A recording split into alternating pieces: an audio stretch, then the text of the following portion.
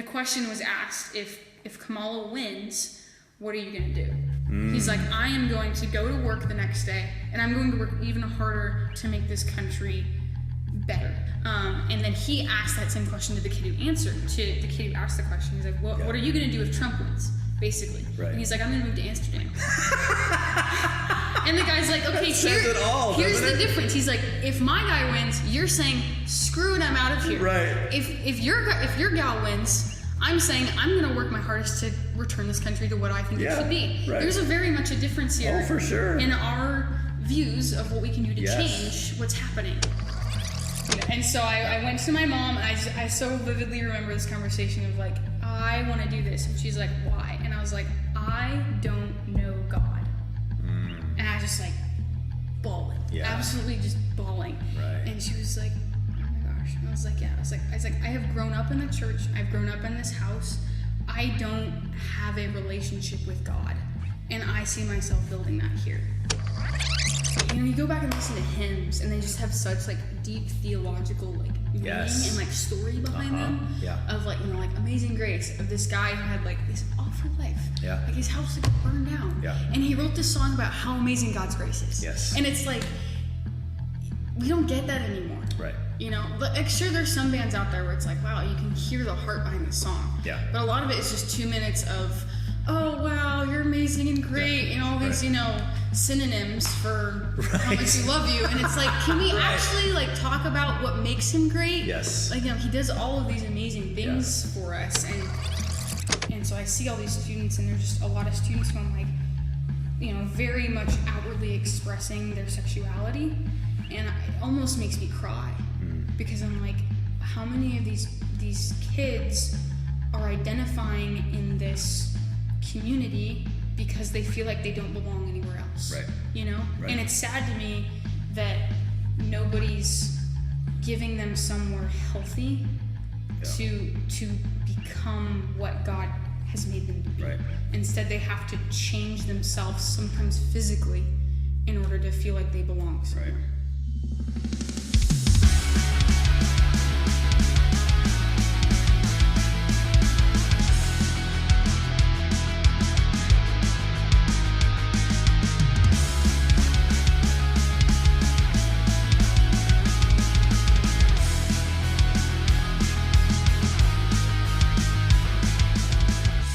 Hey everyone, what's going on? I'm so thankful that you took some time out of your busy life to hang out with me today. I have another awesome episode for you, but first, please do me a favor and leave me a review on Apple, Spotify, or wherever it is you may be listening from. And if you listen to these episodes and think to yourself, wow, I would love to sit down and talk with Ryan about these topics, and then broadcast that conversation out to the world, well, now's the time. Reach out to me, and I just may be able to make all of your dreams come true. Lastly, if you could do me a huge favor and send me an email at whycan'twetalkaboutthat@proton.me. I would love to hear your thoughts on particular episodes, or the show in general. But hey, I would even be excited if you just let me know that you listened. I hope to hear from you soon. You don't want to make me cry, do you? I didn't think so. Now on to today's episode. My guest this week is Leah Jantzen. Leah has hit the Christian trifecta. She was homeschooled, attended Bible college, and is currently a Chick-Fil-A employee who hopes to rise in the ranks and work in the corporate office. It also just so happens that she is one of the first listeners of this podcast, and was the first one ever to send me an email telling me what she thought. See, it's not hard. She didn't make me cry. You could all do better by following her example. Maybe that can be the new show slogan. Be like Leah, send feedback. But more importantly than that, Leah and I had a fantastic conversation where she shares many stories about her life, some funny and some serious. At only 22 years old, she has already had some pretty impactful things happen to her. I hope you will like hearing about it. Enjoy the conversation. Yeah, I listened to most of season 1. Okay. And a few season 2 and 3. Mm-hmm. It's kind of been intermittent because, like, I like having the long format of, 3 hours of knowing that I have something to listen to for 3 hours. But sometimes it's hard for me to, like, stop in the middle of a conversation. Like, I'm driving home from work. Oh, yeah. And I get home, I'm like, okay, I need to start doing stuff. But I'm right in the middle of this conversation. I can't just, like, leave the car and not take it with me. But I need to, like, do other productive things. Yeah, so for sure. Yeah, sometimes hard to figure out how to make it fit. Yeah, and that's kind of the biggest quote-unquote complaint I've gotten is that they're too long.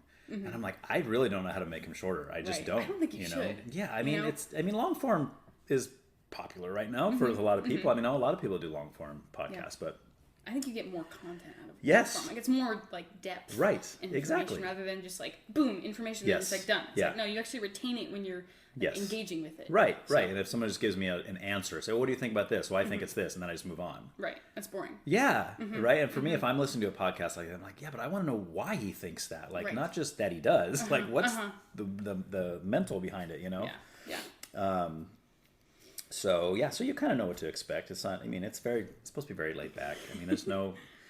I mean, you don't look nervous, but I mean, you shouldn't be nervous. There's no need to be nervous. Is there caffeine in this? There is. Okay, that's fine. Are you not doing caffeine? No, it's good. Okay. I'll go slow. Okay, it's less than coffee though. Yes, which is fine. I've noticed like if I drink coffee, I'm going. Oh, really? Yeah. Like in what way? Like you just get all jittery and like I'll start laughing for like 5 minutes straight. Okay. Like it's nonstop. Oh wow. I can't do anything to stop it. And then that's if it's like caffeine and like a bunch of sugar. Okay. Then it's like so Mountain Dew. Oh yeah. Mountain Dew. Yeah. I'm an entirely different person. Just So I don't know. I don't think that tastes good anyway, personally. Yeah. But my son-in-law loves Mountain Dew, but I'm like, ugh. Yeah. When I was in college, when I was in the dorms at college, my roommate found out that Mountain Dew Code Red really gets me going. So if she ever noticed that I was having a bad day, she would just put it on the desk and I would drink it, and I would just. Would it work? I would. Feel better, but my friends would be like, "What is happening?" Yeah. Like the Tasmanian devil for like 10 minutes. Okay. And then all of a sudden I'm just like. Well, hey, that's not too bad though. A lot of people self-medicate with drugs and alcohol. Right. You do it with Code Red Mountain Dew. So you know. But since then, I have restricted myself, so that's not happening. Okay. Like even at work, like I work at Chick-Fil-A. Oh, nice. And like a lot of my coworkers like live off of caffeine, right? Okay. And I'm like, they're like, how do you have so much energy and you don't like ever drink caffeine? And I'm like, the Lord and sugar. That's my answer. Yeah. Like, but it Love just I don't understand how people can function off of high amounts of caffeine. Yeah. Because to me, it's like I am on for 10, 15 minutes, and then 2 hours later, I am crashing. Okay. Like it makes no sense for me to try and consume it because I'm not going to be productive at all. Well, and that's definitely what sugar does to me. Like it gives me that high, and then when I crash. Yeah. Like I didn't used to be that way. It's because I'm older now, but man, I'm out. I'm ready to go to sleep. Like at 3:00 in the afternoon, I'm at work. I can't even. I'm doing this. I'm like can't even stay awake. But caffeine has never really had an effect on me. Huh. Like I can drink a caffeine at 10 o'clock at night and still fall asleep at 10:15. It's like not even a problem. That's ridiculous. Yeah, I don't, because I know a lot of people like, oh, I can't have caffeine past 5 p.m. or else I'm not gonna be able to sleep. Yeah, it's like, whoa, that sucks. Yeah. But we'll be driving back from LA or something late at night, and my staple is there's always this gas station / mini mart we stop at in Camarillo, I think. But I always get a big old thing of wild cherry Pepsi, like a big old thing, and then a big bag of beef jerky, and that's kind of what keeps me awake on the drive home. Because if we're leaving say Protein, Universal Studios or Disneyland or something 11 o'clock at night, it's that's a 3-hour drive home. Right. And I'm used to going to bed around 10:30, so it's I'm already leaving at my bedtime. I got to drive, and driving at night for me now, as I'm older, is terrible. But that works, right? It keeps me up most of the time. Sometimes I got to roll down the windows and blast Metallica or something, but usually that works. That. Oh, they hate that. But it's hey, do you want to arrive alive or not? But it usually works, and then I get home at whatever time, and I just go right to bed. Wow, just like that, piece of cake. That much caffeine in your body. Yeah, that's impressive. And it drives Bethany, my wife, her crazy because sometimes she has a hard time falling asleep. It doesn't matter what's going on in my head; it's a pillow. I'm out. I'm done. It's I feel like that's a male thing though. Might be. Yeah. I know my dad can do the same thing. He can sleep almost anywhere. Oh, really? I mean, if it's comfortable. Yeah. But.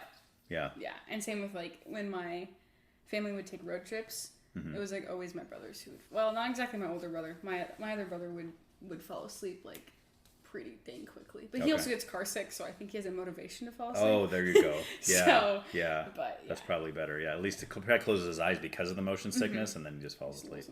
Yeah. But okay. I don't know. I could. Very cool.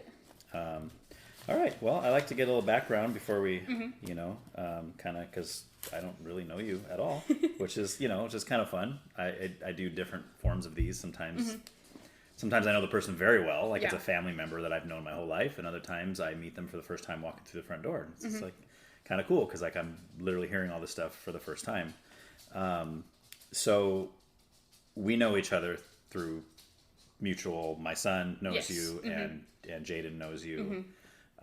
But like we were just saying before, I'm not sure if I've ever officially met you. I'm sure we've been at some of the same functions. I'm sure we have. Yeah.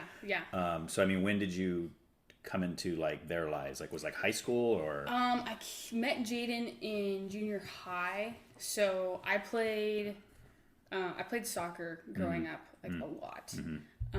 Just like every kid around here. Yeah. But I live in Rio Grande, so it's like a little different. Oh, okay.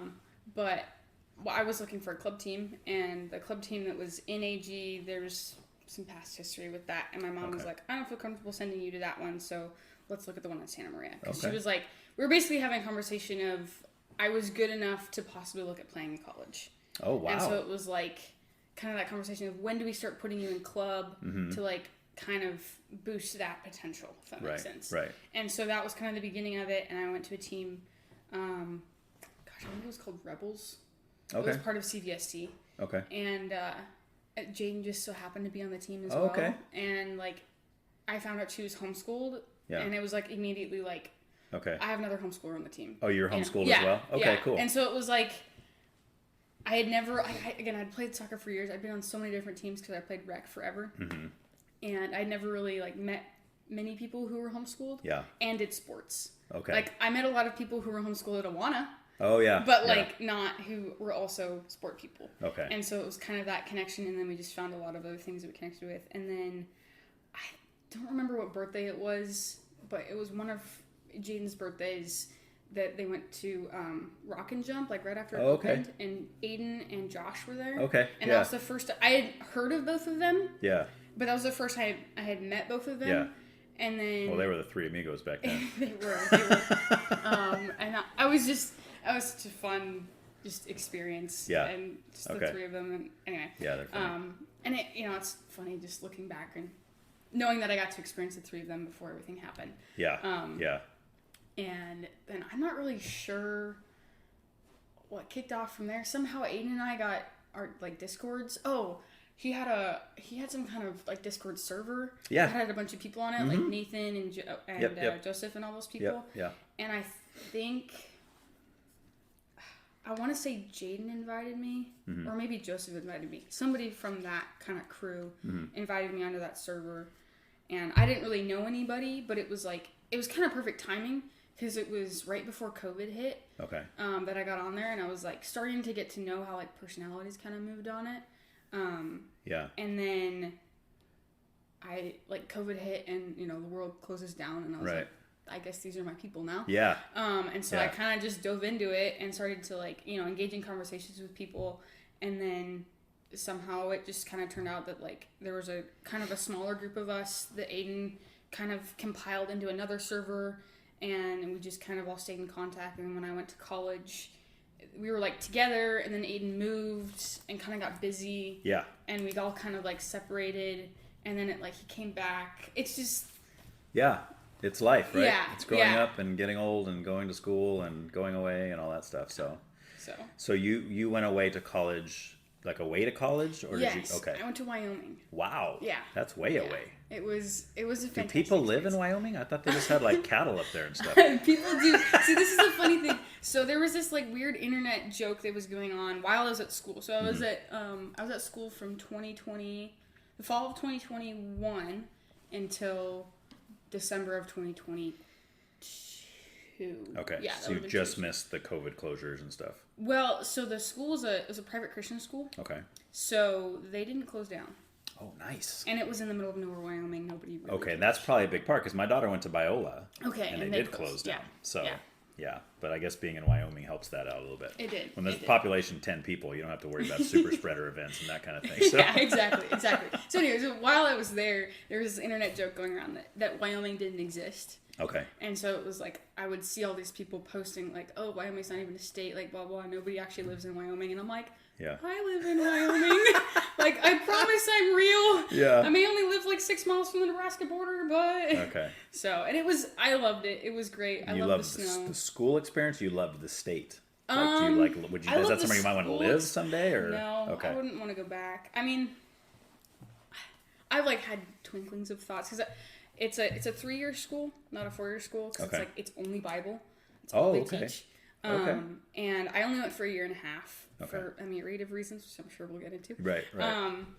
But I've thought about going back, because like all my friends graduated in May, like all the friends that I came in as like freshmen with, they graduated as seniors in May, and I was like, oh, it'd be like, interesting to come back and like, finish my time here, but it's definitely not where God has me right now at all. Like, it's just not on the path. But, sometime in the future, it might happen, and I'll be okay with that. Yeah. So if it's just Bible, like if you're going and you get a degree in like theology or apologetics or something, or is there different degrees you can get from there? Yeah, there's like 5. Okay. So the school has like 200 students at it.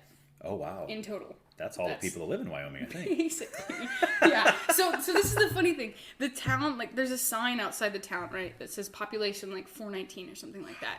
And we found out they did the census while I was at school 1 year. And they told us that the kids who go to the school are counted in the town's population. Oh, good. Even though those kids are probably from other states. Yes, exactly. So even though the sign says 419, there's really only like 200 that actually live there. Wow. So it's just like, it was super tiny. That is hilarious. And anyways, it was great. Okay. But so what were you going for? Like is it kind of just like a retreat getaway? Like, I want to get out and just try my hand at this? Or did you have a specific like degree in mind? Or it was more of just, I want to get out of California. Okay. Yeah. I was so done with California. Yeah. Because I graduated in 2020. Oh, right. And that was like right when COVID hit and all that stuff. Did you get to graduate? Yeah, because I was homeschooled. So we just did like a family gathering. Okay.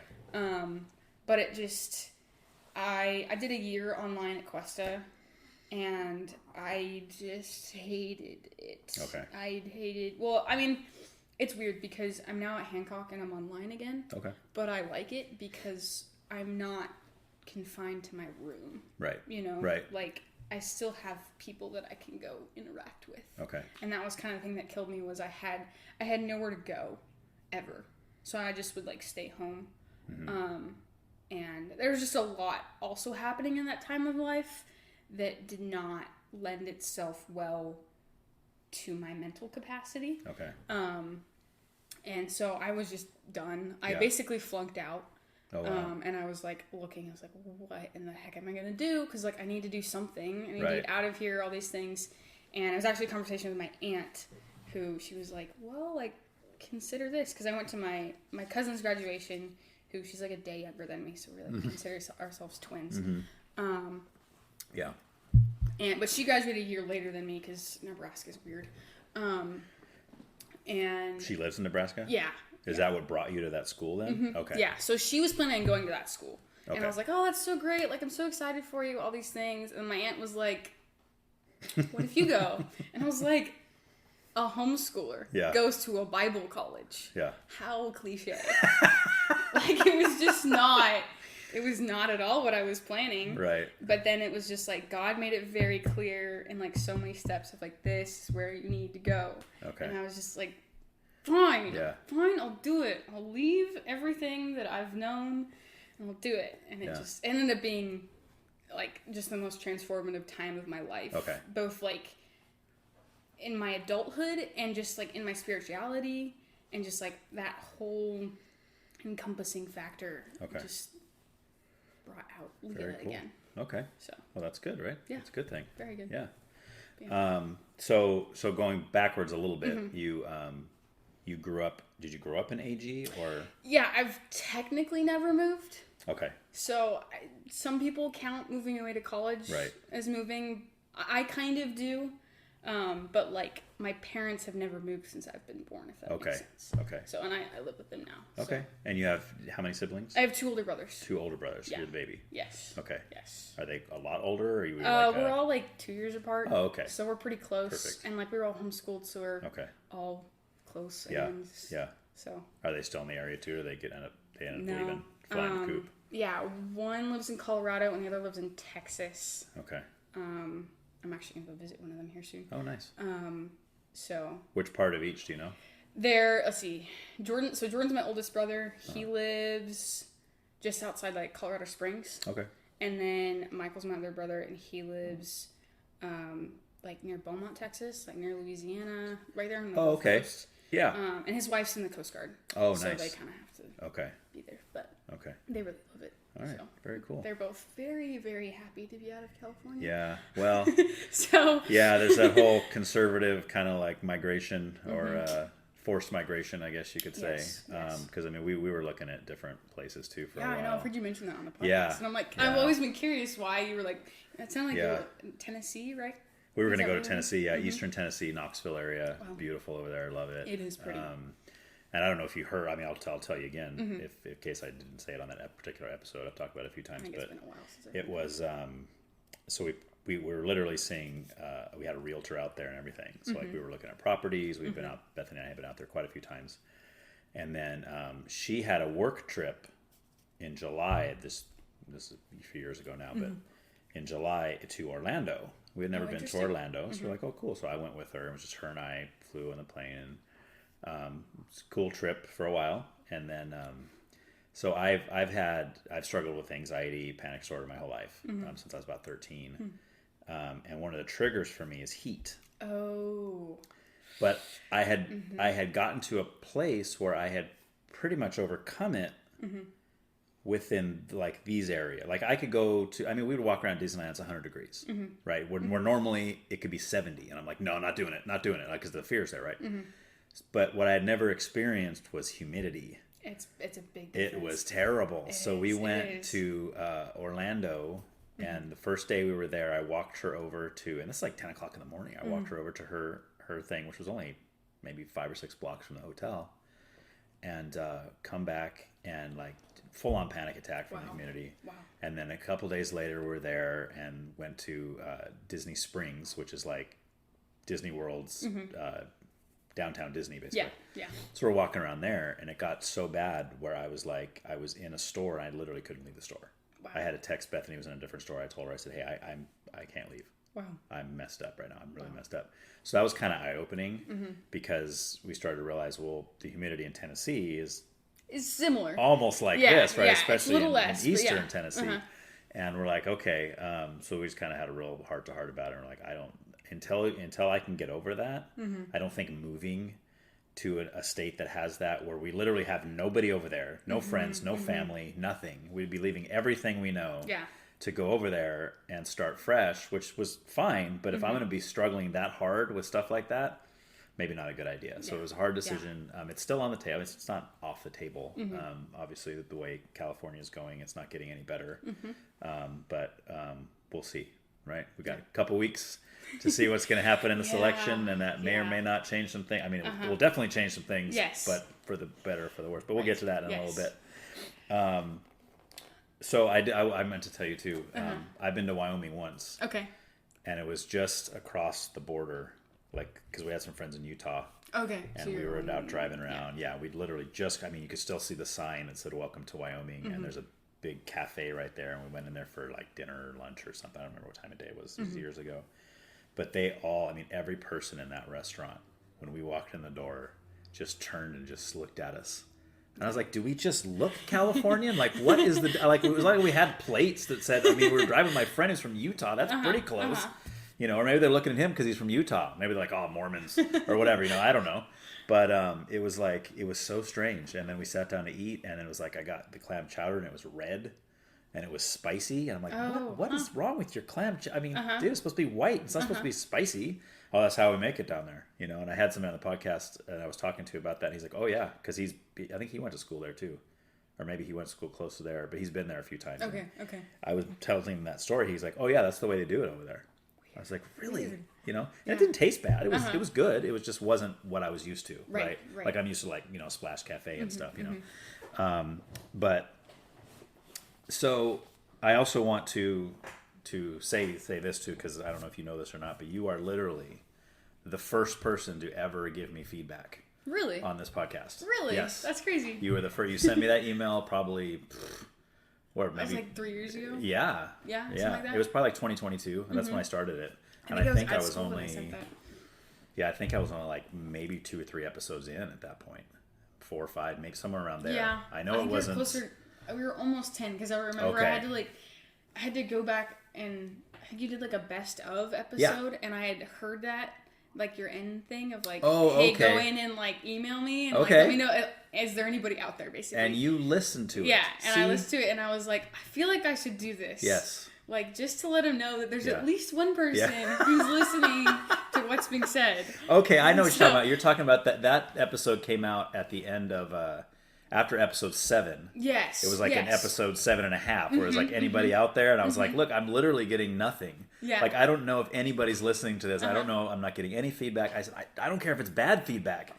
Email me and tell me I suck. I don't care. Tell me something. Just so I know, or tell me what I can fix, what can be done better, So that was really cool. And I didn't know who you were by name anyway. Right. And you had mentioned at the end that something like, if you were wondering how I knew about the podcast, I'm friends with your son Aiden. It was like he posted it or something. He posted on his story, and I was like, "Oh, interesting." And I just kind of happened to listen to it. I was like, "Oh, yeah." So that's when I went and asked Aiden. I was like, "Hey, do you know who this is?" He goes, "Oh yeah." He goes, "You've met her before." I said, "I have." He goes, "I'm sure you have, Dad. She's been at things. She's friends with Jaden." I was like, "Okay, well, I don't remember. I'm terrible." But anyway, it was really, really cool. It was really cool to get that because I was like, "Okay, this is really cool." And it was good feedback too, which I appreciate. Do you not get to see like how many listeners listen to I can, right? Okay. I can see the number of downloads I have on every single episode, and I can see the number overall of the whole podcast and all that. And it's it's decent. It's not like but I'm not looking for like huge numbers. I do this because I enjoy it. Right. Yeah. I mean, I have other friends that do podcasts that are just like, they got thousands and thousands and thousands of downloads on each episode, and I'm like, wow, which is awesome. But but I look at that. I think when I did the Anybody Out There one, I'm looking at it and I'm getting like maybe 6 at that time. I was getting like 60 downloads per episode. Okay. And I'm like, okay, potentially that's 60 people. I'm hearing nothing from any of them. Yeah. Zero. It's like somebody's listening, unless they're just like pretending to listen and they're muting it and going off somewhere. Like I thought, like my mom or like my friends are like, "Oh, let's make him feel good. Let's at least say we downloaded the episode, but we're never going to listen to it, So I don't know. So I still, and it's, to this day, I don't get a whole lot. I get it more like in face to face, like if I'm talking to somebody outside of this or out, like not. I don't get a lot of emails. I don't get a lot of. In fact, to this day on Apple Podcasts, there's still only one review, which is my cousin did it. Like within I think it was like 2 or 3 episods out, he did that little thing on there, and it's pretty funny too. He's like, most amazing content. This is do yourself a favor and check out this awesome podcast. And I'm like, which I appreciate. But anyway, so it's just kind of interesting to see kind of how that plays out. But I would love to hear from everybody. Like just at least say, hey, I listened. That's good enough for me. I just want to know, or hey, you suck. Hey, good enough. Yeah. I think the one thing that like took me half a second was getting the email. Okay. Because the email's like a little long, and I was like trying to remember how it all went, so I had to listen to that part a few times. Oh, okay. To like write the email down correctly, and then when I sent it to you, I was like, I really hope it doesn't bounce back. It's all a big sick joke. He doesn't really have an email address. He's just trying to see, yeah. So that's awesome. All right, cool. So we'll start with music. That's usually where I go first. Okay. Pretty easy kickback. So, I mean, it's stupid to say, are you a music fan? Most people like music. Either they make it or they, at least bare minimum, they listen and they like it, right? So, I mean, are you a maker or listener? Where are you at? It's kind of tricky. I'm more of a listener. I was in a band growing up. Just like my siblings and like a friend of mine. Oh, wow. Or a friend of ours, I guess. Okay. And like we would go to like, what are they called? Like retirement homes. Oh. And like play, we would go like on Easter and do like a little like Easter service for them. And it was very much like my parents were the ones encouraging it. And like when we were like younger, it was a lot of fun. But then like as we got older, we were like, getting adolescent teenagers trying to be in a band together and also siblings. Wasn't the greatest mix. Right. A lot of inner turmoil. Yeah. That tour through Europe to push you guys over the edge. So we, I don't remember exactly when we like played our last set together. But like, I don't really remember us making much music. Like we had like 2 songs I think that my brother Michael wrote. Okay. With some help from Jordan. But I enjoy playing if I'm told what I'm playing, if that makes sense. So you're doing this, does that mean you play piano? Yeah, I play piano. Okay. I would play cajon. Okay. And I would sing occasionally. In my opinion, I don't have the greatest voice. Okay. My mom would say otherwise, right. if she's listening. But I don't think I have a very great voice. Okay. It's good in a choir, but it's not good as a solo, if that makes sense. Did you know that most people that sing for a living don't think they have that good of a singing voice? Really? Yeah. We're always our own worst critic. Like, it's always, people listen to their own voice and they're just like, oh my gosh, that's terrible. Yeah. Yeah. Well, I'm sure when I listen back to this podcast, I'm you like, will. Oh, my voice You will. is awful. Everybody. Every time. That's the number one text I get after recording or actually after I release someone's episode. I didn't know I sounded like that. That's terrible. It's like, well, I hate to break it to you, but that's how you sound to everybody else all the time. Right. You sound different to yourself because you're inside you, but that's what we hear. So it's kind of funny. So you played piano and like your brothers did like drums and guitar? Or? My brother Michael was a lot more proficient in the musical realm. He was like given a guitar when he was super young and like just was playing chords without even being taught how to play chords. Like it just made sense in his brain. Yeah, that's awesome. And so my parents kind of saw that and really like poured into it. Okay. And found ways for him to actually learn how to play. And then it was like, he was playing, he had a like private guitar, like lesson teacher guy. And we're all homeschooled, so we all just go to things together. Yeah. And so my oldest brother and I would just hang out and then the guitar teacher was like, oh, like it'd be really nice if he would sing. And Michael's like, I don't really sing. Okay. He does sing. He has a great voice. He sings when no one else, yeah, he doesn't like singing in front of people, but he has a great voice. Yeah. So then my brother Jordan stepped in and was like, oh, I'll sing. Jordan has a good voice too. And he's very like clear. Okay. And he just enunciates very well. And he's in politics, so he has those. He's in politics now? Yeah. So he just has that stage presence. Okay. You know? Wow. And so that worked. Okay. And that's your older brother? Yeah. George is the oldest one? Yes. Okay. And then my mom tells the story of, I would just be there hanging out, and the guitar teacher noticed that I would like be tapping to the beat of the song, and I could kind of get it. Yeah. And so he handed me a tambourine. Okay. And so I started playing the tambourine, and then it just kind of was born from there. And then Michael and I started taking piano lessons. How old are you at this point? You're like elementary school age, or are you like older? Like 8. Oh, pretty young then. 9. Okay. Yeah, I was pretty young. But it just kind of, like, again, we enjoyed it. It was fun. There was like a few times we went, like we played in downtown San Luis on like not really on a street corner, but like there was a place that would have like a patio. Kind of not thing, or? Farmer's market, but like Christmas stuff. Okay. Like there's some business section down there that does like a Christmas something or other. Oh, would you guys play Christmas songs? Yeah. Okay. Yeah.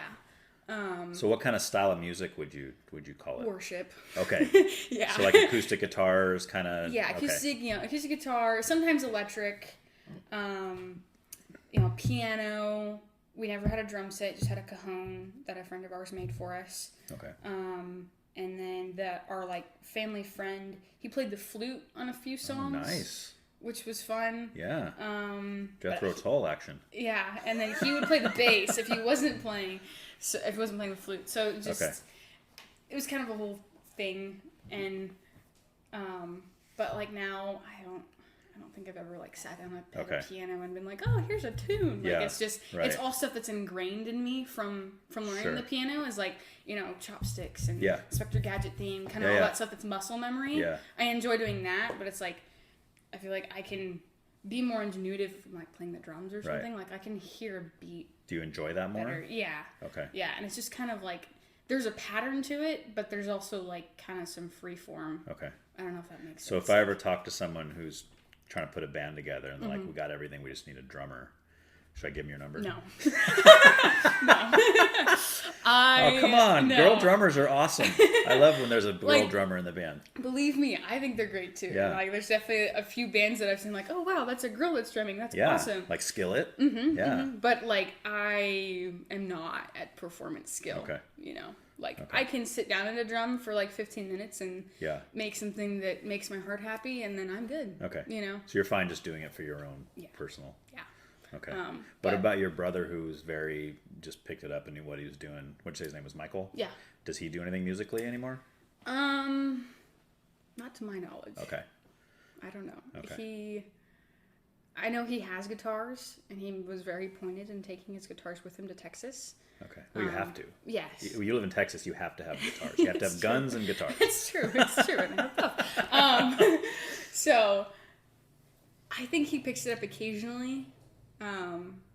But I don't know. I'm kind of curious, to ask him if our time in being a band kind of killed some things for him. Did you have a name for your band? Yeah, Seventh Day. Nice. Nice. Okay. Yeah. Interesting. And that came up, like, we were playing for a kids camp, and we were like, well, we need some kind of name. Like, we can't just be called the Jantzens. Yeah. Like, it's although so many do that, right? Many do that. But it was just, because it was like, the three of us Jantzens and then another kid, and it was like, he's not a Jantzen, so it doesn't work. Right. So you're like, we could do like Black Sabbath, but wait, Sabbath's already taken. We can't do Sabbath. Let's do Seventh Day. So, which I guess, Sixth Day. No, Seventh Day is a Sabbath. That's right. Seventh Day is a Sabbath. Okay. Yeah. So I think it was the other kid that came up with that name, and we're just like, sure, and then it just stuck. Nice. And my mom has like all of our videos up on Facebook. Oh, that's awesome. I hate it. That's awesome. See, my son is the same way, because he does music. Yeah. He hasn't in quite a while. But I did hear him in there creating the other day, and I got pretty excited. I was like, are you creating or are you listening? He goes, I'm creating. I said, yes. Let's go. So anyway. Yeah. But he'd probably hate me saying that. But he's the same way. Like, if he listens to anything he's done, because it's a progression, right? You start at some point when you're younger, and you create. You're just creating. Obviously, you can take a Grammy award-winning singer, or artist, or whatever, band, whatever, and be like, hey, what do you think about this early demo tape you made 10 years ago? They're gonna be like, that's terrible. That's the worst. Like, I don't even want. I wish that was off the face of the earth. I don't want anybody to ever have that, right? But that was the starting point to what you became, right? Yeah. You needed this to get there. Yeah. And I just wish more artists and my son would look at it backwards and be like, no, that's all that is. You don't have to listen to it and go, oh man, I was so good. Yeah. I was spot on. Take your lessons and run with it. Yes, exactly. it's so cool like that. Yeah. But you're talking about your homeschool siblings in a band. Have you ever heard of Children 18-3? No, I have not. Oh, good stuff. It's not real heavy. It's kind of punk rocky, but it's three homeschool siblings. It's the two brothers and a sister, just like you're saying. So the oldest, I think the oldest brother, he plays guitar and sings. The sister plays bass and sings. Okay. And the youngest brother's a drummer. Oh, okay. And they're just phenomenal. What's the name again? Children 18-3. Children 18-3. Yeah. It's based on a Bible verse. It's like something 18-3. I forgot which verse it is. But it has something to do with that. But they've had 4 albums. They're officially on hiatus. They're kind of doing other stuff musically, but they came out I think all their albums were on Tooth and Nail Records. I don't know if you know Tooth and Nail Records. Kind of was one of the first big Christian kind of. It was like the label that started putting out stuff that wasn't Amy Grant and Michael W. Smith. They're putting out some hip hop. They're putting out some punk rocks, even some like real heavy like hardcore music that was Christian based stuff. But all their albums, I believe, came out on Tooth and Nail. But it's just I still listen to it today. I can't get enough of it. The harmonies between, if you can even call them harmonies, but like I told you, they both sing, like the guy and the girl, and like when he's singing, you almost miss it, but it's beautiful. Like he'll be singing, and you can hear her in the background doing like, I guess you call them harmonies. I don't know what you call it, but like not even with him. Like it's not with him. Like she's not overlapping his vocals. She's doing her own thing, but it fits. And it's just, it gives me chills when I listen to it. Which is weird to say about a punk rock band, but I mean, it's like, you should check it out. You might like it. I mean, maybe you won't. I don't know. We haven't really I gotten like into your punk music. Okay, so, good. yeah, Okay, yeah. then you'll definitely like it. Yeah. So check it out. Mm-hmm. I recommend starting with the first album and just going on. You know, the second album is my favorite, but start with the first one. So, what about like? Let's get into that then. Like your listening Taste. taste. In a Yeah, sense, you yeah. kind of. I like to start like at the beginning. Like when was the first time you remember thinking I like that, or your first memory of music in your life? First memory of music, gosh. Well, you sound like you come from a musical family, so it's yeah. probably pretty early. Yeah, my dad loves music. Like, Okay. It is. If you want to know my dad, you just ask him about what music he likes, and he has like all these connections and stories behind music. That's awesome. And like that's fed into me too of being able to like look at songs and like have a connection with them beyond just like the lyrics or like the drum line or the guitar line. Just being like having this moment in my life that's being stamped by music. And so like he would play. The first song I think I remember like memorizing or like repeating a lot was I think it's by AVB. The AVB, I don't know. acapella vocal band. No, I don't know if you've heard that. It's a Christian vocal band. And they had this song called, I don't remember exactly what it's called, but the line in it, I remember actually just repeated to my mom the other day, talking about how faith without works is like just about as useless as a screen door in a submarine. Oh, nice. And I just like remember hearing that song, and I just would repeat it, and I didn't really understand what the song meant until I got older. Yeah. But it was just like that line has stuck with me since. Of if your faith is dormant, then it's as useless as a screen door in a submarine. Right. Who needs a screen door in a submarine? Nobody. Yeah, exactly. In fact, not only do you not want one, it's gonna kill you. Yeah, exactly. So anyway, I mean and he would just play albums and like kid-friendly music. Okay. But also like it wasn't Mary had a little. It was like Striper. Okay. And dang it. Petra. Yeah, Petra. A lot of Petra. Okay. What is it? White Cross, I think.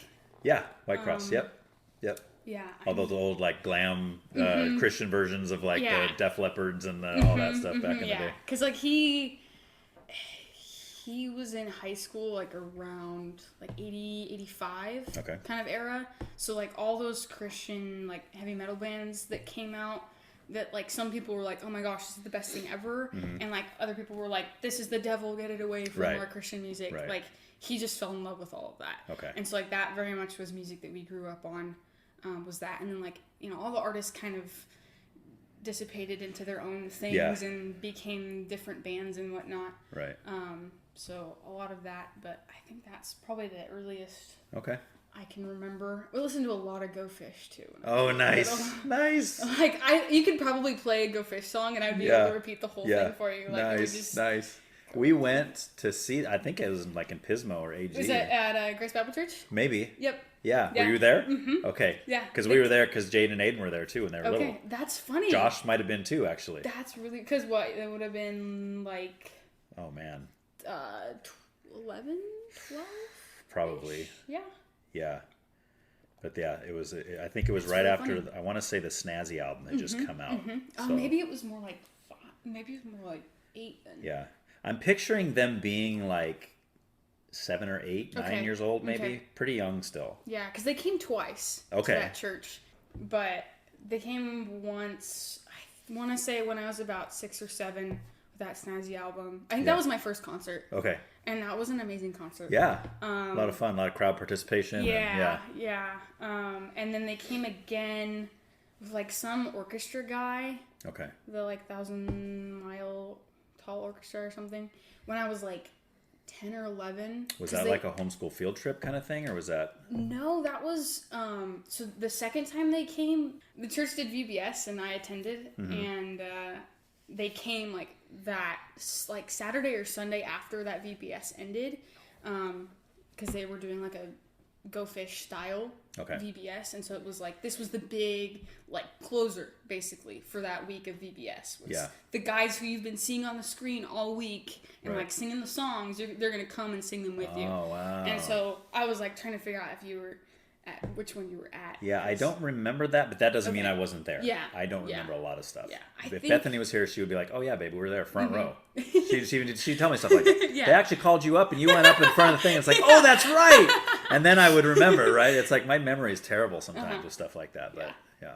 But anyway, so I think I think that was my first concert. Okay. Awesome. But, very cool.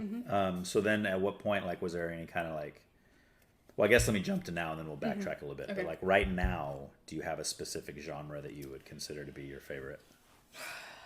I hop between a lot, which I'm sure you hear, and I know I've heard other people say on this podcast, is like, there's not really one genre that I like, you know, am hardcore on, which is so interesting because like I hear my dad talk about, you know, his experience in music. It was very like, he grew up in the middle of nowhere with very, you know, strict Christian like community. Right. And so it was very much like you listen to hymns and Christian music and like that's kind of it. And so, and like also just hearing at that time people were like, oh, hip hop is my thing, I'll die on hip hop, right. you know, or I'll die on like rock or whatever. It wasn't really like people didn't cross over a lot. No, it was very cliquish back then. Yeah, because you couldn't afford to buy all the albums, right? You know, so you're like, well, I'll just stay in my lane. Well, plus it was a lot to do with status back then. Like if you were a country guy, you only listened to country music. You wore cowboy hats and Wranglers, and that was it, right? That's just what you did. You couldn't even if you liked a rap song you heard on there, you could never admit it. Right, and that's what was. And when I was younger, that's the way it was like when I was in high school, maybe junior high. It started to switch kind of when I was in high school. But yeah, so I understand what he's talking about. But you're right, like kids your age now, more. It's kind of like I like everything, but I kind of tend to prefer this kind maybe. Yeah. But they'll definitely say I like something in pretty much every genre. Yeah. How old are you, by the way? 22. 22. Okay, perfect. Yeah. About my son's age then. Okay. Yeah. So I lean more into like rock, but not like heavy metal rock, just like I don't know how to describe it. Well, give me like an example of some of the bands. Do you know who John Elefante is? No. Johnny Elefante? John Elefante. John Elefante. He was one of the lead singers for Kansas. Oh. And then he made his own. I know Kansas. Yeah, he made his own thing. Okay. This is kind of a side tangent, but a question that I really enjoy asking people is like, if you could have between 3 and 5 artists perform for just you and friends, what's the lineup? You can people who are dead or alive. Wow. And so like my lineup is, it would start with, do you know what Cory Wong is? No. He's a funk, sort of jazz. Okay. Like jazz fusion kind of thing? Like funk folk, I guess, is more of where it fits. He would open, John Elefante would be in the middle, and then the, not really original, but the Newsboys with Peter Furler would be my closer. Okay. So that kind of gives you a range of my musical tastes. I do like the more instrumental. That's Cory Wong's like instrumental. Okay. And kind of like feel good music. Okay. Like it's a good like. I've seen videos of their concerts and it's very like laid back and chill, and he's just kind of up there having fun on stage. Nice. You know, and just like driving to the music. Like, I wish I could play you some songs. Yeah. It's just very like. Well, I'm gonna check it out for sure because I always check out stuff, especially when somebody can bring something to me that I've never heard of, which is kind of hard to do. Yeah. Well, have you heard of Wolfpack? Yes. Okay, so Cory played on the Wolfpack song. Okay. And he's kind of connected. So it's a similar style of music to Wolfpack. Which is unique as it is.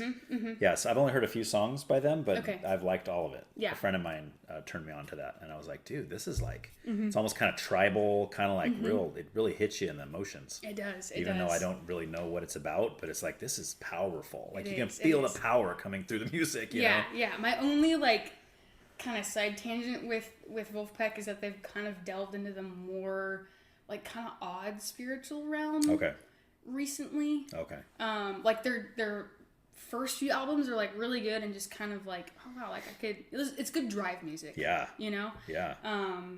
But then now it's a little bit more like they bring somebody on stage during their performances that like leads you through this like meditation thing. Okay. And I'm like, kind of not my style. Right. And so I've kind of switched more towards Cory because he hasn't gotten into that. Okay. But he's still kind of that like good vibe. Right. Well, do any of these artists profess to be Christians or just kind of spiritual? John Elefante is. John Elefante, okay. Yeah. He has a really cool testimony. I was going to say, was he when he was with Kansas, or was that like later on? I think my dad would know a lot better than I would. Okay. He knows. Yeah. Off the top of his head, he could tell you. I'm gonna look it up now for sure. Cause that's the kind of stuff that's interesting. If he's listening right now, he's probably banging his head against the wall, going, "It's this, it's this, it's this." Anyway, but I believe that he became a Christian right before he left Kansas. If that makes sense. So it was kind of like that transition period. He was like, "No, I'm good." Right. Right. But his music is like, it's more like ballad rock. Okay. So it's some of it like this One Day Down by the Lake. It's like 17 minutes long. Ooh. It's a long song, but it goes through all these like different emotions and like I don't even know, like acts almost. Through it's like the song. A rock opera. Mm-hmm. Yeah, and it's just I have a lot of connections with that song because my dad would play it like on road trips and whatnot. And so it's just one of those songs when I hear it, I think of my dad, and I just think of his music taste and like the impact that's had on me, if that makes sense. Yeah, of course. That's the kind of stuff that impacts us more because it holds a place in our hearts because of something specific. Yeah. Right, like we can listen to music and say, "Oh, I like that beat, I like that song, I like those lyrics." But when they start to attach themselves to something personal, that's when those songs kind of jump over the line of that was a cool song to, oh my gosh, that's in my top 10 favorite songs of all time, so. Yeah, which a great example of that for me is there's this band, literally nobody's ever heard of them. Well, not nobody, but like 200 people. Yeah, in Wyoming. It's called Hello Kelly. Okay. And it's a Canadian punk rock band. Okay. And I don't think they make music anymore. Hello Kelly. Hello Kelly. Like Hello Kitty, but yeah, but no Kelly. Kitty. Okay. And they have this one album that I love this album. I think it's probably my favorite album in the entire world. It's close. Okay. It may be tied, but anyway, it just has a lot of songs that spoke to me at different times of my life, or that as I've gotten older have become to mean different things to me. I'm like, oh, I understand what that song's talking about now, and I relate with that. But this band, they became popular through like one song they posted on YouTube or something, because like they kind of became a band right as like YouTube came onto the scene. Okay. So they were one of those first bands that people were like, wow, like this is pretty good. Right. And so they got a record deal. And I'm not sure like the specifics, but to my understanding, like they got the record deal, they were like super excited, but the label wanted to change like their style of music. And so they basically like forced them to put out this album that they're like, we don't really fully agree with everything or like really enjoy what we've put out. Okay. Like it was just very forced. Yeah. And like there was a time crunch and all this stuff. And so they had kept the album up, and then like 2 years ago or so, they made an announcement. They're like, hey, like we're taking this song off of our discography on like Spotify because we're like so tired of having it up, and like their contract or whatever of how long they had to keep it up for had expired. Just that one song? No, the entire album. The whole album they took down. The whole album. And so they hated it that much. Yeah. Wow. Yeah. And I was like, no, I was like, this one album that I like, it just means so much to me.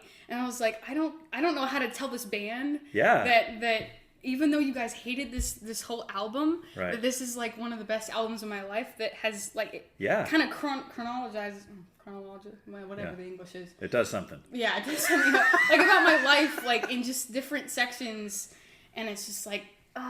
And so somebody posted all the songs on YouTube, in like a playlist. Yeah. So I'll go back every once in a while and just listen to the whole album. It's one of those few albums that I can do from top to bottom, and just like I can't stop it. No once skippables. It's on. Were you ever able to contact them? Did you try? I had kind of.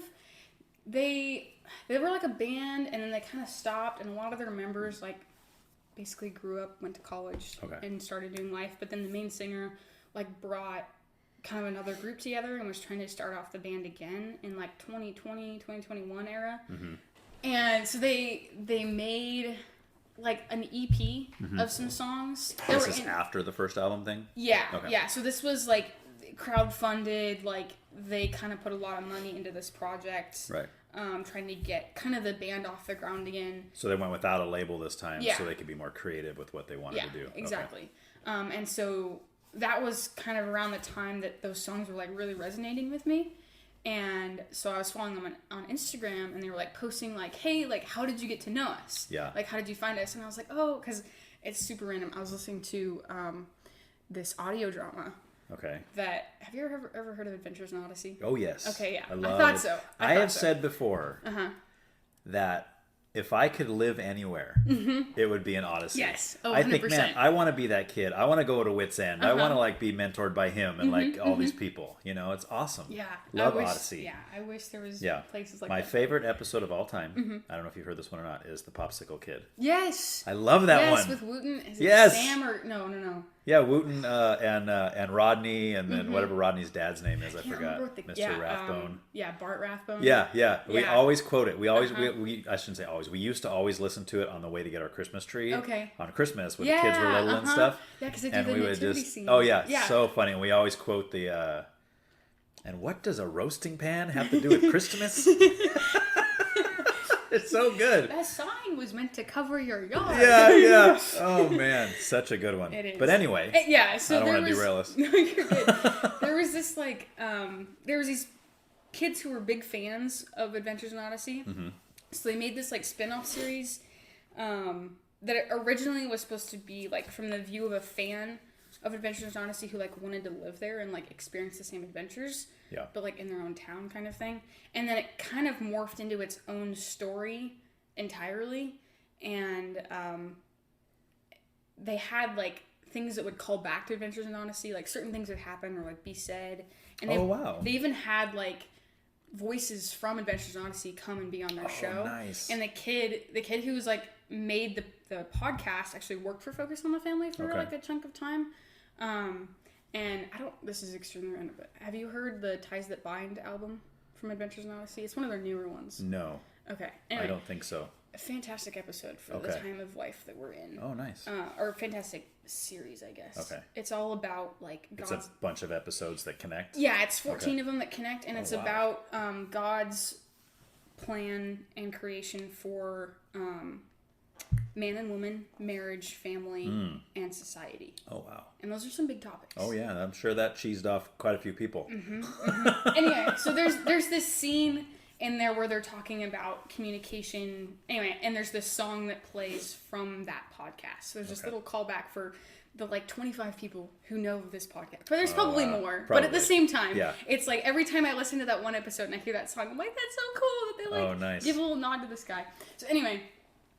on that podcast, I don't know how they did it, but somehow Hello Kelly got in contact with them. Okay. And they had a little like preview of one of their songs on the episode, and I was like, it was only like half the song, and I was like, man, I really like that song. Okay, so just so I understand, this is before you ever heard. This is how you heard the band. Yeah, this is how I heard about Hello Kelly. Okay, gotcha. Okay. So I like would go back and I'd listen. It was a very specific episode that had like this half of a song on it, and I would just go back and I'd listen to it like, man, this is really good. Like I like these lyrics and kind of the whole vibe of it.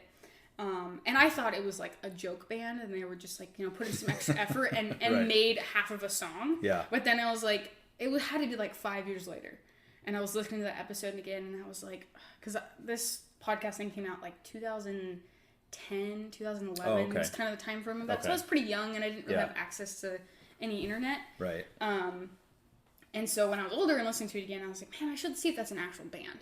Right. And so I go on Hello Kelly. It was like Better Now Together or something was the song. And it like popped up. Oh, nice. And I was like, no way. And so I started listening to the band. And that song was on that first album that you fell in love with? Yeah. Okay. And so that's when the band posted an Instagram like 2-3 years ago or something saying like, how did you find us? I told them, hey, it's from this podcast. And like, I heard your song and was like, no way, this is awesome. And they're like, oh my gosh, no way, that's such a deep they responded. Pull. Yeah. Nice. Because it was like, they have like 200 followers on Instagram, so it's like, somebody, it's kind of like you. If somebody responds, you're like, no way, there's somebody's out there. Hey, there you are. Yeah. You want to get lunch? Exactly. So, like, I think it was probably cool for them to realize that something that they did that they probably thought was inconsequential got them a fan. Yeah. But that's really cool. It's really funny, like, thinking about, there's probably other bands out there who, they started, they played for a little bit, and there's, you know, 1 or 2 fans out there who are like, oh my gosh, you're the best thing that ever happened to me. Oh yeah. But this band's like, we gave up because nobody cared. Right. You know? Right. Because they don't realize somebody cares, yeah, right? Yeah. And it's like you can't live off of one fan, which is understandable. Right. But it's like sometimes like, no, you guys were doing so good, you know? Yeah, even if they don't pursue music after that, it's still nice to be able to know that you touched somebody. Yeah. You know what I mean? Yeah. Like, even if it's like, 20 years ago I was in a band when I was in high school, and to get an email say, hey, I just want you to know that one song you wrote, I still listen to it and it still ministers to me. Yeah. I mean, if that was me, I'd be like, dude, that's so cool. I love it. Yeah, right? It's like, I'm never going to do music again. Yeah. But top that. that's so cool. You know? Yeah, it's really awesome. Okay. I want to go back to a little bit to your Peter Furler Newsboys comment. So you're not what was the other guy? John James? Michael Tate. Oh, Tate was after Peter Furler, but the the original singer. I just don't know anything by him. Okay. That's the thing. We did like, was it Shine? Yeah. Shine came out like right when I was starting to like listen to my own music in a sense. Like I had my MP3 player. Right. And, you know, my parents gave access of like the iTunes account and whatnot to us. So like Shine came out, Shine and Go. Okay. We're kind of right in that time where it was like. But I was trying to think about. I can't remember if Shine was Furler on vocals or because Furler was the drummer originally. Yes. But I think that John James. I think his name is John James. But like, Take Me to Your Leader. He was lead vocals in that one. And if you watch the music video, he's in there. Peter Furler's in there too, but again, he's the drummer. On the drums, yeah. But I'm with you. I prefer him over any of the other singers. Like, I don't know if it's just because right when I got saved, when I was 24. Yeah. And it was like, what was that, like 2000, 2001, somewhere around there. It was right when the Thrive album had come out. Okay. And I mean, again, maybe it's just because that's the first one I heard and that's when I came in. But to me, that is easily the best Newsboys album of all time. I mean, to me, that's a non-skippable track. I mean, so awesome. All those songs. I think the first song I heard was, oh my gosh, what is the name of that song now? See, I'm going to brain fart. It's okay. I always do this.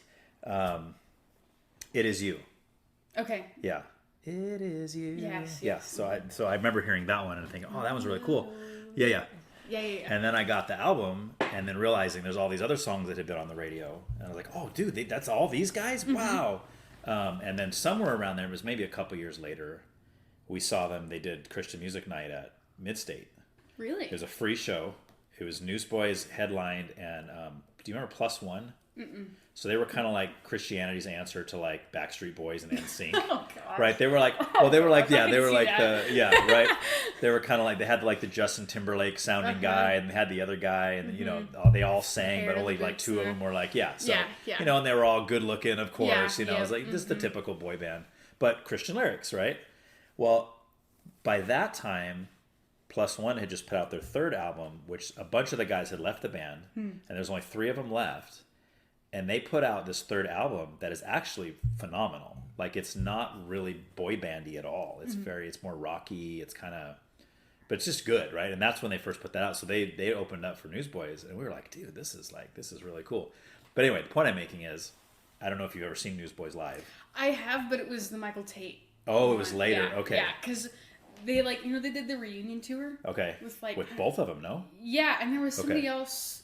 It was like the reunion tour, not only of like Newsboys, but also like, I think it was DC Talk too, or something like that. And it was like a bunch of them coming together. Yeah. And like the one weekend they were going to be in Bakersfield, I was like out of state. Oh. And I was like, dang it. Yeah. One chance I had to see him, I couldn't see it. So. Oh, bummer. I was like, I've always been like hoping that they do another one. Yeah. Or like if Peter would do, because like he has his own band now. Right. You know, sort of. Is it a band name or is it just Peter Furler? It's like a solo? It's just Peter Furler. Okay. And I don't know. Like, he hasn't really posted anything recently, but like the first album he posted is a really good album in my opinion. There's a few on there that I'm like, but most of them are really good, and it's just kind of a good homage to what the Newsboys lyrics used to be. Okay. Yeah. And the like clever, but also like meaningful and like yeah, impactful. Right. Right. I kind of struggle now with modern Christian music. Hey, I do too. Anyway. Yeah, we'll talk about that for sure. I do too. Because there was an explosion of it probably around when I first started listening to it. Because I've always loved music and just like forever. Yeah. As long as I can remember. So when I first got saved and then I was like, oh wait, there's Christian music? You mean I don't have to like just stop listening to music, because Right, most of the right. stuff I had was foul, or it was sexual, or it was something, right? Like all this other stuff I had was not appropriate really for my new life. Yeah, yeah. And so then I started listening to the Christian radio. Like back then it was like K-Life and like K-Love and like, which we still have K-Love, Air but One. like Air One. So Air One wasn't around then. At least we didn't have it in the area. Okay. But I'm then trying when to think, 'cause at one point there was all three, and there then was a all of a bunch. sudden Air One Yeah. took over K-Life. Yes. And we were all like, no. Yeah, because K-Life was cool. It was local. It was San Yeah. Luis. Bethany and I used to go Played down better there. music. It did. And it was personable. Like every year that they do the cookie exchange, we go down there and bring like a dozen cookies. And then they would give you free CDs. It's like, this is really cool. And you got to know like John and Nooney and like the people that owned it. And like, there's a couple times where Bethany and I would go down and do the phones. Okay. Like for the pledge drives and stuff. And okay. so anyway. I'm curious, because my dad used to work for Youth for Christ. Okay. And he would do, he also worked with whoever was in charge of putting on the, like concerts and whatnot. Okay. Down, like the Christian concerts with K-Life, they would somehow partner with them. Oh, nice. So I'm like wondering if maybe you two ran into each other. We could have been sitting right next to each other. Yeah, at some point. exactly. That's my favorite thing in the world. And if people ever ask me, well, once you get to heaven and you get to talk to God, like, what do you want to talk to him about? Like, what I said, the first thing I want to see the highlight reel. I want to see every time that I came into contact with, or even was in the same building as, or whatever, as people that I became close with later. I would love to see that, because it's just so fascinating. Yeah. Like, no, like you were sitting right next to this guy 20 years before you met him officially, and then you guys became friends, and it's like, but you don't remember this. Yeah. But you were literally sitting right next to him. You guys even talked for a little bit, but you just don't remember it. So, I mean, I love that kind of stuff. So, I mean, that'd be really cool. It'd be like, oh man.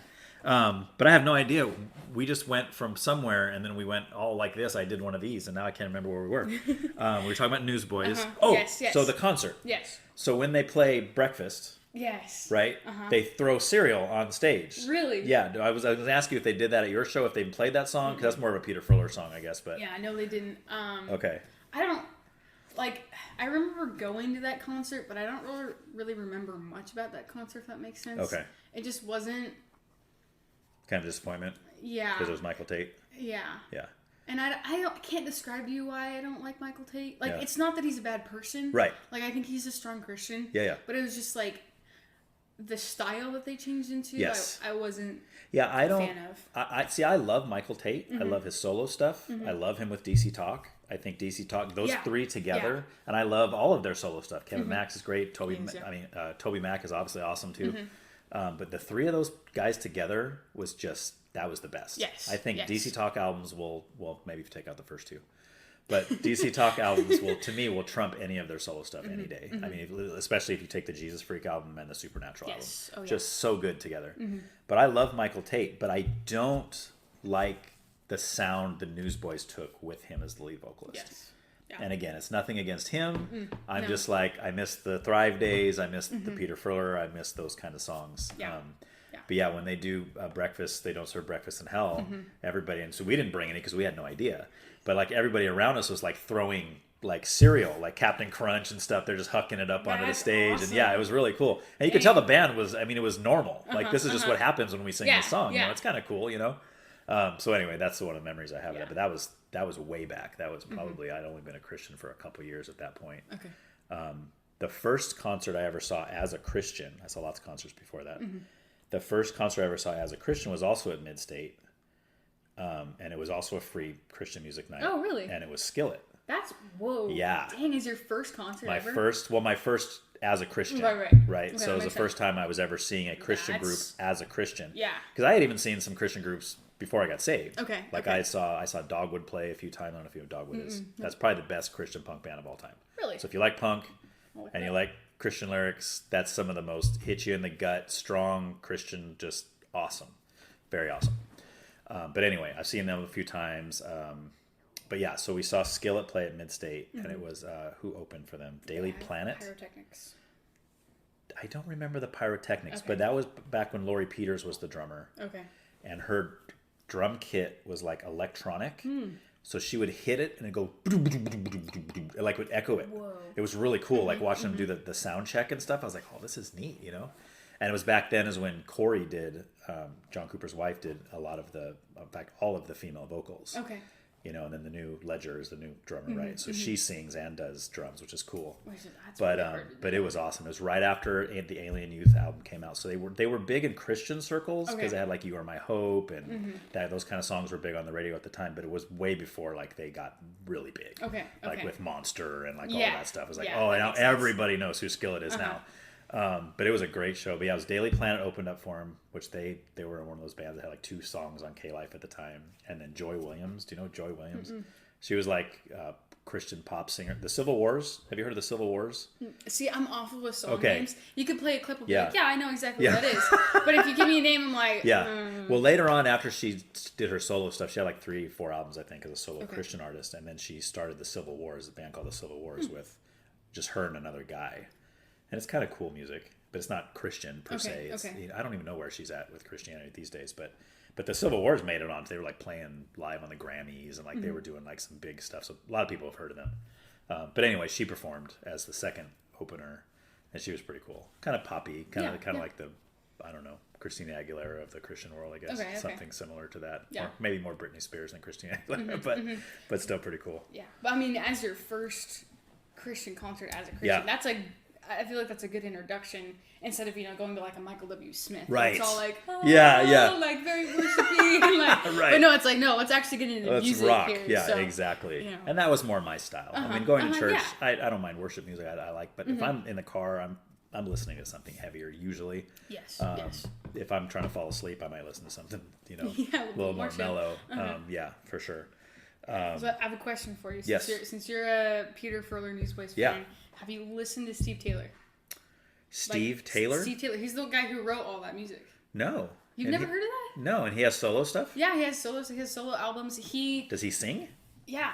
Interesting. But he was just one of those names that he's probably written a lot of Christian music that you've heard. Right. That's like clever lyrics and kind of, So was he fun. A member of the Newsboys, or did he just wrote a lot of their songs? Them. Okay. But he has, I've listened to one of the albums called Meltdown at Madame Tussauds. Wow, that was a mouthful. Yeah, I was thinking about it for a second. But my dad introduced me to that. Or maybe it was my mom. I don't remember. Because I was, at one point, when I was really into Peter Furler Newsboys, that was all I would listen to. My mom was like, oh, do you know Steve Taylor, the guy who wrote, do you know his music? Right. And I was like, I don't know. And so I think my dad put it on or something, and I was like, oh my gosh, this is really good. And it's not Christian per se, it's not Jesus Christ is King. Right. It's Christian undertones. Yeah. If that makes sense. Yeah. And which is almost better sometimes. Yeah. Because it sounds kind of cheesy when they try to push Jesus into stuff. It's this doesn't sound authentic to me. Yeah. And have you ever heard the joke of you can take almost any Christian song and change out Jesus for a girl's name, and it sounds but I understand. Yeah, I understand. Well, it reminds me of when POD put out Alive. Everybody's saying, "Oh, he wrote that about his girlfriend." I'm like, "There's no way he wrote that about his girlfriend." Yeah. What's he say? Now that I see you, I could never look away. And now that I know you, I'll believe no matter what they say. Yeah, that's not his girlfriend. I mean, you guys can try to paint that however you want, but he's definitely talking about the Lord in that song. Yeah, I'm sorry. Yeah. Yeah, but that's probably true. You probably could take it out and make it a love song. Just take the word Jesus out and put Veronica or something, Or even Christian.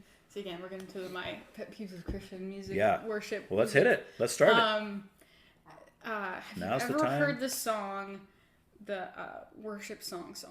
That's literally the name of it. It's called the worship song. It's like the Christmas song with the chestnuts roasting on there. But it's this comedian who put out this.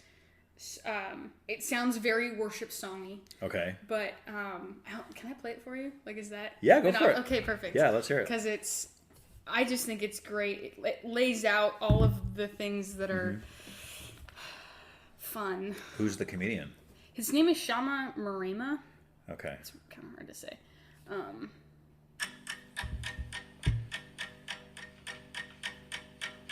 This is the first verse of the worship song. The words are simple, so sing along.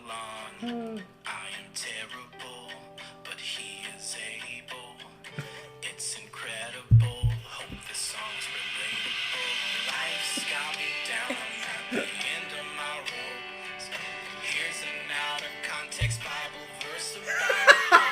Love it. This is the chorus. We're lifting our voices, loud and triumphant. We're singing the chorus. It's repetitive. It's repetitive. It's repetitive. All my problems are gone. That is great.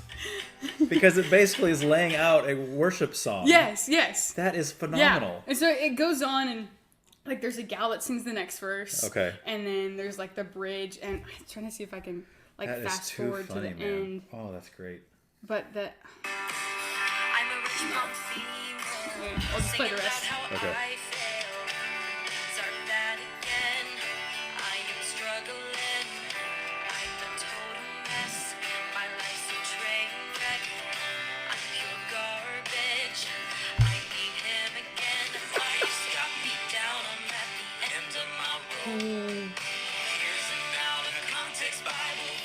I love that one. This is the chorus. We're lifting our voices, loud and triumphant. We're singing the chorus. It's repetitive. It's repetitive. It's repetitive. All my problems are gone. Oh my gosh. This is my favorite part here. The drums are getting louder. I'm feeling overpowered. The rushing wind and waves, they bow to you now. I surrender. I feel a holy fire. Fire rounds with desire. I'm about to cry and lift my hands to the sky.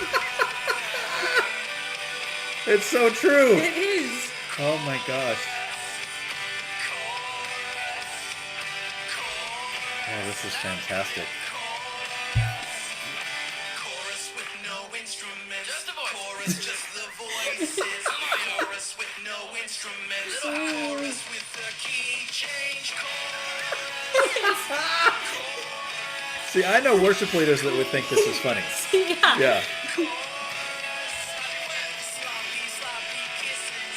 Singing passionate. I know I'm being vague. This song not about my ex. This is my favorite right here. This song's about Jesus. This song's about Jesus. This song's about Jesus. We forgot to mention Jesus. Oh man. This is the chorus. We're lifting our voices, loud and triumphant. We're singing the chorus. It's repetitive. It's repetitive. So repetitive. All my problems are gone. That is great. That is so awesome. And it's so funny because I've said on here so many times when I've talked about, because I have a lot of issues with what we call the worship service these days too. I've mentioned many times before about how what he's talking about there about with the drums. Do do do do do. You know, you Yeah, got it people are kind of doing builds. the half mast, right? They're doing this during worship, and then with the do do do do, and the words that they're going to sing next after that drum build are exactly the same words that we've been singing. Yeah. Yeah. But now, All of with a the sudden, drum they build mean up, so much it's more. boom! Yeah, Yeah. all the hands up, boom! Like everybody. It's like, okay, that's an emotional reaction to the music. That is not you it's worshiping fabricated. from the heart. Like Yeah. with, and people will argue with me and say, well, no, don't tell me I'm worshiping from the heart. It's like, well, why does it change with the drum build? Yeah. Explain that to me. Yeah. You know what Yep, I'm saying? So, exactly. So, okay, so go ahead and tell me kind of your issues with the worship stuff. We might have some agreement here. I'm not sure. I just think it's very shallow. Yes. That's kind of my best description of it. It all sounds the same. I'm sure. I mean, again, we've heard this a lot. If it all sounds the same, it says a lot with saying nothing. Right. You know. And it's like, you go back and listen to hymns, and they just have such like deep theological like meaning Yes. and like story behind them. Yeah. Of like, like Amazing Grace of this guy who had like this awful life. Yeah. Like his house like got burned down. Yeah. And he wrote this song about how amazing God's grace is. Yes. And it's like, we don't get that anymore. Right. But like, sure, there's some bands out there where it's like, wow, you can hear the heart behind this song. Yeah. But a lot of it is just 2 minutes of, oh, wow, you're amazing and great, and all these, synonyms for how much we love you. And it's like, can we actually, like, talk about what makes him great? Yes. Like, he does all of these amazing things for us. And And Yeah. it just... But the problem is, most of those guys that are writing those songs do not have any biblical depth to them. No. They don't know about all that stuff. That's all they know is Jesus is great. Which is true, of course. But that's as far as they can go with it. Yeah. It's like, well, why is he great? Like, what about him is so great? Well, he's just awesome. Yeah. Woohoo! Yay, Jesus! You know, it's like, okay, I'll go talk to somebody else now. You know? Right. It has a little more depth to him. Yeah. You know, but yeah, for sure. And I just, it's hard for me. I struggle a lot in some of the services. I mean, I'm with you. I like a lot of old hymns, at least lyrically. Yeah. If I'm honest, I probably like the style of music better with some of the contemporary stuff. Okay. But we went to a church for 12 years that had a digital hymnal. Oh, interesting. So it was like they would literally just queue up whatever one it would play the song, like the instrumental okay. out of the little speaker thing. And then, you know, everybody we would else would sing. Yeah. Okay. And that was there pretty wasn't much really like it. a worship leader. It was just no. okay. Nope, not at that church. But that was very Interesting. small. There was only Yeah. like 30 of us in the congregation. wow. Yeah. So a little bigger than the population of Wyoming. But I'm going to keep going back to it. I think it's great. it's a cool joke reference. You know, I keep going back to it. But yeah, so the music out there wasn't the best, but a lot of the lyrics, I mean, because that was my first time really hearing a lot of those old hymns, because that's all we did out there was hymns. Like we had the hymnal and the whole deal. Because we started, when I first got saved, we started at Calvary, which is Here in Santa Maria? Here in Santa Maria. Okay. And we were there for 5 years, and then we left and went to this other church I'm talking about, which was in Sisquoc. And we were out there for 12, and then we left there and went to the Harbor, which was over on Foster. Okay. So we went there for 5 years. I think I've been to church, not for a service, but anyway, sorry. Youth group maybe? Tangent. Did you go with Aiden? No, it was for some things. Something else. Okay. Yeah. So we were there for 5 years, and then we came back to Calvary. Now we've been back at Calvary for like 3 years. Okay. So okay. yeah. And I always have to preface, I'm not knocking any of the worship team. I'm not knocking any of that. Yeah. These are just honest questions that I have about motives, about purpose, like what are we doing? I actually, when we were at the Harbor, I actually played bass on the worship team. Okay. Which was a lot of fun. Musically, I enjoy it. And most of the songs we picked out there were pretty, I would say, pretty biblically sound. Most of them. There were a few that, but the pastor out there was really cool where I could be like, hey, dude, what's up with this lyric here? Like, what are we even saying? Like, why are we doing this? But even now, like when I'm in service, there'll be certain songs where I'm like, why are we singing? Like, as an example, if it was saying, we're singing the words, Lord, please come, and whatever, like do all this. I'm going, if we're all saved, isn't he already here? Yeah. Like, isn't he like indwelling all of us? Like, what are we asking him to do exactly? Yeah. It's like, what are you talking about? He's already here. Yes. He already exists everywhere. Yes. We don't have to invite him in. Right. He's just there. Unless this is just for the non-believers that happen to be in here today, Right. And they're the only ones singing. So let's all be quiet and let the 4 people in here that are unsure of their salvation, let them sing. So yeah, and it's kind of interesting because my aversion to Christian music definitely grew when I was at Bible college because like one of my doctrine professors was talking about how he's like, I won't sing, like I will just stand there in service sometimes. I won't sing songs if I don't agree with the doctrine. I don't either. And it really got me thinking about songs that we do sing, and I'm like, oh, that is weird. Why are we singing about that? Yeah. Or like that doesn't line up with anything in the Bible. Right. Right. And so I've gotten to that point too of like I go to Calvary Chapel in Rio Grande. Oh. I know people there. Who do I know there? Who do you know? Do you know Mikey? Plays drums? No. Okay. I don't think so. I thought he used to go to the one here in Santa Maria, so I might. I don't know for sure, but I know people there. Yeah. No, I don't know. I do know people there. Okay. In fact, I've had people on this podcast that go there. Oh, no way. I just can't remember who it is now. That's crazy. I'll remember later. That's okay. If I remember, I'll text you and tell you. Okay. But, yeah. I'm trying to remember if I had brought that up. We were talking about. Oh yeah, where were we? Last thing I remember you saying is you went to AG. Yeah. Calvary Chapel. I was talking about. You started to talk about when you went to Bible school. Oh yeah, that's doctrine, where you stopped singing. Yes. When there's certain songs you don't sing anymore just because you don't agree with the doctrine. So there's, I really like the pastor there at Calvary. The caffeine's starting to hit me. Sorry. I'm starting to stumble over my words. Anyway, we're gonna put that. Well, thankfully we only have like 2 hours left. So. Yeah. Okay. I'll spread it out for the next 2 hours. But I really appreciate like his testimony and how like vulnerable he is with the church community there.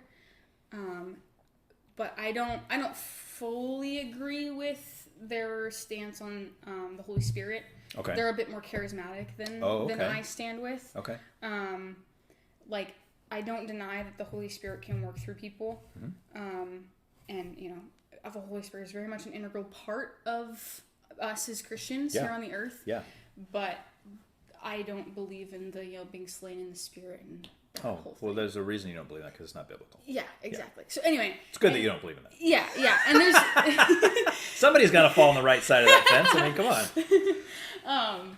But there's just, like, things that are referenced that I'm, like, sometimes like, I don't know about that. Or, like, you know, songs that we'll talk about, like, Holy Spirit, come and dwell in this place. And I'll just kind of stand there and just look. And my mom has, like, asked me a few times, like, well, why do you not sing? Okay. And I'm like, I just don't agree with it. And this is something that I have felt that I don't want to sing it if I don't agree with it, you know? Because I'm supposed to be praising God with my words. Right. So I'm not going to sing something that might be... not edifying. Because what's the option? What's the option is like mindless, just kind of chanting, just going along with it. And that's not what worship is supposed to be. You're supposed to actually mean the words that you're singing. But I think most people are just fine to fall into that category. Why question it? We're in church. Yeah. We're all Christians. Trust your leadership. We're singing. Yes. Sorry. It's like, why should we? Yeah, for sure. Yeah, absolutely. But I mean, it's like, I don't want to be that person. But I've never been that person, even before Christianity. Yeah. Like, the reason I was never a Christian to begin with was for that exact reason. I hated Christians. Hated them. Because, you know... Because of their legalism? Mostly because of the narrow-minded aspect. Okay. What I viewed as narrow-minded. Yes, you guys aren't just saying you found a truth that you like and you're living your life by it. It's the only you're saying it's the only way. And not only that, you're saying that your leader, this Jesus guy, also claims to be the only way. And I'm like, what kind of narrow-minded garbage is that? You know, so I didn't like that at all. Yeah. I never liked any religion, but that one was the worst for me because of that aspect. I was fine with, like, whatever, a Buddhist or somebody saying, oh yeah, well, yeah, we believe this, but whatever, you can believe whatever you want. I'm like, okay, I think you're wackadoodle, but at least you're not telling me that I have to believe that or else I'm, you know, damned to hell forever or whatever, right? Right. So, yeah, so I hated all that, didn't want anything to do with it. Yeah. I forgot where I was going with that. Christian music. Our Yes, let's go back to that, and then we'll hit some more of this stuff when we get into the Christian stuff. So, so let's. Where are we at? We're at. Okay, yeah. So let's kind of wrap up the music section by just telling me. Mariachi music. Speaking of music, yeah. This guy on the corner, man, he gets a live band back there sometimes. Oh my gosh! Yeah, it's gnarly. Yeah, it's pretty cool. Dang. You know. Anyway, so kind of tell me some of your favorites. Favorite artists? Artists, singers, bands, whatever you got. I feel like I covered a lot of them already. Yeah. Have you ever heard of the band Flying Colors? No. Okay, that's another one that my dad introduced me to. Okay. That I don't listen to it a lot. They're kind of one of those more ballad rockish type bands. Okay. And they're not Christian per se, but their lyrics aren't like extremely like bad. I don't know if that makes sense. Okay. So they're not Christian, but they're not their music. Yeah, they're not secular. It's safe. Yeah. Yeah. Okay. And I don't know how my dad found them, but he just found them, and then he would play. My dad goes through this times of like he'll find a song that he really likes, and he'll play it for us, and be like, "Oh, you guys go listen to this song, this lyrics, the drum line, cool. The guitar line, whatever." See, I already like your dad because that's the same as me. Like I do that too. All my kids growing up. It's like, and sometimes they're like, "Oh, Dad, I don't want to listen to this." Oh, whatever. But I'm like, "Oh no, let's just listen to this." Yeah. Yeah. Like, this is so cool. You know, listen to this part and this part and this part, you know? Yeah. Okay. Yeah. And, like, you saying that made me remember sometimes on, like long drives, because we would drive to Nebraska growing up. That is a long drive. That's where my dad grew up. Dang. And so we would drive there at least, like, once a year, once every other year or so. And honestly, I loved it. It was great. But he would, play music, and sometimes it would be, like, heavy rock where you can't quite understand what the lyrics are saying, but he had like gone through and he'd either like listened to it so much or he had like gone through like the discography, whatever thing, and like read the lyrics. Okay. And so he would play songs, he would pause them, and he would say the lyrics to us.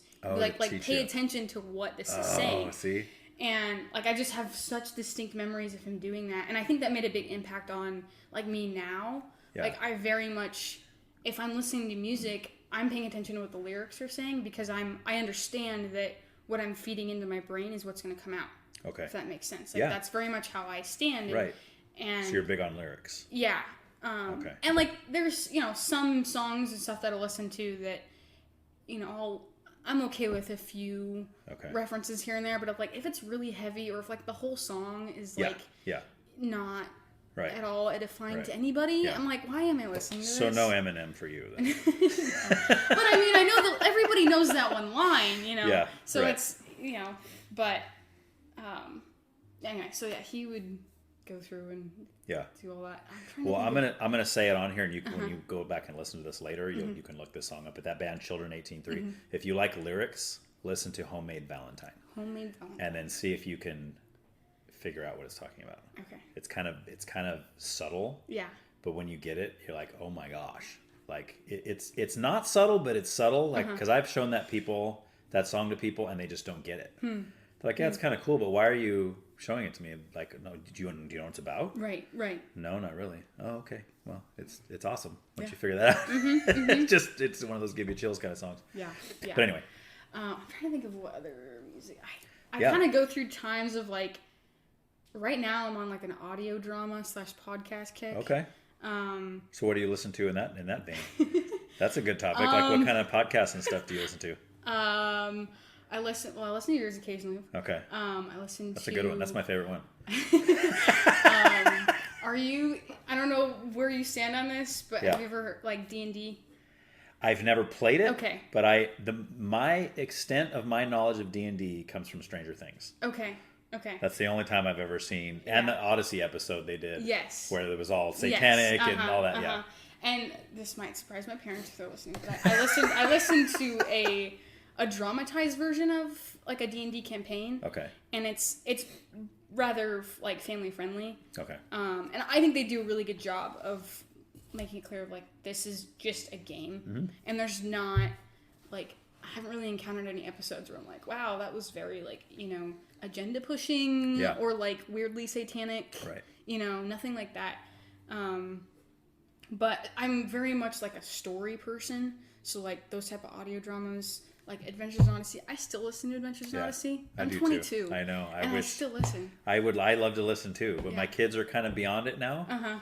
But every once in a while, when I have a cousin who lives in Washington State, and we'll take that drive. Usually once a year, we'll drive up there, and that's like a 14-hour drive. That's a long drive. Yeah. So usually what we'll do, because there's still a lot of Odyssey we haven't heard. In fact, probably most of it. We probably only heard like 20% of it. Yeah. So we'll just go on iTunes or whatever and buy a whole new collection, and then listen to that. Yeah. Have you considered getting like the Adventures in Odyssey Club?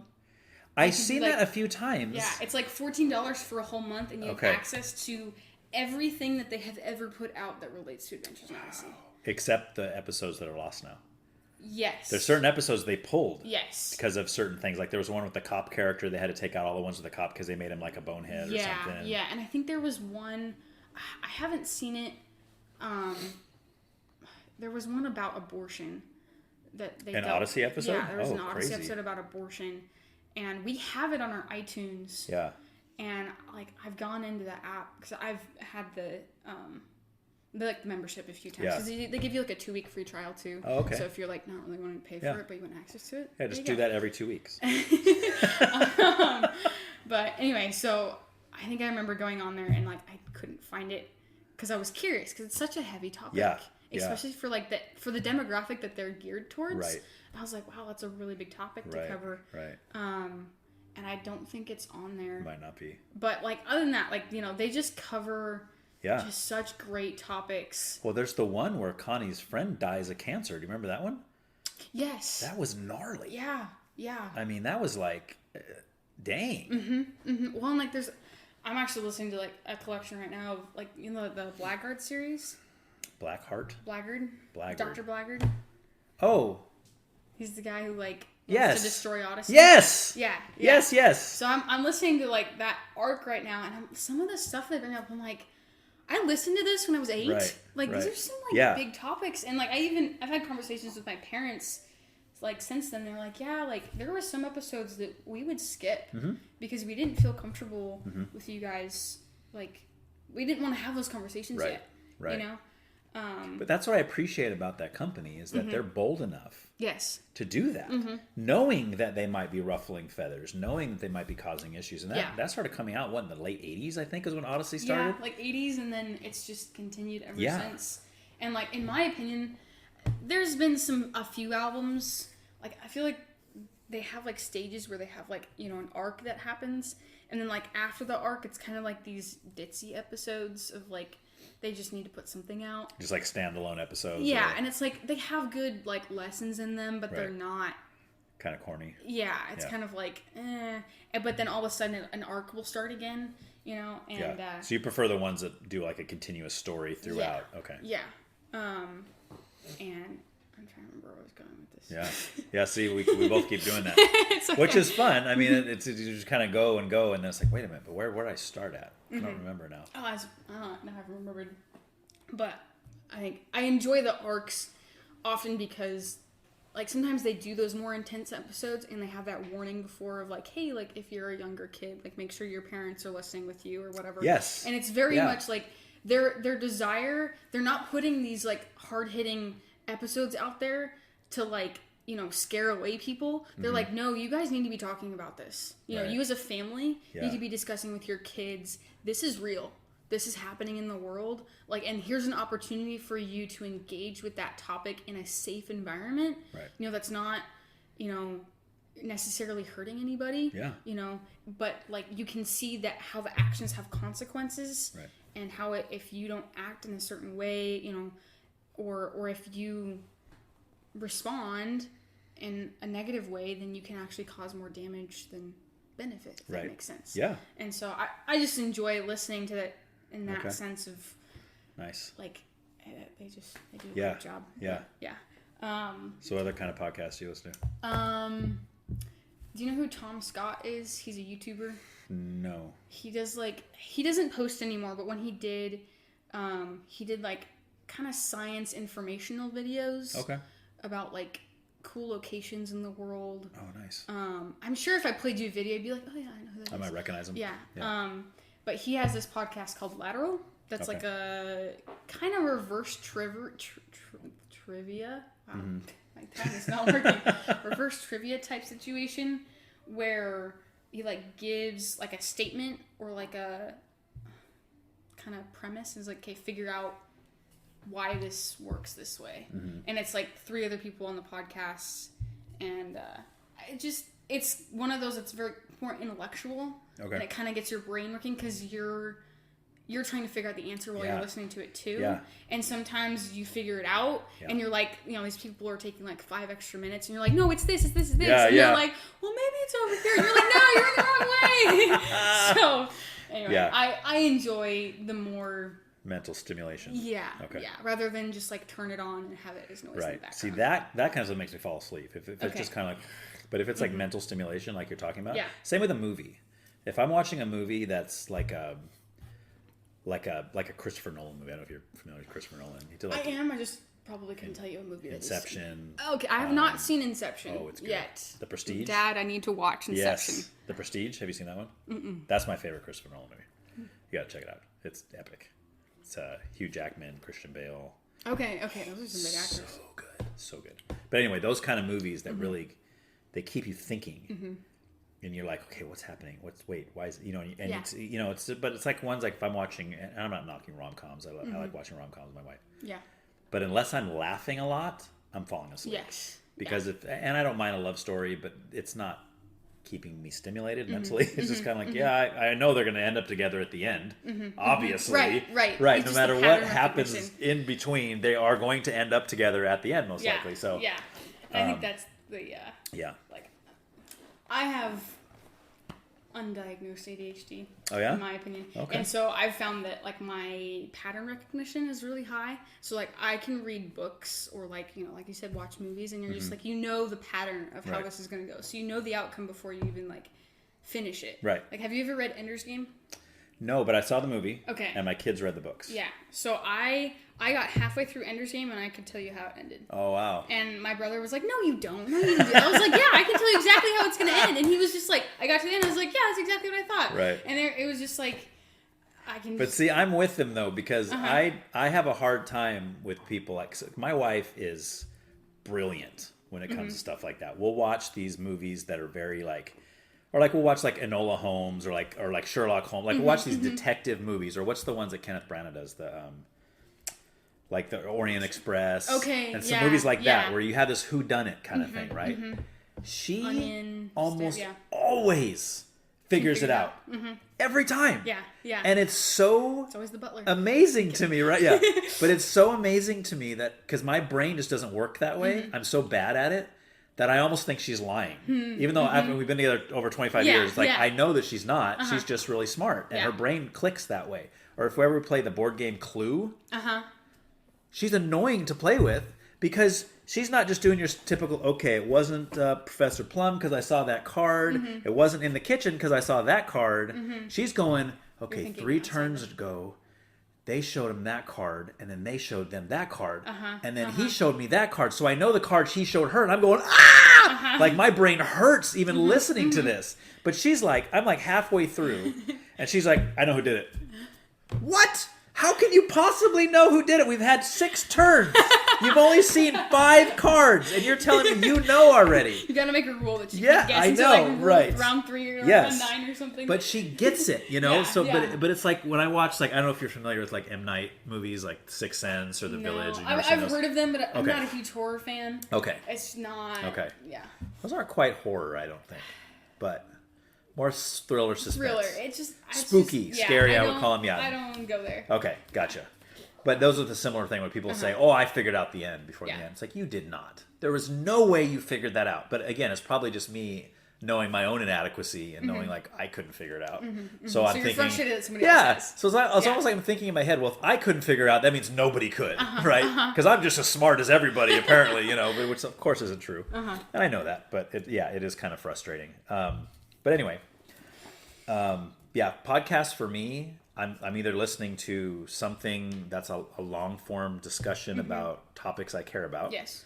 Or I'm listening to a music podcast where somebody's breaking down an album or breaking down a band that I love. You and my dad need to get together. Love that kind of stuff. You should try and get him on this podcast. Yeah, I'd love to have him on. I'll give you his email after this. Yeah. Well, first talk to him about it. Okay. See what he says. See, because I've referenced your podcast a few times to him because I'm like, you would really like this because it's 3 topics that I know he likes, enjoys talking about. Sure. And he doesn't always, I don't know if we want this part in, but I know he doesn't always feel comfortable expressing himself in those areas. So I'm like, this would be the perfect situation for you to talk about the 3 things that you love. Yeah. And, you know, a great there spot. You go. So, anyway. Yeah, I'm all for it, man. So see what he says when you ask him about it. Yeah. If he's in, I will reach out to him for sure. Okay. But then the third one is true crime. So I listen to a lot of true crime podcasts too. I have never gotten into true crime. I can't tell you why. It just too real. Yeah. I think it's hard. To me it's funny because like the biggest fans of true crime are usually like females, like young females, and I'm like those are usually the targets. That these people are going for, you know, and so it's like it's hard for me because I have a very like active imagination, and so when I hear things that are like if I hear or see things like on social media or something that are happening in real life, I like basically I'm like, oh my gosh, that could happen to me, like, and I get like so anxious about it, and so I'm like, I can't do true crime because it's just I would not be able to walk around. It's too true. Yeah. Well, it's like my oldest daughter. She has a hardest time even with movies. Yes. That are not necessarily even a true story, but something that could actually happen. Like if you're watching Freddy Krueger, it's like, okay, that's crazy. This is never going to really happen. This is all make believe. It's false. Whatever. This guy's going into people's dreams and killing them. Come on, that's not realistic. It's scary, but it's not realistic. But if she watches a movie where it's like like a serial killer, it's like, no, there's really those guys out there. Like these people have done this stuff in real life. So that's a little more real. And I remember reading a stat like 2 or 3 years ago, and this may not be true. It was just something I think I saw on like Instagram or something that was then talking it must be about. True. Yeah, exactly. But it's an interesting thought of like I think it's like 1 in every 6 people has walked by a serial killer in their life. Oh, crazy. Or will. And it's like, that's weird gnarly. because there's some people who like never get caught, you know? And it's like, you don't know where they are. Right. So, yeah. But like talking like with what your daughter experiences, I was very much the same way when I was younger. My parents like noticed and they were very cautious as to like what they let me watch because I would get so engrossed, I would think that I was in the world. Oh, wow. And so then like I would think that it was possible they could come after me, if that makes sense. Right. And so I would like have to physically like leave the room and detach myself from what was happening to like reset. Yeah. And like I didn't even know I would do that until my parents like pointed it out later.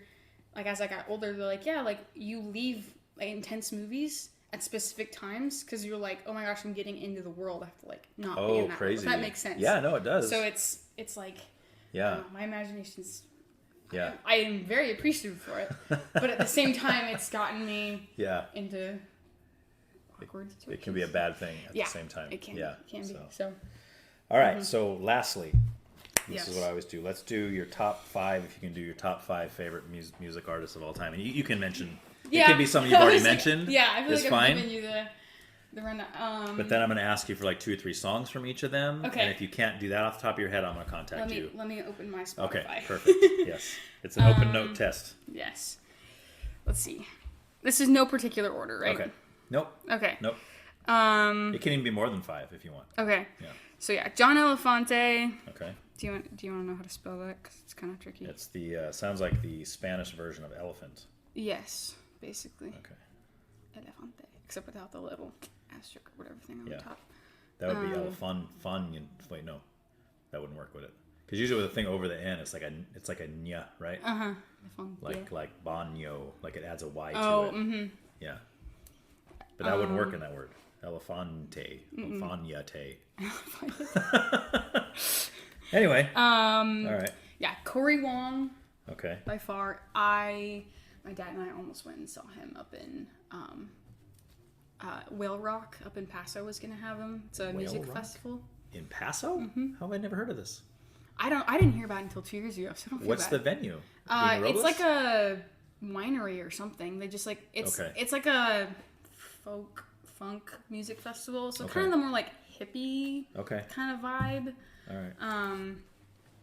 Yeah, he's been there twice, and we've kind of flip-flopped on whether or not we want to go, because it's more of that kind of hippie and drug-encouraging environment that we're like, we want to see him, but do we want to see him there, if that makes sense? You don't want to get high just from standing in the audience. Yeah.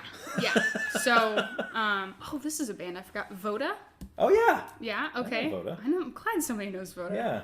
I can't think of the song that I remember from them. I have one of their songs. Let's see here.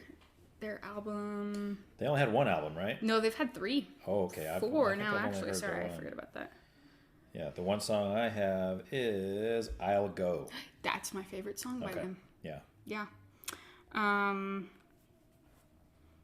Let's see here. Petra's... Some of the stuff from Petra is on there. Of my favorite. So what era? There's so many eras of Petra. The whatever album has Prayer on it. Prayer? I don't know if you've heard that song. I think I have all their CDs. Okay. My dad's probably slamming his head against the wall going, it's this one! Have you heard of the band Cloverton? No. They had a song on K-Love called Take Me Into the Beautiful. It was really big, and it's one of those bands that was like a one-hit wonder. Like they were really big, everybody really liked their music, but then for some reason, whatever music they were putting out after that, people were like, eh. Oh, did they change their style? Well, it was more of that song came out of, like Toby Mac used to do like music camps? Yeah. So they were like one of the winners from that. And so it was very much influenced by like the Christian music market, that song was. So like it wasn't a bad song, it was just very like crafted to kind of fit what they were looking for. Right. And so what they then put out was more of their style, and that wasn't what the Christian industry was looking for. So they were kind of like, well, we like this one song by you, but the rest of it doesn't quite fit. Okay. But I think they are they're my mom's favorite band. Oh wow. And we actually that's a fun fact. My my band, my family band, actually opened for them. Really? They came and played at... There's some church that used to be behind the San Luis Obispo Airport. It might still be there. I have no idea. But they came and played at that band, or at that church, and we opened for them. Wow. Was it just once? I think it was just once. And then they came to Oak Park Christian in Rio Grande like 4 years later or so. And we didn't have our band then, but we went and saw them, and they remembered us. And I was like, "Oh, that's so cool!" Like it's been forever since I even that's really cool. met you. But Beyond Belief is the Petra album that Prayer is. Oh, okay. Okay. Sorry. Yep, have that one. That was my. Yeah. What I was searching. But I have to say, like, having all the Petra CDs is kind of new. Okay. Because I listened a long time ago. Like, I started to hear some of the stuff that was being played on the radio, like I did when I first got saved. It was more the, what's his name, John Schlitt, or whatever his name is. Yeah, John. Yeah, dang, you just opened up like so many memories for me. Oh, yeah. He's a great artist. Anyway. Yeah. So he's more he kind of brought in more of that kind of what I call like the Def Leppard sound. Yes. Right? He had more of that voice. He's more like the glam rocker of the 80s kind of sound. But I went back and I first started listening to him like in the early. Okay. Where the Bob Hartman, I think his name was, like the founder, he was one of the singers, and then Greg something was one of the singers. But it definitely sounded more like almost like hippie, kind of like 60s music almost, right? Okay. Like I don't know what I can even compare it to, but kind of the folksy kind of stuff of the 60s, like the Flower Child kind of music, right? And I had like a couple of their albums, but I always go to thrift stores. I get a lot of my music from thrift stores. My dad. So we were, see, man, maybe we're the same person. I know. So I was at a thrift store in Santa Barbara, I think, maybe somewhere around there. We go to them all over the place, but they had like all of the Petra CDs. Oh my gosh. At a thrift store for like 50 cents each. You bought all of them? I bought all of them. Yeah, I'm sure. Yeah. Dang. I was like, score. Uh-huh. So I go up there and I buy all these things. So I mean, my point in saying that is like I got all of it at once. Yeah, so you're not so to sit here and be like, well, wait, the album that had the song with the what? Wait, I'm like, it's just all one album to me because I get them all, I'm listening to it. For like months, I was just listening to them all and all the time. So like, they all kind of bleed together. Yeah. But I think I like the earlier sound better. Okay. Just kind of that, kind of hippie rock kind of stuff. But anyway. Oh. So. I'm trying to think if there's any other. Yeah. Before, didn't I? I think you gave me some other ones. I just forgot to write down. Hello Kelly's on there. Oh, that's right. We talked about them already. Yep. Okay. All right. You want to give me some songs? Let's see. Who did I give? John Elefante. Yeah. Okay. There's two. If you want to know John Elefante, there's basically two songs, in my opinion, that. Let me see if I can find his discography here. On My Way to the Sun. Okay. And what is it? This Time is This Time? This Time. Okay. It is such a heavy song. Like I have cried listening to that song because it's about I kind of just want to have you listen to it. Okay. But it's a song about abortion, basically. Oh, okay. Yeah, those are heavy. But I've cried many times to that song. So I won't listen to it while I'm driving. Yeah, probably. I have done that on accident because I'll just put them on shuffle on my Spotify, and I'm just like, oh my gosh! I'm like, I'm gonna be at work in 15 minutes. It's probably like, right. Yeah. See, there's certain songs that when I recommend to people, I tell them don't listen while you're driving. Yes. Because it's just heavy. There was a song. I don't know if you're a Taylor Swift fan at all. I don't go out of my way to listen to her. Okay.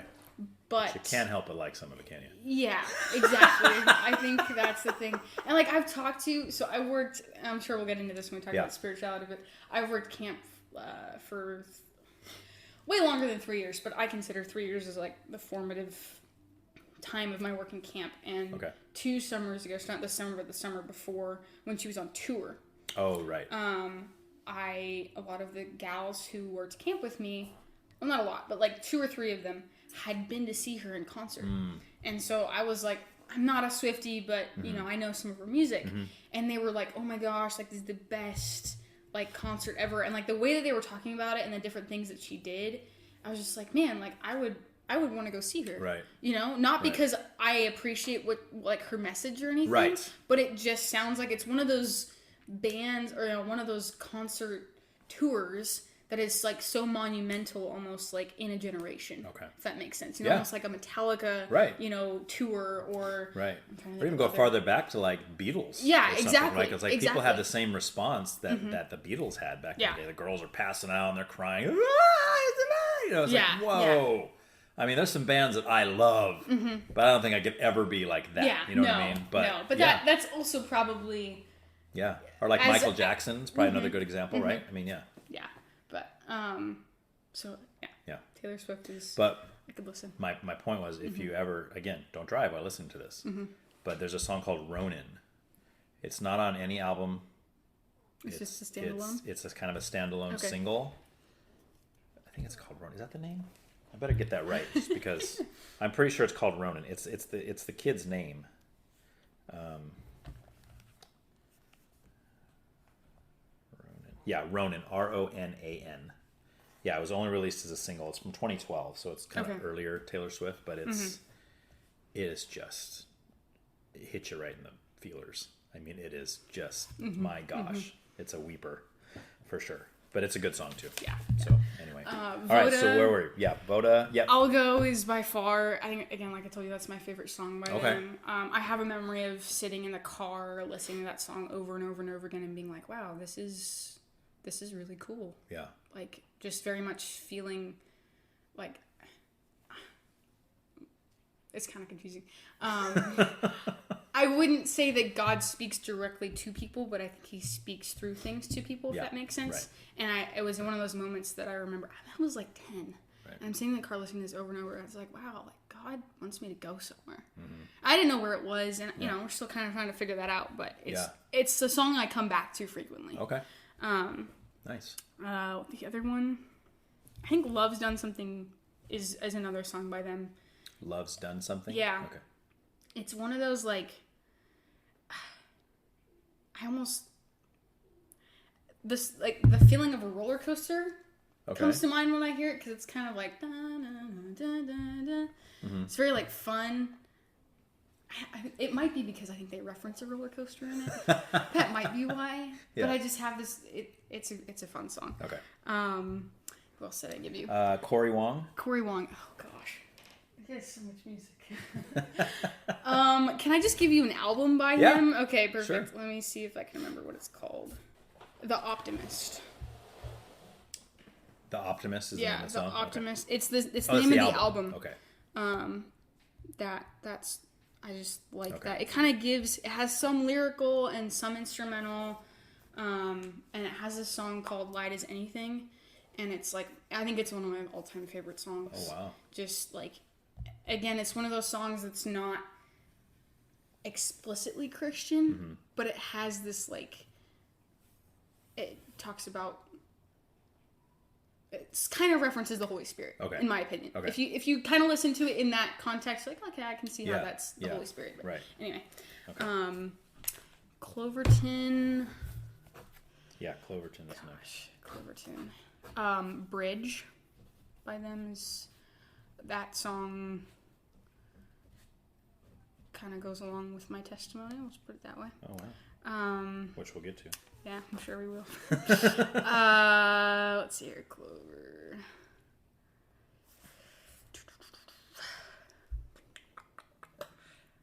God Help Me to Be would be the other one. Okay. And those are both, like, slower songs and more, like, theological driven. And then who's the last one? Hello, Kelly. Hello, Kelly. Which you mentioned a few already, but yeah, I'll just give you the album because. Okay. And you have to find it on YouTube because they don't have it. And did they just have the one and then the EP that came later, and that was it? They had an album before that they kind of put out. They had the album that they took down, and then they had the EP after that. And that was the crowdfunded one. Yeah. Okay. The song, Easy for You to Say. Oh, okay. That's what it is. Easy for You to Say. Right. That's the name of the album. That's the whole album? Okay. And that's a full length? Yeah, it's like 12 tracks, and then there's like some acoustic versions at the end. Oh, okay. Cool. Yeah. Awesome. Anyway, I'm going to be honest, I thought music was going to be our shortest topic. See, people say that. People always say that, but it does. It tends to go a little longer. But yeah. Are you an animal person? I am. Okay. Yes.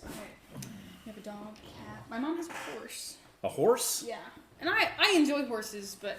Do you guys live on land, or does she stable it somewhere? Well, we live on a little bit of land, but it's not horseable land, if that makes sense. Okay. It's very hilly. Okay. So there's not a lot of flat space for a horse. So she keeps it somewhere else? Yeah. Okay. But it's like 2 minutes from our house. Oh, nice. So it's like right down the road. But that's awesome. Yeah. How often does she take it out? Does she like ride it and stuff? Yeah, she rides competitively. Really? Kind of as much as she can. Okay. Yeah. Which is like 4 or 5 shows a year, maybe. Do you guys know the Rolls family? Mm-mm. Okay. I've never heard that name. Janice. Name's Janice Rolls. My mom I know. Okay. But I don't. Yeah, they're good friends. And then she has 3 boys, Chris, Mitchell, and Nathan. But she teaches writing to young kids. Okay. She's been doing it forever, as long as I've known her. Here in Santa Maria? Well, she lives in Napomo. Okay. But okay. I'm not sure what. Yeah, my mom tell. she has a blog that's all about the horses in San Luis Obispo County. Wow. And so she knows a lot of those people. Okay. Either like vicariously or like through direct connection of like writing a post, like a blog about them or something. I'm sure she knows them then because they do all the shows and all the stuff. Okay. So yeah, all the time. So your mom's one of those esquitarians, or nice. Yeah, and she grew up writing. I mean, yeah, she wrote a lot when we were really little, and then kind of her horse passed away, and it kind of just from like old age, or yeah, she actually, we were gone on a trip, and the horse, it was like raining super hard.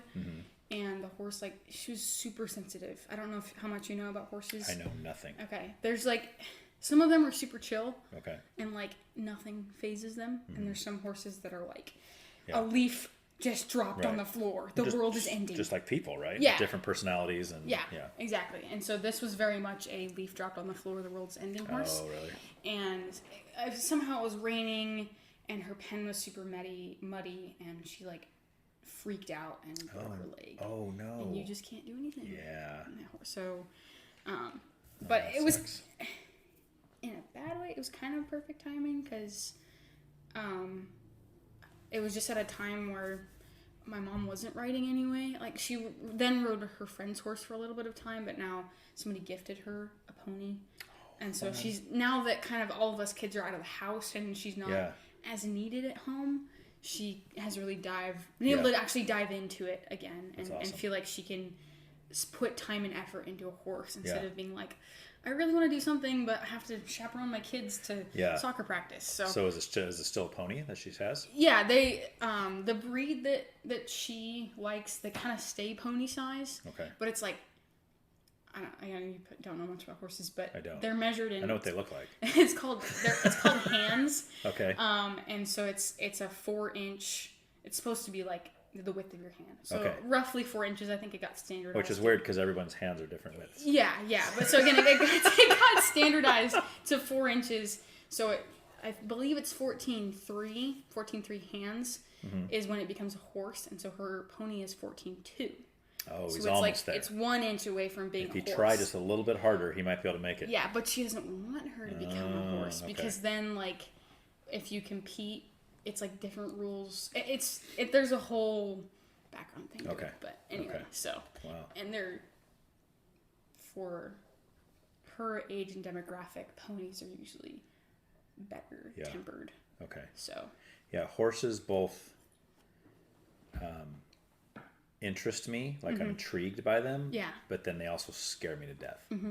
Like they just look like, you should. I've gone horseback riding once. Okay. And it was, 25 years ago at least, right? And I think it was in Lake Tahoe. Beautiful. Just beautiful.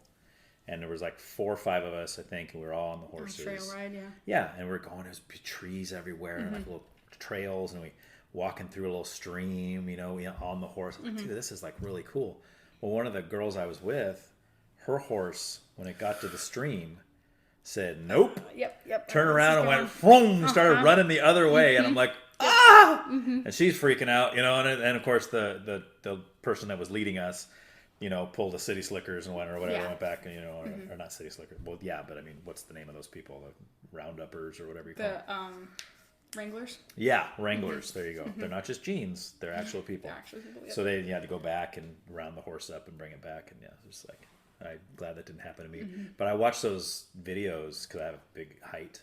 This is, I guess, a side tangent, but I have a big time height, fear heights.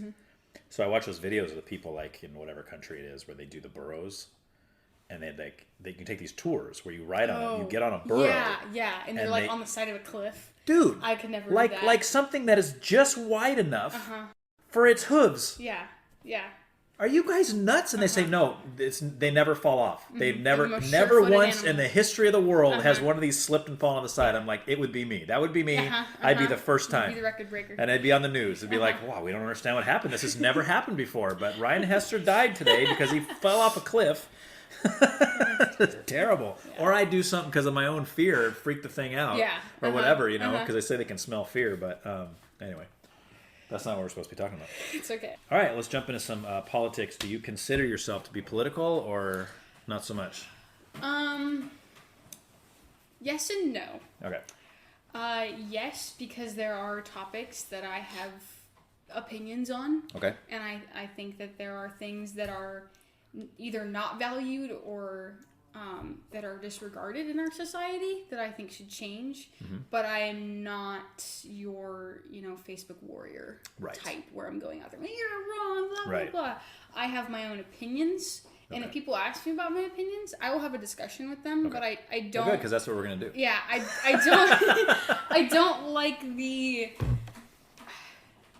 I'm not going to talk to you because you believe that the sky is purple instead of blue, if that makes sense. Yeah. Yeah, and well, it does make sense. That's exactly what this podcast is for, right? It's the idea that why can't people just talk about stuff without it getting to that? Yeah. Like, I can't be friends with you if you voted for him, or I can't talk to you if you like this particular political whatever, or if you're for this, I can't talk to you. It's like, that's so stupid. It is. Let's just talk about it. Yeah. We can have differing opinions. That's okay, Yeah, and it's definitely one of those topics that I don't bring up. Like, if I'm starting a friendship with somebody, I don't bring it up because I'm like, I need you to know that I am an okay person before I let you know what I believe. Well, that's good that you don't do that. In a sense. It's like, hi, I'm Leah. Nice to meet you. Who'd you vote for? Yeah, exactly. And it's like... some people are like, oh, I would never be friends with a Democrat, or like, even I've had people in my life who are like, I would never talk to anybody who's like gay. Right. And I'm like, I don't think you understand how like discriminatory that is, especially as Christians. If you're Christian saying that, I'm like, Jesus loves that person. You're commanded to talk to them. That's what I was gonna say. You know who would talk to gay people? Jesus. Yeah, exactly. And so I think I've flabbergasted some of people that are in my life because I have had friendships or I comfortably talk to people who are gay or who lean more towards queer, and I'm like, they're people who are loved by God. I'm sorry that I'm trying to show them that us as Christians are not hypocritical and, fear-mongering. That's so. Why do you think then that topic of homosexuality is for a lot of Christians the top rung? Like that's like the unforgivable sin. Like, I can talk to somebody who's committing adultery. I can talk to someone who's a pathological liar. I can talk to, some people even say I could talk to a murderer easier than I could talk to a gay person. So why do you think that's such a big deal? This is a line that my mom says, and I 100% agree with it, is that we all wear the t-shirt of I've messed up. There's some people who wear it and it's really bright, or if it's, or the junk is facing out, if that makes sense. Some people can turn it inside out and it looks like you're a perfect person, but there's some people who have to wear it and the entire world sees and knows. And I just, in my experience of Christianity, there's very much this homosexuality and queer people, they are the worst because they're blatantly going against what God designed. And it's yes, but in my experience of those people that I've engaged with or had friendships with they have had very hard moments in their life that have destroyed their desire to be in God's perfect design. If that makes sense. Yes. they have had people who have hurt them to the extent where they had to feel like they had to create a whole new person. Right. So that they couldn't be hurt anymore. Yeah. You know? And so I look at those people and I'm like, oh my gosh, what happened to you? Mm-hmm. You know, who did this to you? How can I love you to bring you back to what God created, if that makes sense? When you say who did this to you, you mean like who made you feel this way about Christians? What Christians showed you hatred or treated you a certain way? Yeah, or even just like, I mean, a lot of people / kids that I've interacted with who have either are or considering being bisexual in some manner, or they've just been very hurt either by, you know, the opposite sex or somebody in, you know, either a female to a female or a male to a male, and they just get so hurt by that experience that they want to become the opposite, and it's really sad. Yeah. You know, and it's just like, I'm so sorry that, you know, somebody was such a bad example to you of what, you know, a real man should look like, or a real woman should act like, and now you just want to have nothing to do with it. Right. You know? Right. So it's like, it's not necessarily on them, and some of it is society of just kind of, there's a push, and it's a place to belong, in a sense. Like I drive from AG to Santa Maria every day, and sometimes there's traffic, so I take the back way around like Napomo. Yeah. And there's been it's a beautiful drive. And sometimes I'll drive by like right as New Tech is starting, or the Napomo High School. Yeah. And so I see all these students, and there's just a lot of students who I'm like, you know, very much outwardly expressing their sexuality, and it almost makes me cry because I'm like, how many of these kids are identifying in this community because they feel like they don't belong anywhere else. Right. You know? Right. And it's sad to me that nobody's giving them somewhere healthy to become what God has made them to be. Right. Instead, they have to change themselves, sometimes physically, in order to feel like they belong somewhere. Right. So are you saying then that you feel like some of these kids are being pushed into that kind of gay lifestyle because they're not accepted? Yeah, as how they're created, right? You know. Okay. So it's and they're getting better and better at their tactics of pulling people in. Yeah, so. and I mean, it's like, and you have like you look at the numbers and the statistics on whether it's any of the LGBT, you know, the trans, all that kind of stuff. You're going to see there's a lot more now than there was. Yes. Right. And some people would argue and say, no, it's always been the same. It's just now they're more accepted, so they're being more vocal, so you're seeing more. I don't buy that. No, I don't buy that. I just don't, especially when you look at the demographic of like the age group. And I keep saying this on here. I need to go back. It's been like a year since I've looked at this statistic, so I might be totally off. Yeah.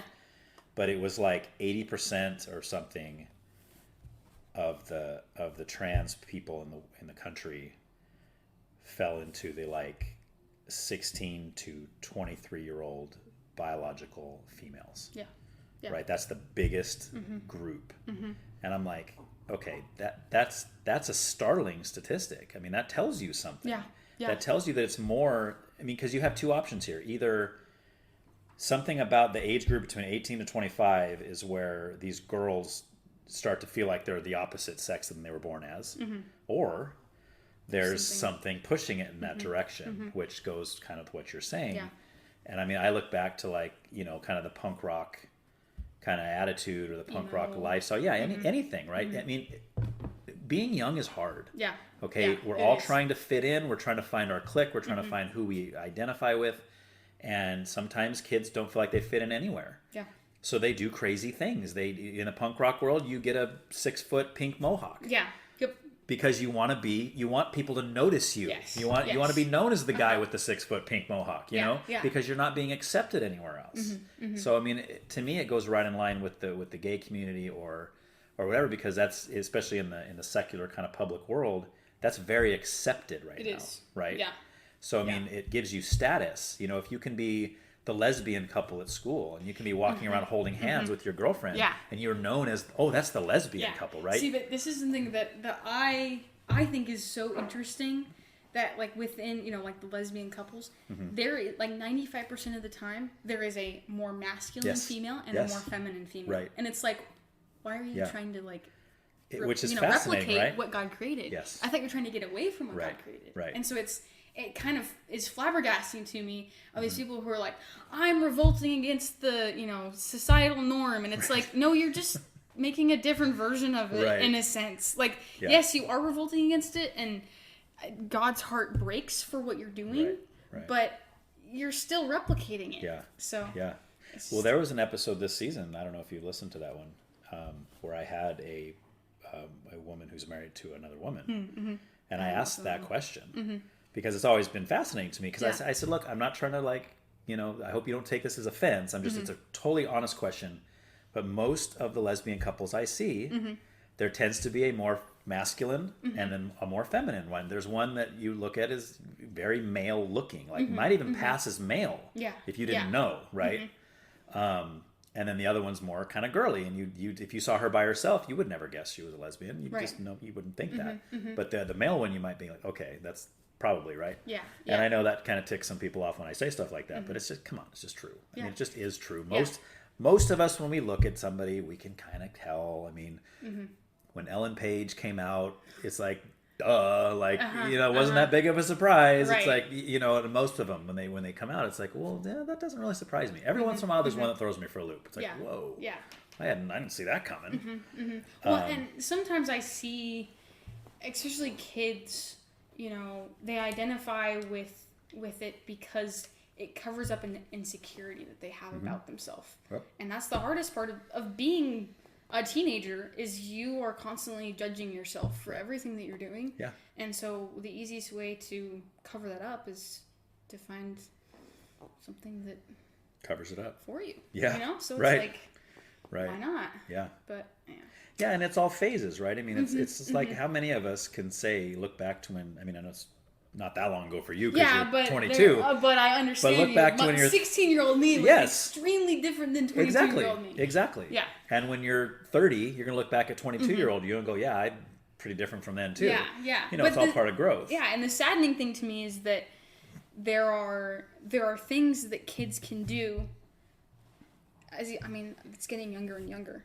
That kids can do to permanently change part of themselves that they are insecure about, and they're like, I believe this, I believe that I am this, or that I need to look a certain way permanently. Yes. But in 5 years they might go, why the heck did I do that? Yep. And they're not thinking about it because society's going, oh yes, good job, we're so proud of you for doing this. They're getting all these accolades and encouragement for doing it. So yeah, why wouldn't a kid want to do that? Yeah. Everybody wants attention. Right. But it's like, can we think about how this is going to affect us in 10 years? Yes. I'm so interested to see how, in 5-10 years we see these stories, or hear people like, hey, like this happened to me. I made this decision and these are the consequences I'm suffering because of it. We need to stop this. Right. And it's... Yeah. Well, that's scary. It is very scary. And that's why I think most people that I talk to and most people I see on the news or on podcasts I listen to or whatever are against that. Even people that are as pro-trans as you can be, they still say, let's not do any permanent surgeries when they're minors.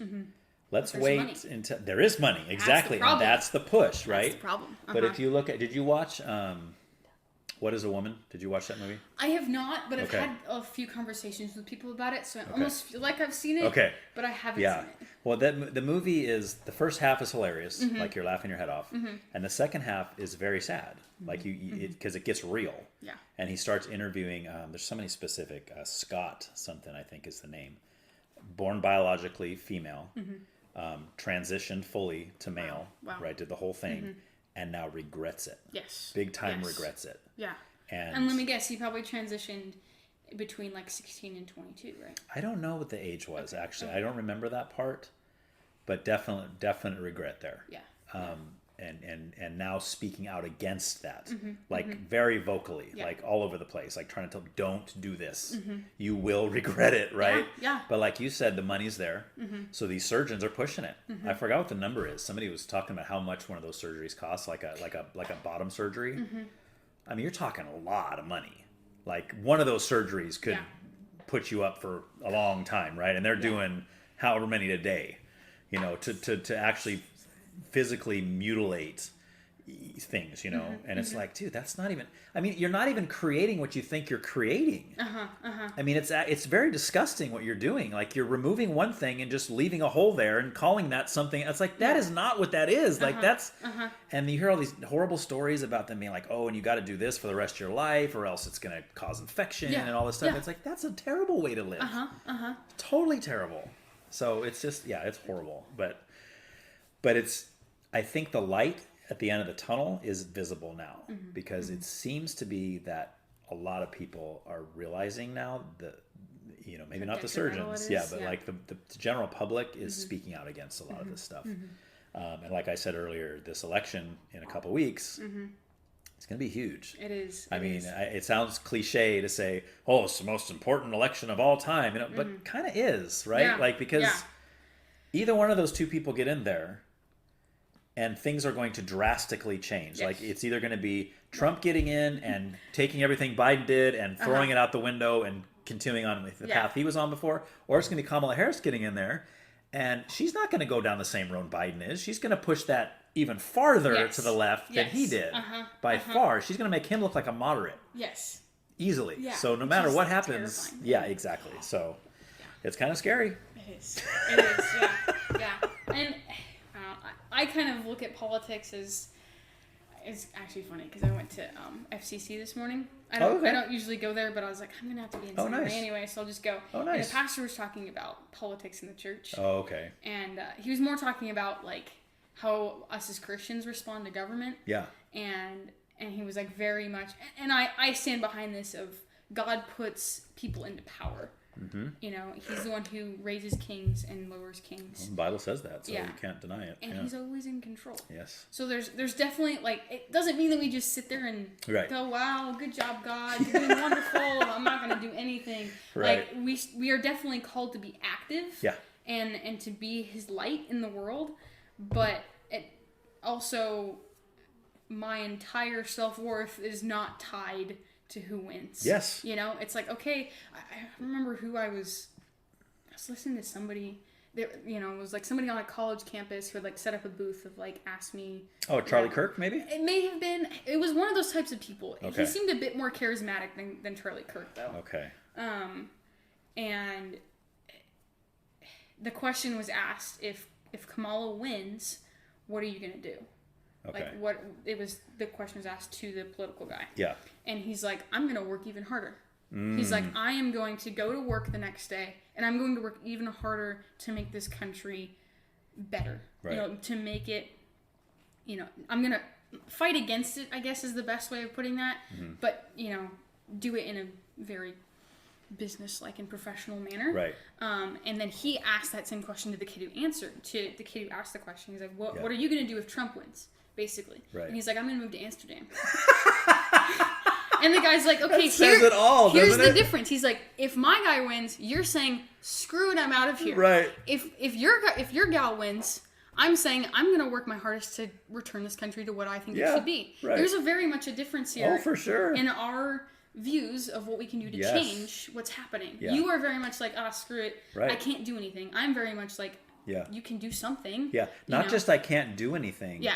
But I'm going to run away from it, right? Like I'm going to run away from it to where the other side is like, no, I'm going to stand in the face of it and try to do what's right. Yeah, and that takes more bravery in my opinion. Of course, yes, absolutely, and that's interesting. That, I've never really thought about that, but that is, I mean, I talk about on here all the time the differences that I see between the right and the left, kind of just the mind. Because some people tell me, well, I'm not really right leaning or left leaning. I said, I can ask you a few questions. I can tell you which side you're falling to. Yeah. Because it's your mindset, the way you think about things. Yeah, what you believe transforms how you act. Absolutely, right? Or even like your frame of mind, like the way that, you know, like, again, many times we've talked on here about, you know, Trump voters versus Kamala voters or whatever, Right or left, Biden whatever. voters, right and left, whatever your thing is, like, when I ask people who say I would never vote for Trump, when I say why, they say, well, because he's mean, he says this, he treats women this way. It's all this personal stuff attacks on him. If I tell somebody, why are you voting for Trump, or why aren't you voting for Kamala, most of the time they're going to say something like, well, because Trump's policies are this, this, and this, and this, and Kamala's are this, this, this, and this, Yes, right? yes. So it's two completely different mindsets. Yes. One's looking at policy, which is kind of where I fall. I'm like, I don't care what kind of person he is. I don't like the guy. I don't like him as a person. Yeah, I don't think he's I know. great. I've heard you say you're like, I would Yes. not have a beer with him, Right. or I would not let him in with my family. Right. But he gets stuff done. You can't argue There you with go. that. I care about who's going to change my life in my day to day. As I go to work, as I go out with my family, as I go to eat, I go to the grocery store, the gas station. This is what I'm worried about. Yeah. I don't care if he's nice or not, because I had someone else on here who said, I'm not dating him. Yeah, exactly. I don't care if he treats women bad. I'm not dating him, right? I mean, not that I'm supporting the ill treatment of women. Right. And he has definitely said some things that are very sexist and not okay. We're all fallen human beings. Right. Nobody's perfect. Exactly. Oh, no. Exactly. Right. So, but I mean, then they make it sound like Biden's like perfect or something, stuff smelling little girls, come on now. It's funny. You said that, and it sparked. I saw something. I'm like rarely on Instagram, but like sometimes I'll get on it, and I just see these few golden videos that are just great. And there's this one. I think it was last year. These kids did this Halloween costume of a kid was wearing a Biden mask and had a suit on, and then there's two like secret security kids that were with him, and he would just literally wander around, and the security guards were like moving in, and he walked up to this gal and like was just saying, sniffing her. Like, no, sir. It was just awesome. like, and these are like teenagers, like 15, 13, kind of that age. Yeah. And I was like, even these kids get it. They see how stupid this is. They do. And it's like, you can't, like, they try so hard to put up this facade, but it's like, the truth reveals itself, whether you want it to or not. Yes. So. Right. Well, and even now, like the people that are so diehard supporting Kamala Harris, these are the same people that couldn't stand her 5 minutes ago. I know. Right? It's only because she's running against Trump, who to them is Satan incarnate, right? Yeah, he's like the worst possible. Like the people call him a Hitler. They say these crazy things. But he's a businessman, not a politician. Exactly. And that's the difference. Well, they don't like that either, though. Yeah. And that's why people in government don't like him. Yeah. It's like, because he wants to give the government less control. Yes. Which they want to be like, oh, this is all mine. Right, Nobody exactly. else gets to touch it. Exactly. So what's your prediction at this point?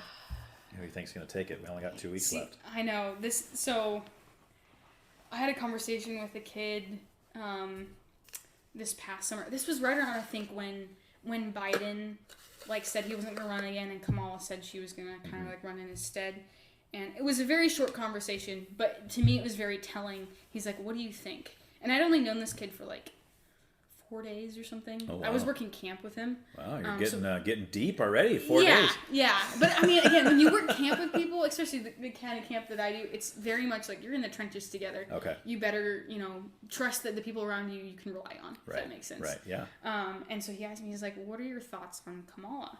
And I was like, I feel like all they're doing is just setting her up to just slide her in. If that makes sense. That's what they want to do. Yeah. For sure. And even now there's stuff that's happening, and I'm like,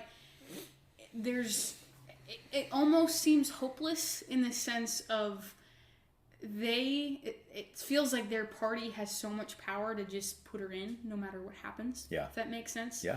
And I've heard people say if Trump gets elected, he's not going to see office. Right. Because, assassination attempts, other things that they might do. They have a big problem. Because if he gets in office and then they assassinate him, God forbid, J.D. Vance is in. Yes. They hate him almost even more. I know. Right? Yeah, exactly. So I think that was a good pick for Trump just for that reason alone. I think it's life security. Yeah. Right? Because they're not going to want to take you out if this guy, they're like, oh, he's going to destroy the country even worse. Right. Yeah. So, yeah. But it's interesting because then I asked him, because I gave him my opinion of they're just trying to slide her in. She's done literally nothing great ever. Right. And I'm sure she's done some great things in her life, I but doubt there's it. not a lot that's out there. And they're trying to cover things up. Anyway, I'll stop on that. But he's like, yeah, I agree. And we kind of had a short conversation about it. And I was kind of surprised because in my experience, my political stance in my age range is a little unique because I lean more conservative. I would not say that I am a red Raren Republican, but I am more on the Republican side. Sure. You know, or I guess conservative is better English for that. I like that better too. Yeah.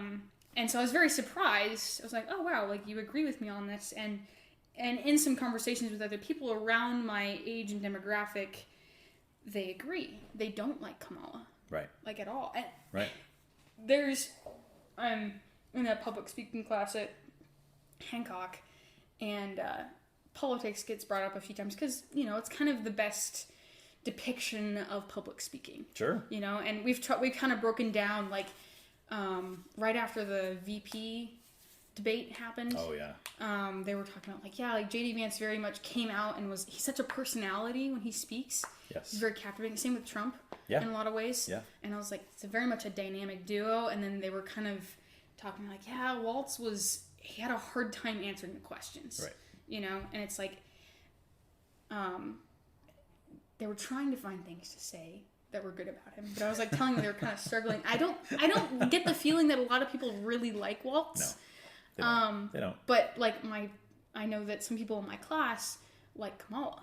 Right. But there's a lot of people who don't say anything when politics gets brought up in my class. Yeah. And I'm like, to me, that's very telling. Yeah. Because the power, and this is what frustrates me too about politics, is like, some people see the extreme left as this, like, they feel like it's the entire society, is that everybody is this, you know, what they call the blue-haired screaming Karen. Right. You know, whatever. Right. And it's like, that demographic is probably really small. Oh, yeah. But they're outspoken. Yes. So you think of, like, I almost compare it to, like, Gideon in the Bible, where they had 300 guys who took over, like, was like 6,000 or 7,000. A lot. It was, or maybe 100,000. Anyway, it was a lot of people. Yeah. But when you look big, people don't want to go against you. Right. You know? But there's probably so many people who are being quiet because they don't want to get canceled. Right. You know, or they don't want to get hurt or put themselves out there in a way that they could become a target. Sure. So they just let people walk over them. Yes. You know? Well, I was going to say, in California, if you're in a college in California, like what you're talking about, and that you're having political discussion, most likely the people that aren't speaking up are conservatives. Exactly. Right? Exactly. If you're in, you know, Nashville or somewhere eastern Tennessee or something, and there's people that aren't speaking up, they're probably liberals. Exactly. Because, you know, you got your audience. Yeah. Yeah. You know, if you know everyone in the room is going to agree with you, you might not have a problem saying, "Oh yeah, Kamala rocks," or whatever, or MAGA. Yeah. And you're not going to say MAGA in California unless you have a death wish. It's funny because my brother was going to Cuesta during the 2016 election. Oh, wow. And he's a big Trump fan. Okay. And his economics professor, big Biden fan. That was 2016.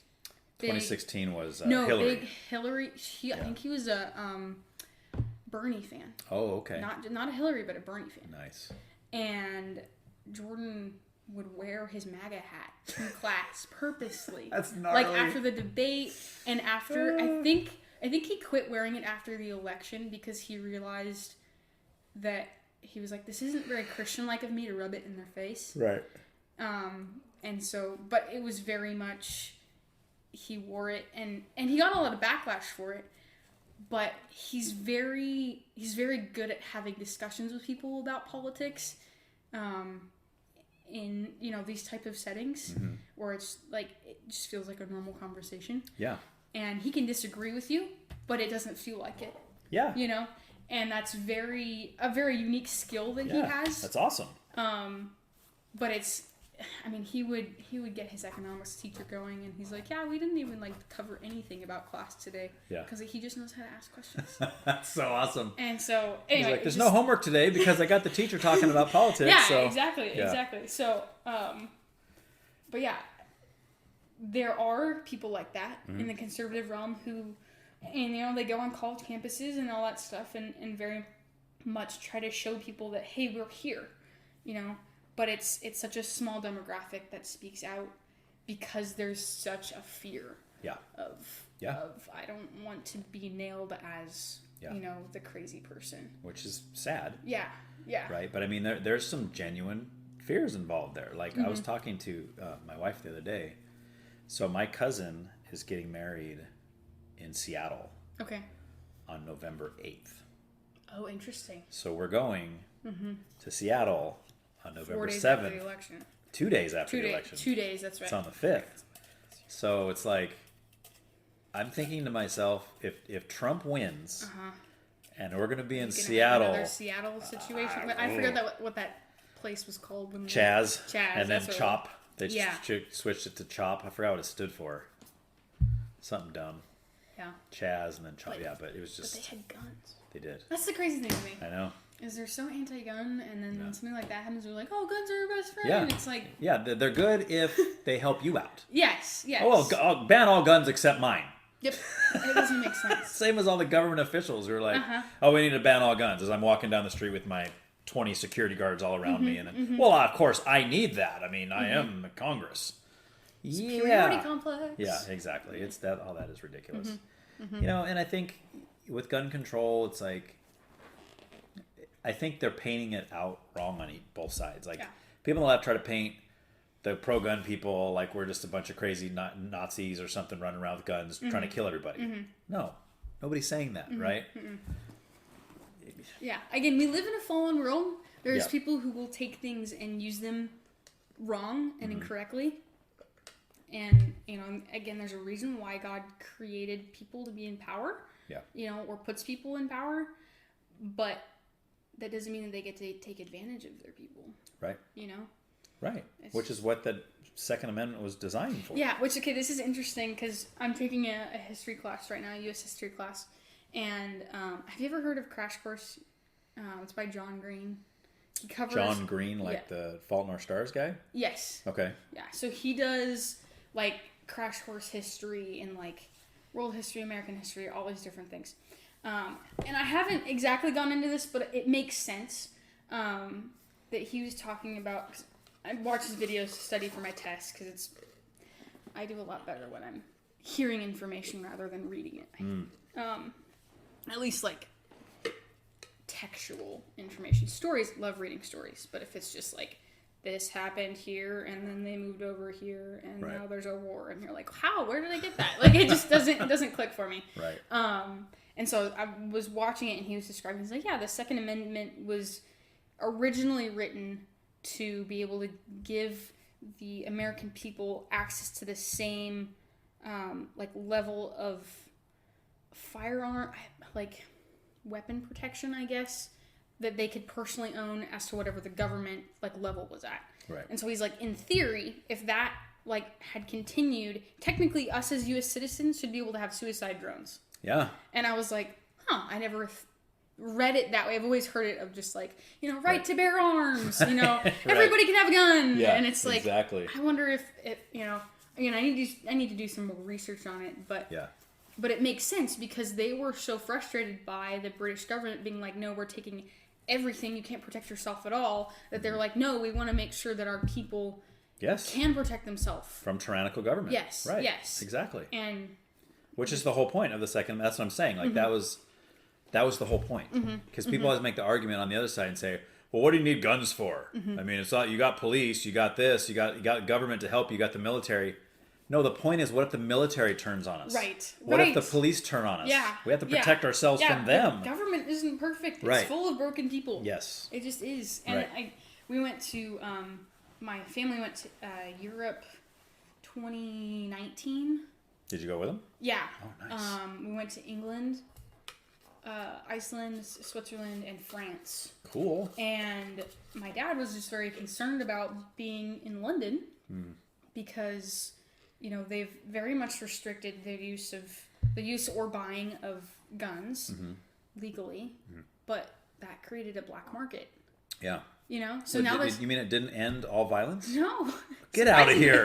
I always thought if you took all the guns away, there would be no shootings ever. You would think so. You would think so. Crazy. In this crazy utopia. Yeah. But you know, and then they also like were really restricted of knives, and you know, the U.S. is pretty lenient on knife. I think California is probably the most strict of knives. And, Can't bring them to school, that kind of stuff. Yeah, But, I mean, you can have them at home. Exactly. Yeah. And like, pocket knives and all that stuff. But Yeah. again, England was very restricted on that. But there's this massive rise, at least in the time we were there. I haven't looked at stats since then. But there was this massive rise of stabbings happening. And it was like, my dad's like, how do I protect my family if we're in downtown London and somebody just rolls out with a knife? Yeah. Like, what do I do? Right. No, stop. Hey, please, Yeah, please. yeah, Wait yeah. 5 minutes and then you can attack Yeah. me. You Once know, my whole family's dead, then you show up. yeah, exactly. So it just like it doesn't make sense that by restricting things, you're actually creating a secondary market for those same things. Correct. Because again, people want to go after money, Right. and so it's like, Right. It's like making drugs illegal. yeah, It's not going to prevent drugs. Yeah. Right? It just doesn't make any sense to Yeah. say that. I mean, but there's almost an argument to make them legal in a sense, right? Yeah, And yeah. I am totally against drugs. I don't use drugs. I don't want anybody I love using drugs. But making them illegal almost makes it more prominent. yes, Right? yes, I mean, I think since they legalized marijuana, there doesn't seem to be as big of a problem with it anymore. You know what I'm saying? Like, yeah, because it's not as fun. Right. If it's something that's legal, you're like, oh, I'm not revolting Right. against anything, so why would Yeah. I go do this? You know? Right, Like, exactly. yeah. Yeah. It's- So I feel the same way with guns. It's like, yeah, you can outlaw guns, but like you said, it's just going to create a bigger, I mean, there's already a black market for Yes. it, but I mean, it's going to create an even bigger black market for it. It's like prohibition. Yeah. Yeah.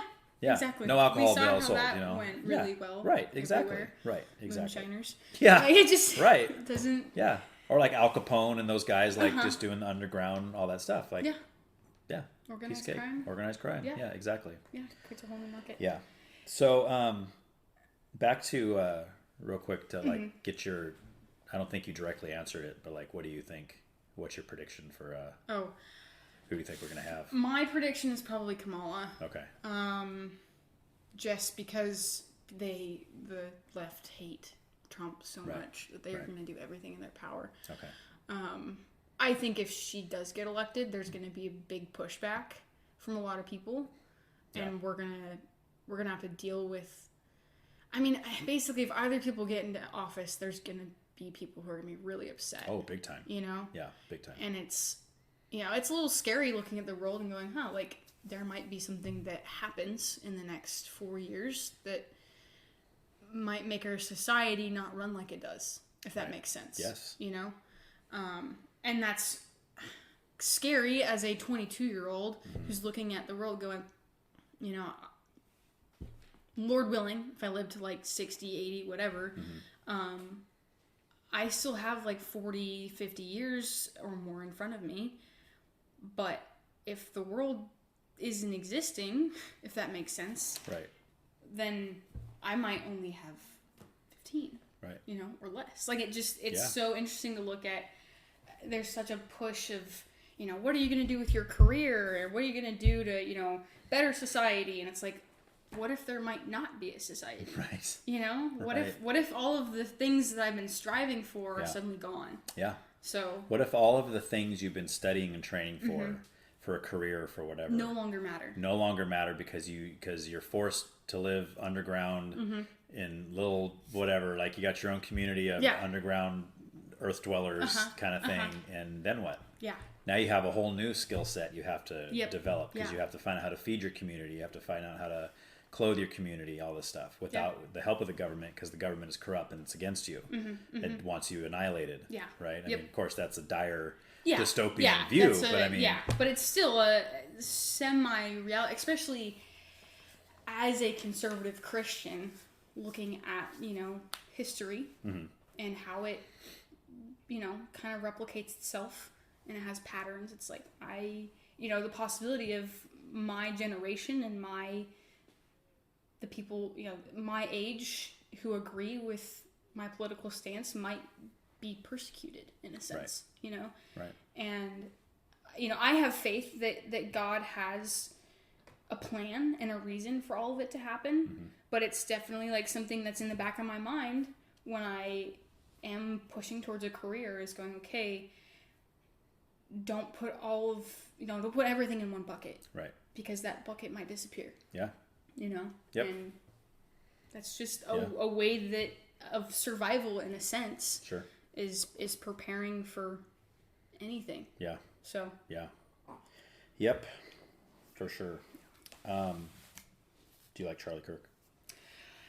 I do. My brother actually met him 2 nights ago. 2 nights ago? 2 nights ago, yeah. So Dude. he was at some kind of political conference. So my brother works for a congressman in Colorado. Okay. And so somehow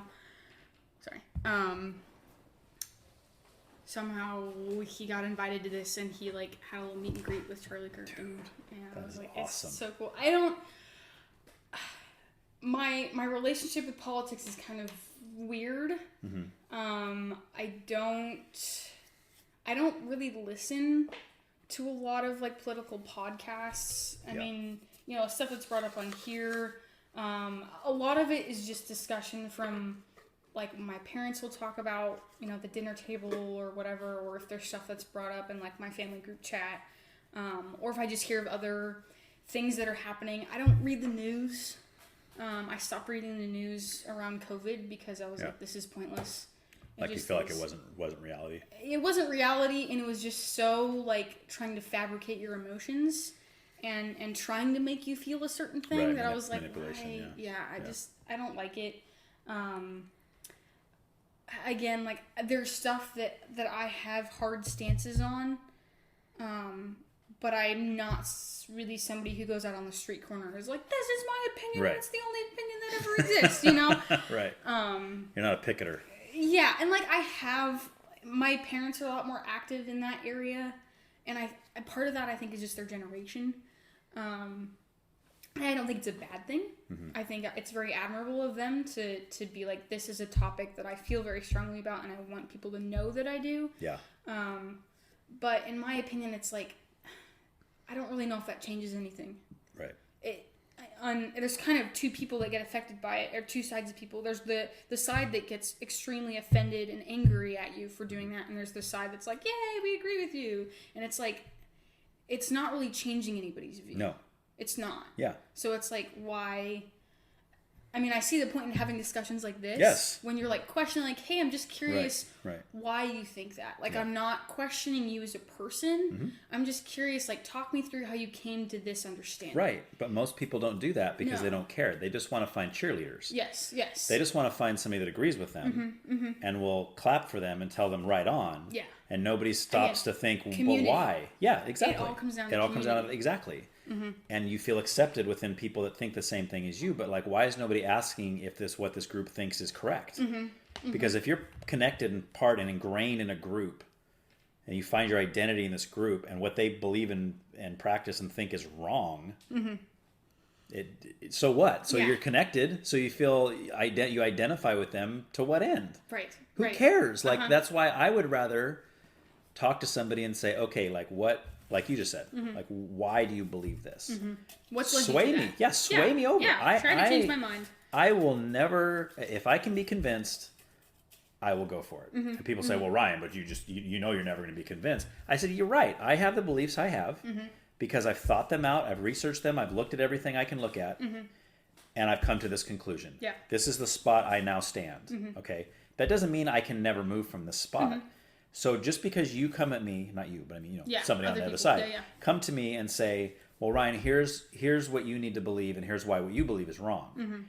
And their arguments just don't really make sense. Yeah, not only don't make sense, they don't do anything. They're not valid arguments. And I say, well, sorry, I'm just going to stay where I'm at. And they say, see, you're bigoted, you're narrow-minded, you don't take. No, that's not what's happening here. It's just that your arguments are not good. Yes. You don't have good arguments, right? That's the problem. I'll move. Yeah. I'll gladly become a Democrat. I've even told people I will denounce Christianity. If you can prove it. If you can prove to me, if you can bring me the bones of Jesus Christ and prove to me that they are actually 100% certain the bones of Jesus Christ, I'm gone. Yes. I'm going into some other religion or no religion at all. I'm atheist now, whatever.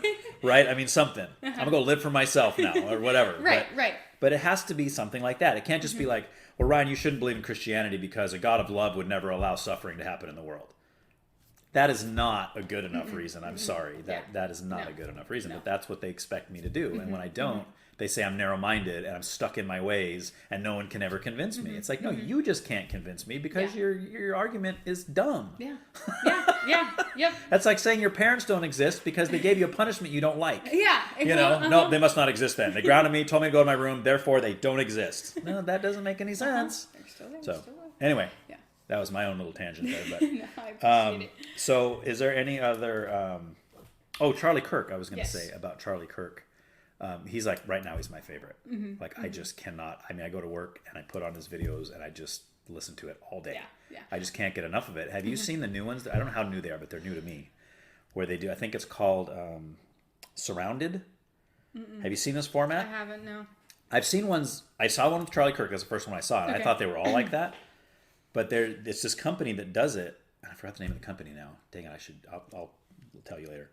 But they have a chair in the middle of the room. Or, I'm sorry, they have like a little desk in the middle of the room. Okay. And they have chairs like circling in a circle around this desk. Okay. And at the desk, there's a microphone on the desk, just like this. Yeah. Well, just like this. We're sitting like this. Yeah. And there's somebody sitting on that side, somebody sitting on this side. Well, the first one I saw, Charlie Kirk's on the one side. Okay. And there's all these people in these chairs. They're filled with people. And it's like, he'll say, my first claim is Donald Trump is not racist. Okay? And then anybody who wants to rebut that I see. will jump up out of their seat and try to run over to the next seat across from Charlie Kirk. Okay. And then there's a timer going. And for like each topic, there's like 20 minutes. And the timer's just going. Okay. So then, but the part I don't quite understand is like everybody that's around in the chairs, they're all holding red flags. Okay. And then as whoever the guy is talking to Charlie Kirk, as they're talking, people might raise a red flag. And if there's like 5 red flags raised, they have to stop talking. That guy has to go back, and then a new person comes and sits in the seat and talks to Charlie Kirk. Wow. And does the 20 minutes start over, or no, is it still rolling? No, it's 20 minutes total for that one topic. And then after that 20 minutes, Charlie Kirk will say, my second thing is we have a huge border crisis or something, right? And then they'll all come back. So then, but then the next one I watched, it was the opposite, where there was an outspoken, like, liberal Kamala supporter. And then it was all these Trump supporters around in this thing. They have green flags instead of red No, flags? they were still red, yeah. Sorry. No, right, yeah. Green! No, but it's such a cool, like, thing. And you hear these conversations, but I mean, I think it's great. I'm like, man, that's so cool but the most frustrating thing is, like, sometimes right when it's really getting good between these two, he's got to get up. Yeah. You'll hear the little bell go off and the moderator goes, okay, you have to leave. And it's like, no, I like that guy. And then some other guy comes in and he's a bonehead. He doesn't even add to the conversation at all. It's like, no, bring the other guy back. He was better. But anyway, it's really cool. So, I mean, I love the guy. I cannot. I love how he's so knowledgeable. Yeah. And he presents his arguments so clearly. And when people try to say, well, you know, blah, blah, blah, blah, he goes, no, actually, statistically, here it is. Yeah. And he just lays it out for him. Again, like I said earlier, like people on the right, that's what they do. Yes. Here's the stats.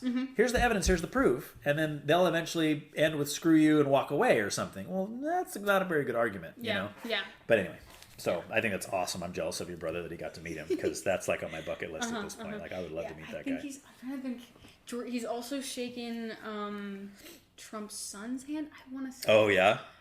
Because he was at I think it was in Florida is what I want to say. Okay. Maybe I think it was in Florida, but he went to some event and that his son was speaking at, and Jordan got to be like in the front row, basically. And Jordan's the political one, right? Yeah, okay. yeah. And he's just had some really cool opportunities of meeting people who are very prominent That's awesome. in the political spectrum.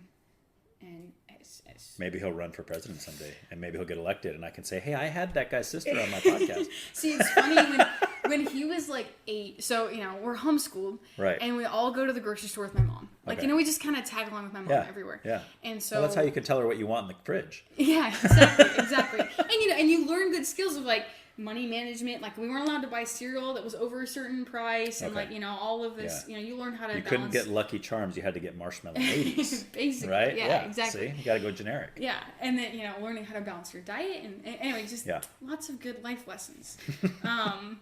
And Jordan, again, just very engaging even from a young age, and the clerks would like notice that, and we would, you know, we'd go to the same store at the same time every week, and Sorry. You're good. And so we kind of built a relationship with some of them, and Jordan would joke about, like, you know, being politically and whatever, and there'd be people who were like, hey, if you ever run for president, I'm voting for you. Nice. Like, and he's like 8, like 8, 9, 10, and they're so like, awesome. they're like Jantzen 2040, whatever it is. They're like, and I'm writing it down now, so exactly. I don't forget. Yeah, exactly. That's and so awesome. We joked about it, and you know, when he was younger, he was definitely like thought about that, like, wow, that'd be really cool if I could be the president. I think. Yeah. I don't think he's super fanatic about, like, the public eye in his life in that fashion. Right. Like, he's married, and that was a conversation that they had to have. Was he's like, I'm looking to go into the political realm. Are you okay with the media being at our front door? Yep. You know? Yep. And it's like, that's such a scary thought of, you know, if my brother starts moving up in political office, you know, there's going to be people who are going to not like him. Yes. And they're going to find reasons to not like him. It's a big sacrifice, you know? for a wife and children to make. And even like us as family. Right. You know, there's people who they want to dig dirt up. Oh, they do. And they will find dirt, and they'll make up dirt. Yeah. You know? They'll find this podcast, and they'll take the things you said about your brother running for president when he's 8. Exactly. So. That's awesome. Anyway, it's just. Yeah. You know, but at the same time, I'm so proud of him because he's willing to go move through that. Yeah. Be like, I'm okay with possibly, you know, having my reputation be scrutinized to the furthest extent if it means that I can make a difference in this country. Yeah. You know, and that's almost more admirable than somebody standing on this corner. Yes. That's the kind of people we need. For sure. Yeah. Because at this point you have to put yourself out there in that way if you want to make change. Yeah. Yeah. It's the only way it's going to happen, you know? So, all right, cool. So I know we've been talking about, whenever I have Christians on here, obviously the Lord intertwines every aspect of our lives, whether it's music, politics, whatever it is. So we've already kind of been talking about it a little bit, but just kind of give me a brief, like, testimonial, basically. Like, you grew up in the church, you already said your parents were Christians. Yes. So you've known the church as long as you can, but did you have, like, an experience to where you kind of had to have your own faith per se? Yes. Okay. Yes. So I'll kind of paint the picture here for you. So, my dad, like I said earlier, my dad worked for Youth for Christ. Okay. And I don't remember when he started. I think it was college age he started working for Youth for Christ. Maybe a little after. But he basically worked with them until like 2009, right when the recession hit. Okay. And they couldn't get funding anymore. Okay. And so I basically grew up in a local missionary home, if that makes sense. Yeah. So, you know, I would, once a month, my dad, I think it was once a month. My dad would know exactly, but I was young when this happened. But he would have these video game outreaches. Video games? Yeah, for high school and junior hires. So, like, come over to the house, play video games, and then we'll talk about the Lord. It was actually at Portuguese Hall. What's that? In Rio Grande, it's like a community center. Oh, okay. You could rent it out to use for. Okay. Yeah, and so he had this like RV that was full of like. That's how I learned about StarCraft. He had 16 computers that he would set up in there with StarCraft, and it was LAN. Like 16 people would all play at the same time on the same map. Yes. Gnarly. It was amazing. That had to be a big map then. It was amazing. And it may have been 2 different. I was so young, I don't remember, but I just remember it being a lot of computers, and it was kind of the big draw. Yeah. Was that? But then he had Xboxes. He basically had a budget to buy, like, if the new systems came out, he could buy them and kind of a few of the popular games. Yeah. And it was basically just like it was bringing in kind of. You know, at that time, the gamer kids were kind of the riffraff, if that makes sense. Yeah. And so kind of bringing in those kids and like, hey, like, come play video games, come hang out with your friends in a safe environment. Right. And then there was a time of the word, you know, and he would kind of pour into them and did some discipleship. Would he like tell them, okay, let's turn the video games off now, and I'm going to give you a 15-minute message? Yeah, it was like, hey, all right, everything's wrapping up video game wise, and we're just going to everybody move over here, and we're going to do a short, you know, gospel presentation basically. Yeah. So there was events like that and just other things that my dad would do in the community for outreach and whatnot. So, you know, I would, being homeschooled and being younger, I would tag along to these events and like the video game outreaches. It was from the time I was like 4, I was helping set up. Oh, wow. Like I knew how to set up the 16 computer LAN for StarCraft, Wow. you know?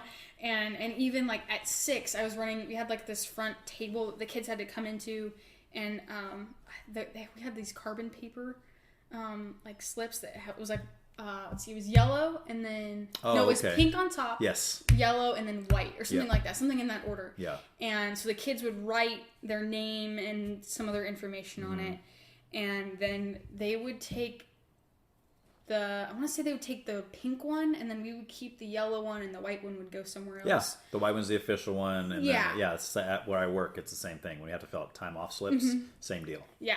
And so it was basically like they would help keep track of how many kids would come and, you know, some contact information. And then it was also like, the encouragement to do it was that there would be like a raffle or something at the end, and they would pull a name, and they'd be like, oh, Steve won something.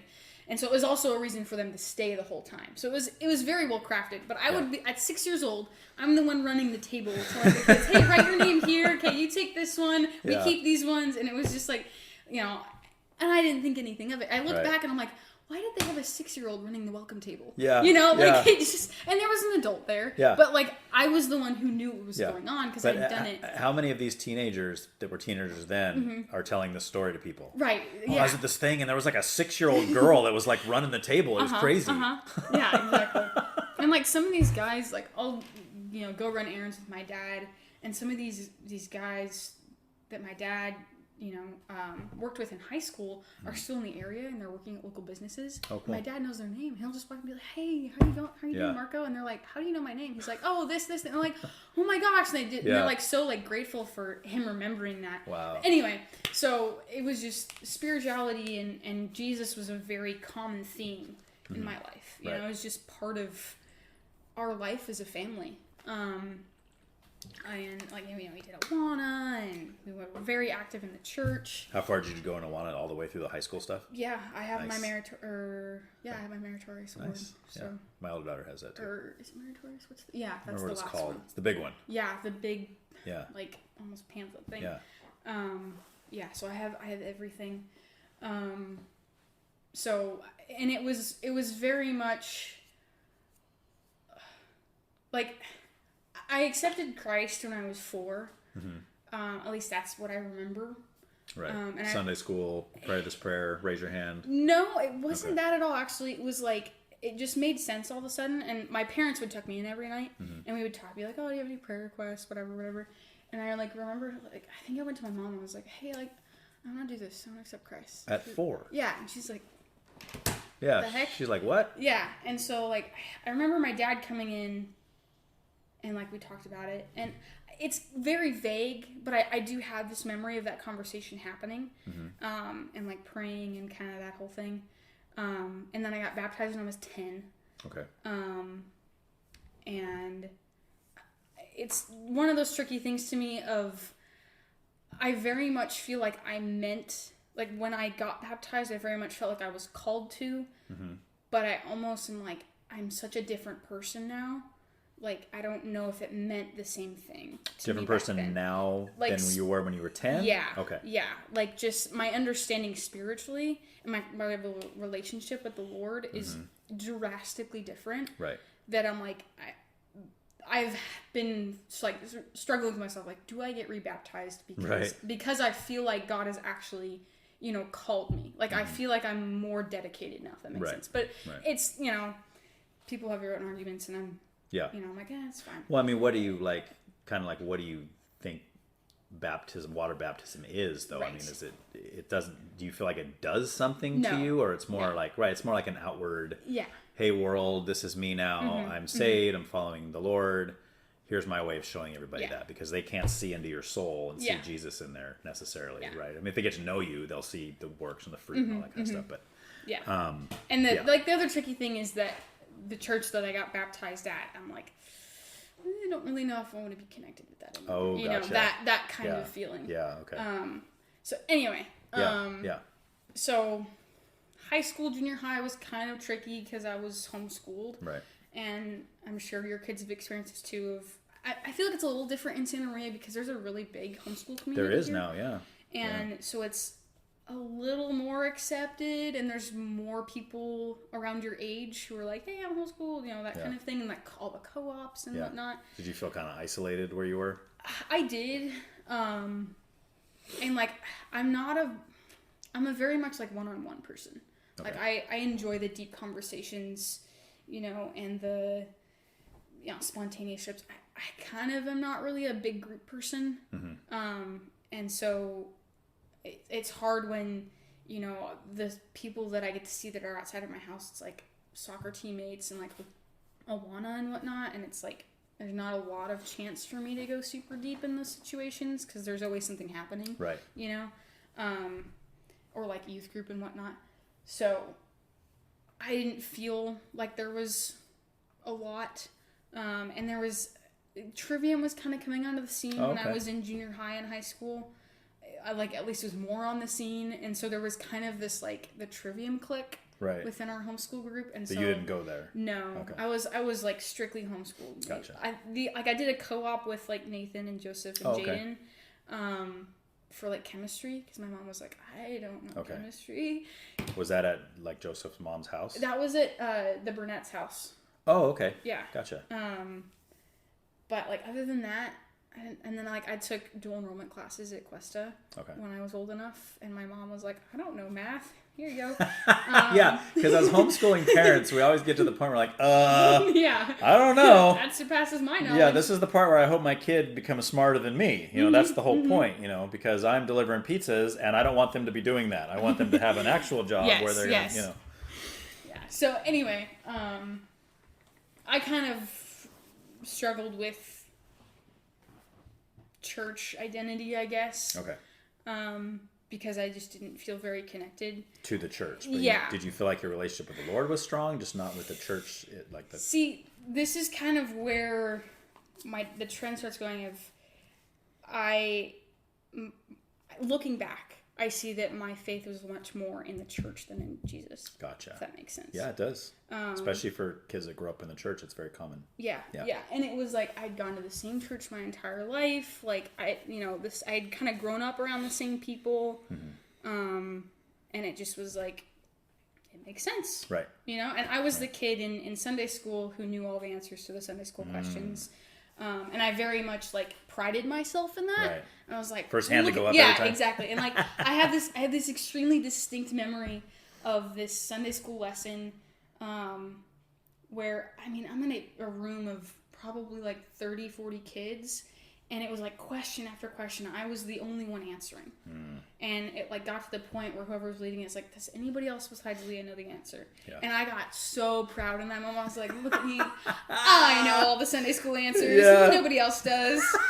You know? And I'm like 10. Yeah. It's like, great. Anyway.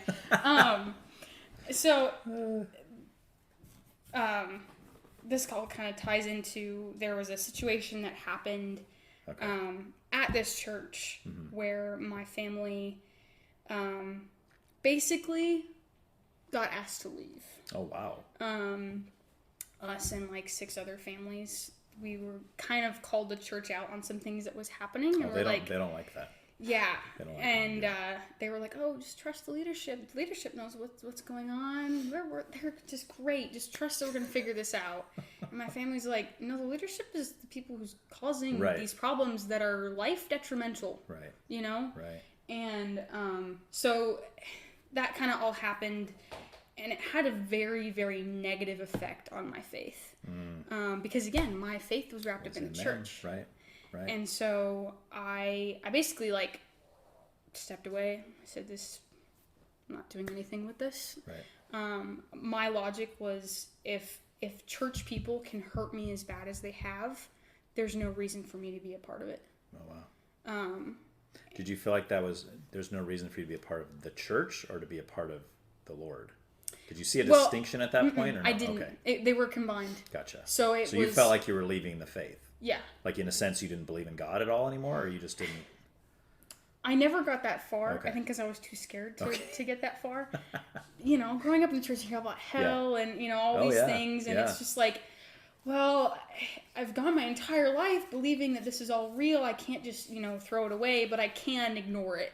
Yeah. If that makes sense. Yeah. And so I went through let's see here. This would have been my junior and senior year was when this was all going down. And I just did nothing. Okay. Absolutely nothing with my faith. What about your parents and siblings? Did they kind of do the same thing, or did they just find another church to start going to, or? See, the tricky part is that my dad was working at this church. Ooh. But he was asked to leave, though. Yes. Okay. But not right away. Okay. It's really a weird situation, and we're still dealing with the aftermath. Just like relationships of people and how it affected our family. Because again, we'd been going to that church. I think my parents had gone to that church for like 20-something years. Yeah. And all of these people who they had built relationships with were like, no, you're lying to us. Isn't that crazy? And it was just like, what? You're believing what this guy is saying? Yeah. Anyway, it's the appeal to authority. Mm-hmm. They assume, well, he's a pastor and you're not. Yes. Therefore, he's right and you're wrong. Yes. Automatically. Yeah. Right? Yeah. So you put so much. Yeah. Stock in the office. Yeah, and I'm not saying we shouldn't respect the office. Yes. But we need to respect Scripture above all else. Mm-hmm. So if the office is going against Scripture, sorry, yep. I'm going with Scripture every time. So yeah. So I think, and I can't really speak for my family. I know it had a really big impact on my dad, and I mean he's still dealing with the effects of that. Because, it's hard. We still kind of live in the area. We still see those people occasionally. Yeah. And it's really hard to see those people and go, not only did you hurt people, we know that you're actively still hurting people. Right. Right. Like, so the same things is going on still. Yeah, and probably worse. Okay. If that makes sense. Like, it's, or, we see people that we went to church with for so long, and they're like, oh, like, it's been so long since you've been to church. And we're like, it's been 5 years.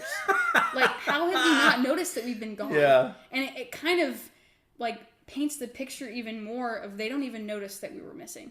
Wow. And it's like, ouch. Is this a pretty big congregation? It is. Okay. But it's still, like, people that we, played soccer with.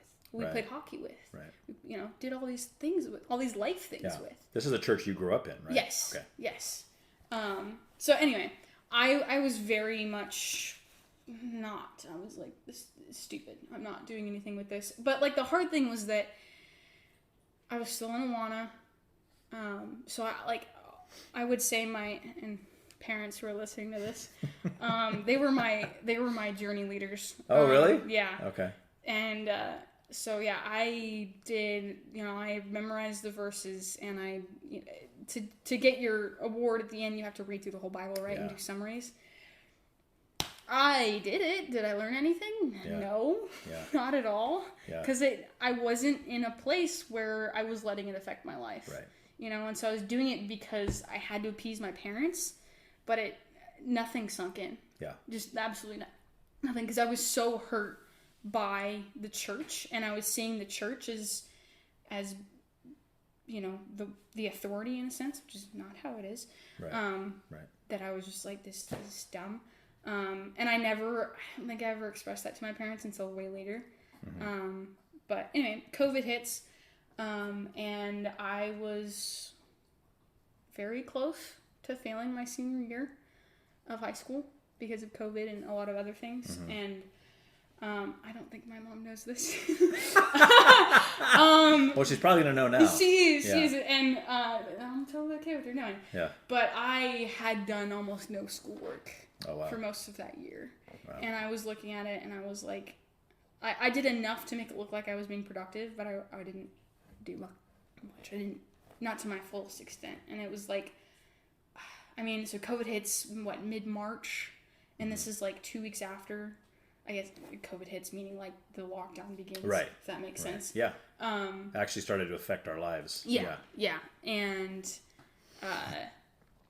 I'm like, I don't even know if I'm gonna pass my senior year. Like, I was genuinely like that. like, I don't know what's happening. And, you know, the world's going crazy. I'm like, I might not live in 2 weeks. Like, you know, it just, it was that much, like, you know, media was putting it out that much. Of, we might all die in 4 days. You might walk outside your house and breathe and die. Yes. The air is evil. It is, yes.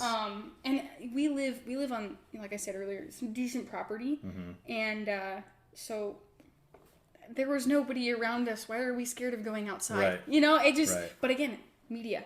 And so I remember going on this walk with my dog, and I was like, okay, God.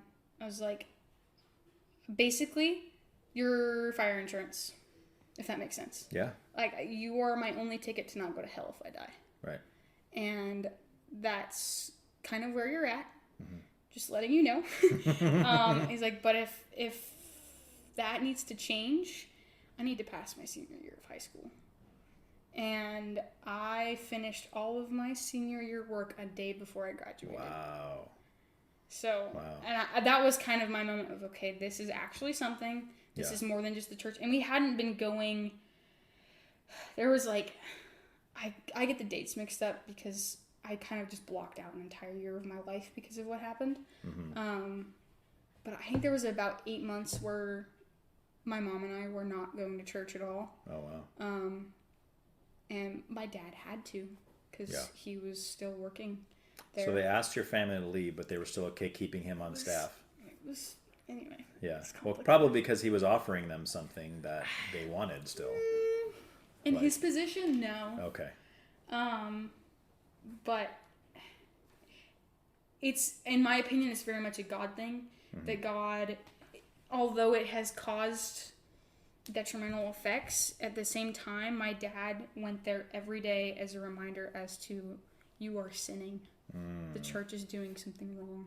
Wow. And so it was almost a test of faith to my family of, are you willing to stay here until I call you away, to continually go and face evil, basically, face spiritual warfare every single day until I say you're done. Right. If that makes sense. Yeah. And so, like, looking back, I'm amazed at how my dad stayed there for as long as he did. And kind of the circumstances of him finally being let go. Wow. And anyway. So that moment then so was that kind of like almost like your Gideon fleece moment where you're like, all right, Lord, I need to pass my senior year of high school? Yeah, I would say so. There's kind of two moments in my head. There's that moment where I went, okay, faith is actually something beyond the church. It's beyond being an Awana. It's beyond, all these little things. And then, so I did a year at Cuesta and hated it. And then I had my conversation with my aunt. I don't know how much of the beginning you're going to keep in here. But anyway, I had a conversation with my aunt about going to Bible college. And again, I say it was so cliche for a homeschooler to go to Bible college. Right. And I was like so against it. And I was like, I just remember being like, God, like, if you really want me to go, like, these are the 3 things that have to happen. And it was like, one was my work has to be okay with it. Right. Because they were like kind of getting me ready to be a manager.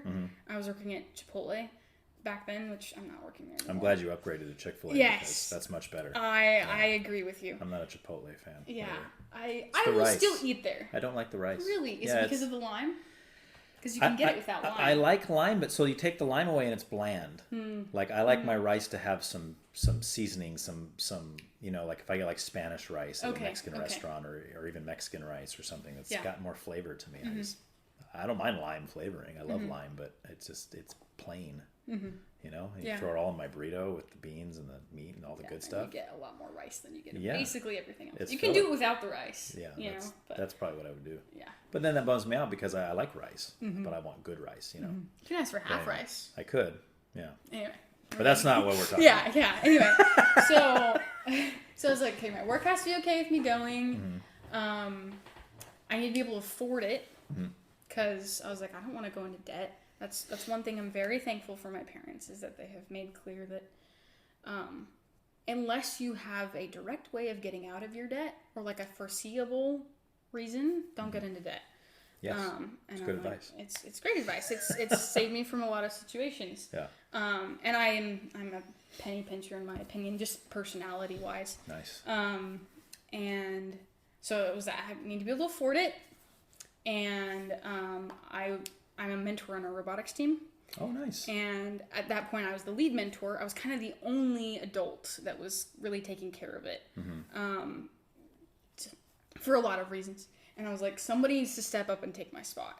Right. And within the month, my work had okayed with me going. I found out that I could easily afford a year of school, Right. and 2 parents had asked if they could step up more. Nice. And I was like, You're like, all right. fine. Thanks a lot, God. Fine. And so I went to my mom, and I so vividly remember this conversation of like, I want to do this. And she's like, why? And I was like, I don't know God. And I was just like bawling. Yeah. Absolutely just bawling. Right. And she was like, oh my gosh. And I was like, yeah. I was like, I have grown up in the church. I've grown up in this house. I don't have a relationship with God. And I see myself building that here. And so I go to school, and it was my first year. I guess I only had 3 semesters there, but the kind of my freshman year was just absolutely the most transformative, but also like the absolute hardest year of my life. Those usually go hand in hand, Yes, right? yes. And then my last semester there, it was really good. And I learned a lot of things. God was very much calling me home, and I was kind of starting to see some things. I was like, I don't know if I fully agree with this at this school, or and there was just certain life events that happened that was like, I need to come home, and I now understand why I'm here. Yeah. Just for a lot of different reasons. Right. But it was very much at school. I was like, my faith is my own. And I began understanding what it looks like to have a relationship with Christ and what that means. And just like sitting there in doctrine and theology class and just being like, God is absolutely giant. Like, he's just big. Right. Like, that's the best way I can describe it. Like, he's just big. And you can talk for like years just about God, and you won't even scratch the surface as to what he can do. Which and how is amazing beautiful. he is. Yeah. Because why would we want it any other way? Yeah. Yeah. I don't want a God that I can conquest and reach. Yeah. And be like, oh, I got it all now. I know everything there is to know about this creator of the universe. Yeah. It's like, no thanks. I don't want that. Yeah. And it's just like, something that my theology professor talked about was like, we're never going to stop learning more about God. Even when we're in heaven. Yeah. We're just going to keep going, you can do that, Right. you know, or you're this amazing. Like, Yeah. and I'm like, that's so cool that, and part of that kind of feeds into my ADHD of, you know, if you start getting bored of a topic, you're like, I don't really want to do this anymore. But if it's something that is never ending and you can never stop learning new things, it's like, wow, this is so cool, because you keep finding little nuggets. Right. And it's like, it's so cool to me that you know, we're going to get to heaven and God's going to be like, here you go, enjoy eternity of just finding out me. Right. You know? Right. So, and That's awesome. and then it was, so after my first year at school, I worked a summer of camp. It's called Wind Shape Camps. People out there who are listening, look it up. It's amazing. It was started by the same guy who started Chick-fil-A. Oh, nice. True Cappy. And Okay. it's based out of Atlanta, Georgia. Okay. And they do basically 3 different types of camp. They do an overnight camp, which is like, you know, stay in location near kind of Atlanta, Georgia area. And they have like 2-week programs or they have 1-week programs, and it's kindergarten through 12th grade. And then they have the day camps, which they go around to like 80 churches or more in the U.S. and they send out teams of like 27-ish college students to these churches, and they basically put on camp for 9 weeks straight. Wow. And so I got to do that version for a summer, and their third version is they go internationally to Costa Rica and Brazil. Okay. And kind of do similar to their day camp experience, but it's edited because the school system is flipped from ours over there. They're in school when we're in summer, if that makes sense. So we have to like adjust it so that we can still, so college students can still go, but the kids over there can still experience, if that makes sense. Yeah. But anyway, that summer of camp was like, I got to share my experiences, just like my life experiences with these kids, and like finding that they related to it in different ways, or like I was able to encourage them and be like, hey, like I saw God work here in my life. How do you see God work in your life? Right. And they were just like, oh my God, it was so, it just made everything click in my head. Right. Oh, that's why I went through all of this chaos. Right. And like all of this like doubt and all these things that God was just like orchestrating. Right. That you're going to impact this life and this life and this life. It's almost as if he knows what he's doing. Yes. Exactly. Yeah. So, well, that is a heck of a revelation to come to for someone to say, I grew up in the church, but I don't know God. Yeah. Right? Because so many people that grow up in the church, especially, put those two things interchangeable. Like if you've been going to church, you do know God. Yeah. There's no way you can't, right? But the truth of it is what you're saying, because if you grow up in the church, and I'm not knocking growing up in the church, I've raised all 4 of my kids in the church because that's what you should do. Yes. But at the same time, I know that they all have to come to a point in life where that faith becomes their own. They can't have my faith. Yes. They can't get in on me. They can't get in and say, well, my dad brought me to church my whole life. The Lord's going to be like, so? Yeah.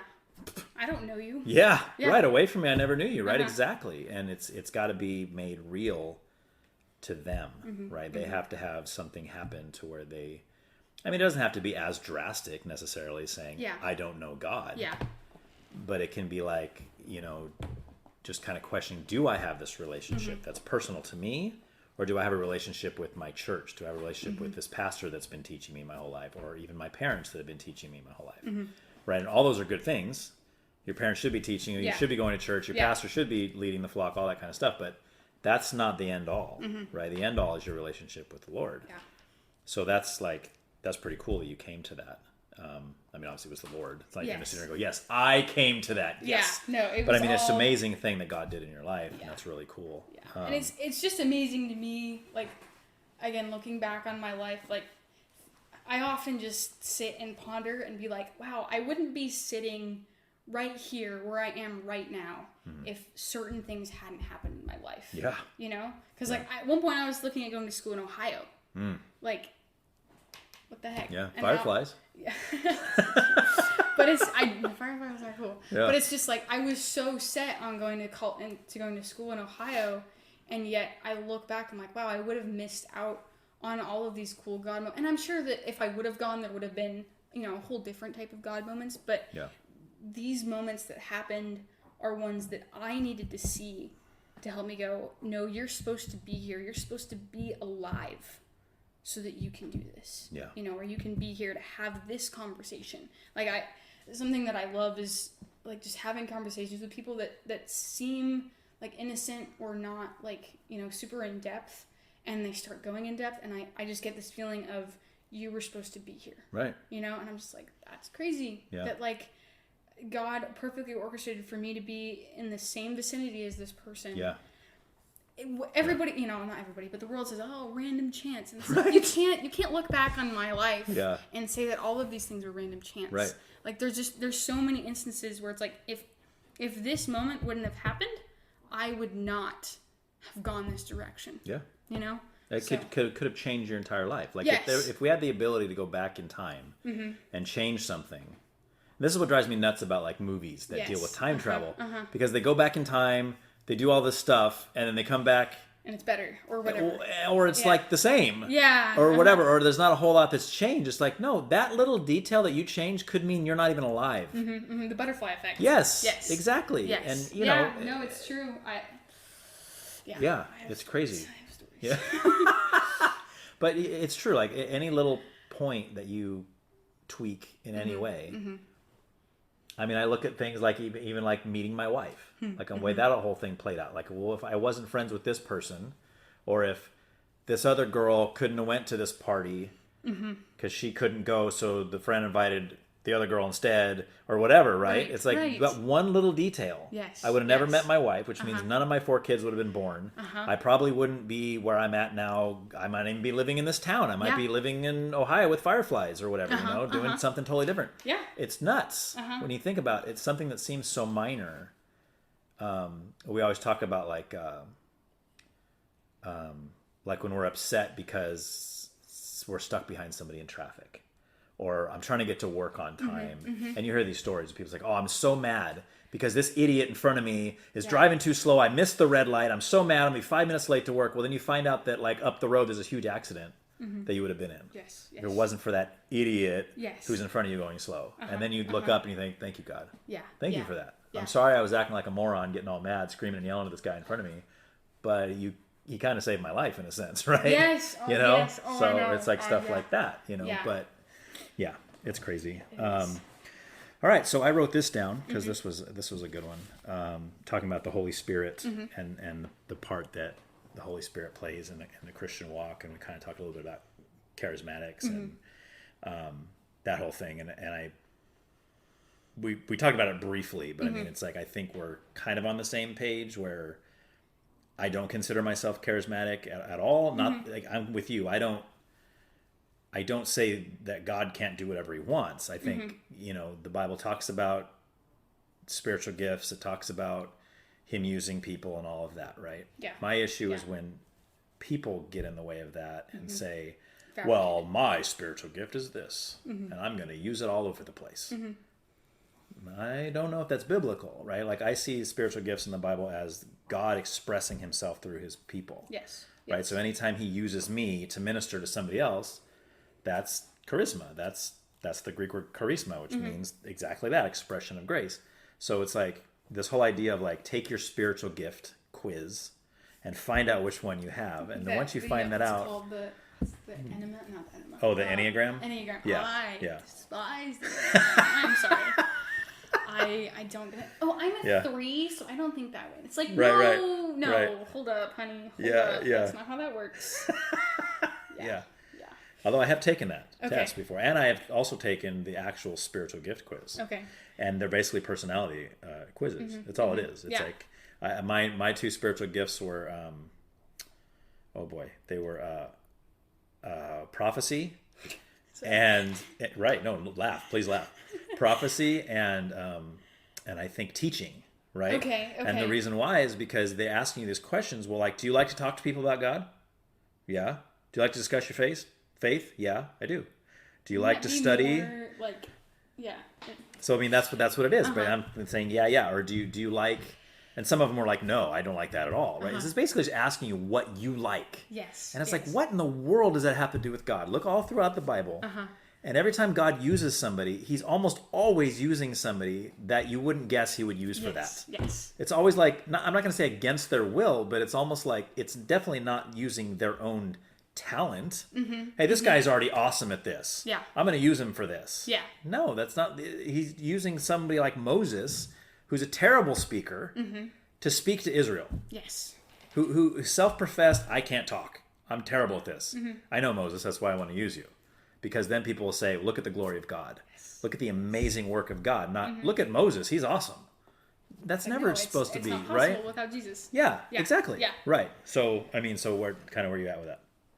Do you have like experience with that? Like anything? Like you were like, that kind of brought you to that place, or have you always kind of felt that way? I think my time at school really like solidified my view on the Holy Spirit. It was kind of one of those topics in the church that I grew up going to. It was referenced, you know, the Trinity, Father, Son, Holy Spirit. Right. But they never really talked about the Holy Spirit and like the impact that it has on our Christian walk. And so I was like, I knew the name, but I was like, I don't know what it does, if that makes sense. Right. Like almost like, what's the purpose? Yeah. And it was like, well, why, like, if Jesus does everything, like, why do I need the Holy Spirit? And I was like, oh, anyway. So my time at school really helped me understand that, like, you know, the Holy Spirit's the one that, you know, works through us to do good things, if that makes sense. This is what's living in you. Yes, yes. And, you know, when you place your trust in Jesus, then the Holy Spirit comes and lives inside of you. Right. That might sound weird to people who don't know Christianese. Sounds like the opposite of demon possession. Right? Yes. But it's like something that I would talk to my kids at camp, my first summer working there, about, because I would talk about the Holy Spirit. It was like, I kind of take it as, you know, you have that little voice in the back of your head that is, you know, nudging you to do certain things. And there's kind of two extremes, or I guess an extreme and the not really right way, but the way that I've experienced has been edifying to Jesus and my walk. Like, there's the extreme of there's voices screaming in my head for me to do things that are harmful to people. Right. You know, and that's a whole thing that people you know, deal with. Sure. But then there's the Holy Spirit, which kind of more presents you with an option of it's kind of more of an encouraging voice of, hey, do this or try this. And it's like, it's not like you're all of a sudden like, I have to grab this printer. You know, it's like, you could go grab that printer and have a conversation, you know, or something like that. Right. You know, it's, and I think back on moments of my life where I very much felt like a nudge to go like, hey, go talk to that person or go do this thing. Yeah. And when I don't follow through on it, I go, oh crap, I really missed out on an opportunity. But when I do follow through on it, I'm like, oh, that's why you had me do that. Right. You know, that person needed encouragement, or you know, I needed to hear what they were going to say or whatever. How about the opposite? Do you ever have a time where you act on it because you think the Lord's prompting you, and then you find out, oh, that probably wasn't him? Yeah. That's probably me. Yeah. I've definitely had situations like that where, you know, as a Christian, I kind of go through times of, I feel, you know, closer to the Lord in a sense, like my relationship with him is a lot stronger. Mm-hmm. And then there's times where it's not. And sometimes I feel, I'm like, oh, like, you know, I really feel like, you know, the Lord keeps nudging me in these different directions. And so, you know, you kind of stop challenging them, mm-hmm. if that makes sense. And that's something that in the Bible we're commanded to do, is to test, what is it? Test the spirits. Yeah, test the spirits. Yeah, thank you. To see if it's of God. Yeah, and so you kind of get comfortable and like, oh, every time I hear this or feel this, it's just right. Right. You know, and so then complacency kills. Yes. You know, and so there's things that I'm like, ooh, that was not of the Lord. It sounds close enough. Right. And it feels close enough. Right. But it's not. Which is how the devil works. Yes, exactly. He makes it almost close enough so you believe it. Yes. You know, and that's what people understand. It's like he just shows up with the red suit and the pitchfork. Mm-hmm. People are like, "There's the devil. Uh-huh. There he is. I'm not falling for that guy." You know, he's very good at disguising himself. Oh yeah, he is. Yes. Well, it says he's an angel of light. Mm-hmm. Right? That's the way he appears, as an angel of light. So it's like, that's what cracks me up about people that are, again, looking for the red guy. Mm-hmm. Mm-hmm. Yeah, it's like, you're not going to find him. Yeah, exactly. He's very good at making himself look wonderful. Yes, exactly. Appealing. Right. Yeah. Right. So anyway, that's my yeah, that's good stuff. Mm-hmm. And I think that's one of those things too that, like, it's, again, it goes to personality. Like people, mm-hmm. some people are just drawn to that. Yes. And I don't know. I mean, it could be a mix of things. It could be them growing up in that, or just mm-hmm. that's all they kind of know, or it could be appealing to their flesh and be like, well, I want to be special. Uh-huh. I want to be known as the guy with this particular gift, and I can do this. Mm-hmm. And, you know, it's like kind of where he's at, you know, mm-hmm. but who knows? Yeah. And you know? I feel like I fall into the camp of the Lord speaks to people in their own unique ways, if that makes sense. Yeah. And so there's different, I don't know if denominations is the right word, but there's different acts of worship that impact people in different ways. Sure. And in my opinion, there's some acts of worship that the church condones that are not of the Spirit at all. That like barking like a dog, quacking like a duck, flopping around on the ground. And, you know, there's this whole debate of, what is it, like the not the lost gifts, but like the dead gifts or something that, things like speaking in tongues. Oh, and like somebody like John MacArthur would say that those are no longer in use. Yes, okay. Yes. But like they're no longer in use, but, you know, towards the end times, they will come back. Return, if that makes sense. Yeah. Yep. And so I lean more in that camp of there are definitely spiritual gifts that we are commanded to use and that mm-hmm. God, you know, gives us, and we may not have them, you know, for a whole life, and they may take time to develop, but we are commanded to use them. But there's also spiritual gifts that are explained in the Bible that we don't participate in anymore, or God doesn't use in that way anymore because we have the Bible. Right. Like, I mean, I've heard stories of you know, places like very rural or like third world countries that don't have access to the Bible, mm-hmm. and they may see more of those gifts in a sense, like, you know, or hear stories or whatever. Yeah. And I also believe that God can use those gifts, like he can choose a time where they might be useful, if if that makes sense. Yeah. To speak to a community or to a group of people. And he may use, I've heard of people who go to like a third world country and they don't know the language, and, they might feel led to have a conversation with somebody, and they might not actually have any rudimentary knowledge of their language, but they somehow understand each other. Right. And that's something, again, that God can choose to use, in my opinion, but it's not something that we should fabricate. Right. And it's not something that is common. Yeah. If that makes sense. So do you get a discount at Chick-fil-A or what? The only thing we get is a free meal if we're on shift. Every shift you work, you get a free meal? Mm-hmm. Well, it's $12. And then we can get as many drinks as we want. Basically, Okay. like you just bring your reusable whatever, and But $12, you could get like 2 sandwiches and some fries for that. No? sandwiches are $7. Are they now? Mm-hmm. Wow. Yeah. So you can get, like, if you come in the morning, you can get a lot of food. Like the breakfast sandwiches? Or like there are bowls, because it's just like, it's eggs, your choice of protein, hash browns, and cheese. And you can like add extra egg to it. So I get like a crap ton of protein. If I work opening shifts, I can get a lot of food for $12. Wow. But yeah. I didn't know they had breakfast like that. I knew they had the breakfast sandwiches. I didn't know they had hash browns and stuff. Mm-hmm. It's good. In my opinion, the breakfast is the best. Really? Yeah. Okay. Yeah. It's kind of funny because when I started working there, I did not like Chick-fil-A food. Then why did you start working there? God. Let's be honest. Oh, that's funny. Yeah, I was really looking for a job for a long time, and I like worked camp, and I was kind of, so the first summer I worked camp, again, we're traveling around the country to 9 different churches, setting up and tearing down camp every week. Mm-hmm. And part of kind of WindShape's thing with the day camps is that they partner with the local church community. Yeah. And so we're there. There's a team of volunteers that helps us and whatnot. Sometimes it was less volunteers, sometimes it was more. But then at the end of the week, kind of what draws a lot of people in is everybody gets a free Chick-fil-A sandwich and chips. And so it's basically like a big picnic thing that happens. Yeah. And so we're also partnering with the local Chick-fil-A on this because they got to provide the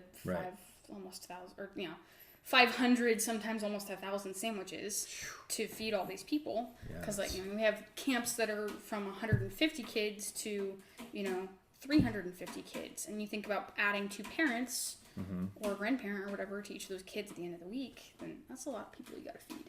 Yeah. Anyway, and so I fell in love with the operators that we got to interact with, and just how supportive they were of us, and we only knew them for a week, but they were like, thank you so much for coming in and impacting our community. Oh, wow. Like, we see revival happening through these kids and through this camp. Yeah. And so, to me, it was really cool of, you guys care about us, even though we're only here for, 5 days, technically. Right. And so it made a really big impact on me. And so when I was looking for jobs, I applied all over the heckin' place. I think I applied to 55 places in the span of 9 months. Wow. And I was like, fine, God, I'll apply to Chick-fil-A. Fine, I'll do it. It's what's going to make you happy. I'm kidding. Yeah. And so I did. And God has very much made it clear that that's where I need to stay. Right. And forever. Not forever. Not forever, but for a few years. Work up to supervisor and then regional manager. Well, see, that's the thing. In literally not literally, but close to a month and a half after I started working there, there's like a 90-day probation period, right, where you get trained on all of the basic positions and how to be a good Chick-fil-A employee. Yeah. And this is 6 weeks into my employment, and my operator pulls me aside. He's like, "What are you doing here?" And I'm like, "I'm working." Yeah. What do you mean? He's like, "No, what are you doing here at Chick-fil-A?" And I was like, "Well, I want to learn and grow." Yeah. And he's like, "Okay." He's like, "So what if you want to work here full time?" And I was like, "What?" He's like, "Yeah, you work here full time. I'll pay for your college. I'll try to get you into."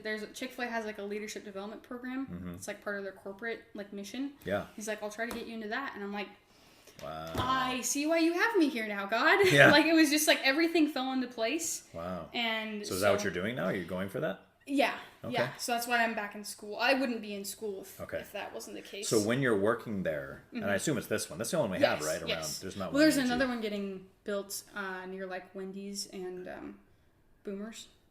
Oh, way down there. Yeah, way down there. Okay. Because anyway. That's pretty far apart from the other ones. So that's probably a good idea. It is, and it's closer to like the 166, so you get that traffic. Yep. And like everybody I've talked to that lives in like AG or like Paso, they're like, when are they putting one like in San Luis Obispo? And I was like, San Luis Obispo doesn't allow drive-thrus. Yep. And that's kind of our whole, not our whole model, but a big chunk of our model, and a lot of places. And it's awesome because that drive-through goes fast.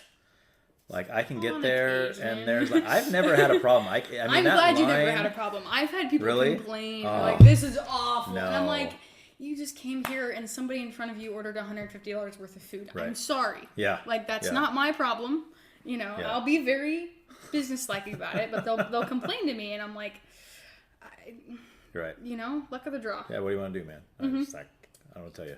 No. We can only go so fast, you know. So it's Exactly. like, yeah. So Yeah, when but then we you're have working, people like you who are like, yeah, it's under 5 minutes. it's That's always great. fast. Yeah, I mean And the it's- line can be around the building and the whole thing, but it goes. I feel the same way about In-N-Out. Like that line could be down the street, but if I get in, I'm through it in like 5 minutes.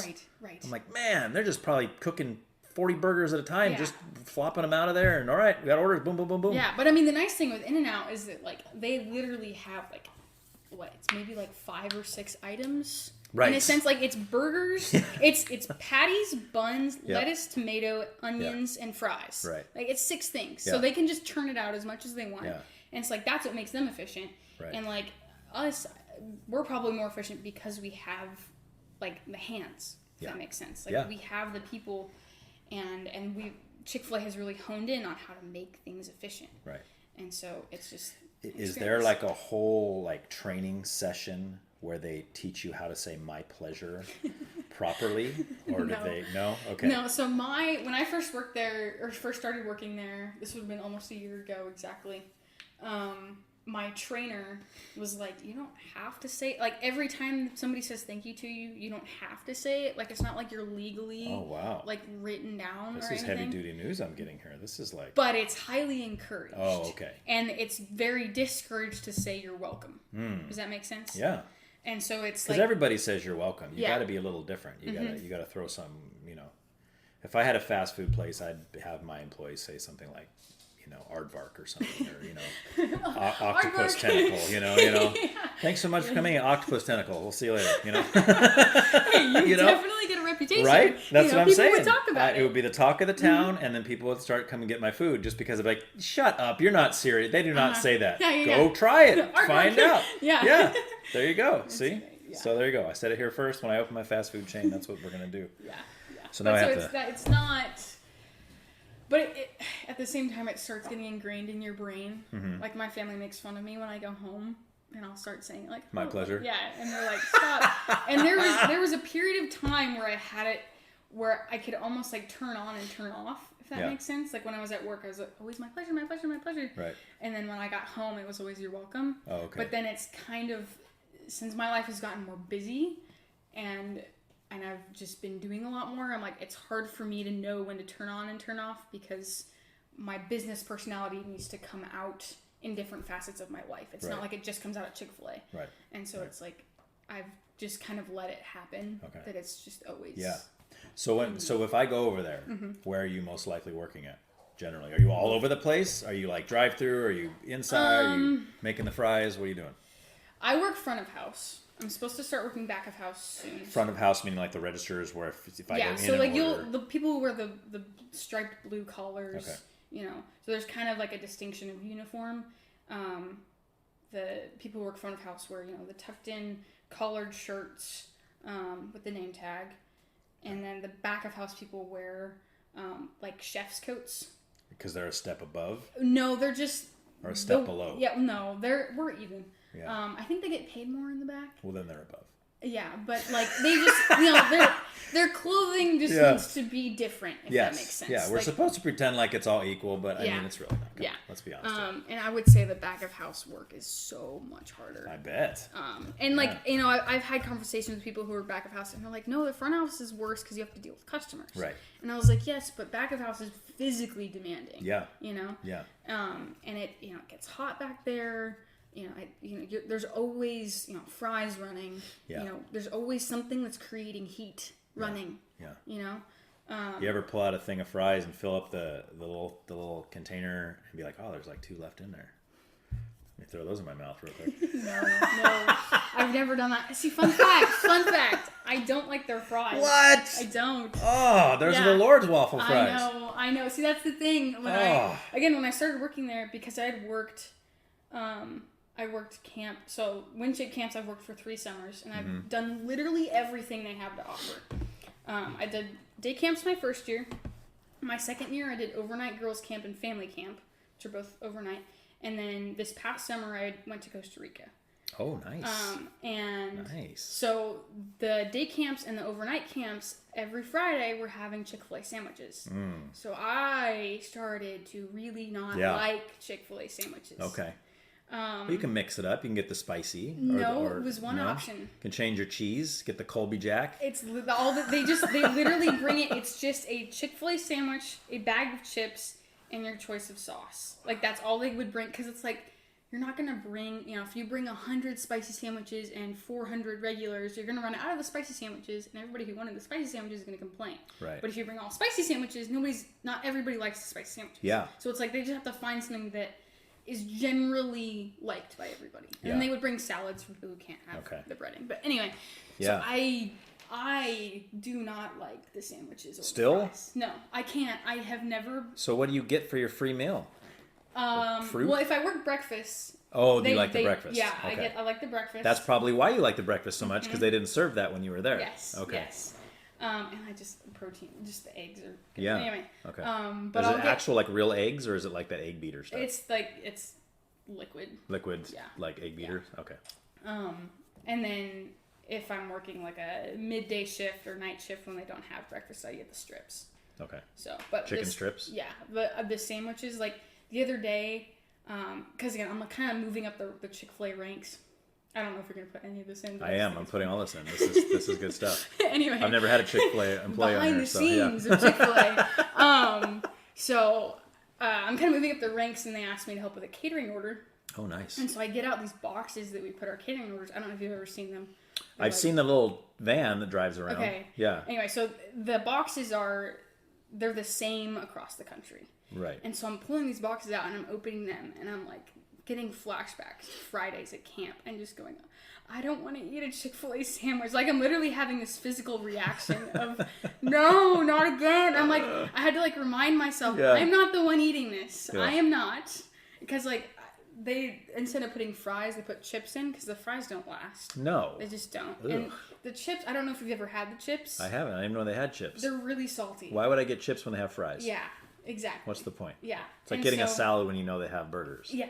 Yeah. Doesn't make sense. Yeah. So anyway, I'm like putting in the chips and I'm putting in the cookies and I'm getting all these memories of just like, no, I don't want to do this. It was hard to explain to my leadership. And I was like, I finished the catering and it was fine, but it was just such this reaction. I'd never experienced that before. How funny. So you're going to be there and then be like, so what's your favorite chicken? You're like, yeah. So whenever none of it. Yeah. So whenever people ask me, like if I'm working the drive-thru, like on, like taking orders on the iPads, and like customers ask me, I always direct them to the strips or the nuggets. Okay. And I'm like, I just don't. I don't know if I've had the strips, but I love chicken strips. It's like one of my favorite foods of all time. They're good. So good. I don't know if they're the best strips in the market. How about Cane's? What do you think of Cane's? I used to really like Cane's. Okay. And then the last time I went, it was subpar. Okay. And I couldn't explain to you why. Yeah. It just sometimes they're not crispy enough over there. That's because with chicken strips they got to be crispy. That's the whole point. Yeah. Yeah. And I get the kids meal over there because cheap. Yeah. But it just like I had my 2 and I was just like it just tasted hot. Like it was just temperature. I didn't really taste anything. No flavor. And so I was like, it meh. You got to get their barbecue sauce over. That's pretty good. They have that barbecue sauce Yeah, at Kate's? they have a sauce. Yeah. Oh, it's not good. Yeah, it's like famous. That's what people like so much over there. McCain's And the okay. coleslaw is really good too. I don't like coleslaw. I never did either. I don't like cabbage. Yeah, I'm not a big cabbage guy, but I do like some certain places of coleslaw. Yeah. Sometimes if they do it right, it's good. So if you're given the option of the sauces over there, where are you going? What's your favorite one? At Chick-fil-A? Yeah. Polynesian all the way. Okay. All the way. All the way. Okay. I don't like Chick-fil-A sauce. Okay. See, it's so funny because Yeah. like again, You might want I'm to a rethink Christian, your career. I've worked for Truett's Camp and like all these things that like mean that I should like Chick-fil-A. Right. That are like all the cliche things, but there's things that I'm like I just don't think they're good. Yeah. And that's just my personal opinion. Yeah. I'm Yeah. people, Well, you're allowed to be wrong. It's okay. See, that's why we're having this podcast, right? It's a discussion of That's right. differing opinions. Yes, exactly. And that's a big one. I mean, I really like the Chick-fil-A sauce. My whole family likes the Chick-fil-A. We buy it by the bottle. Do you buy the bottle? Okay. We do. Okay, this is a question. Yeah.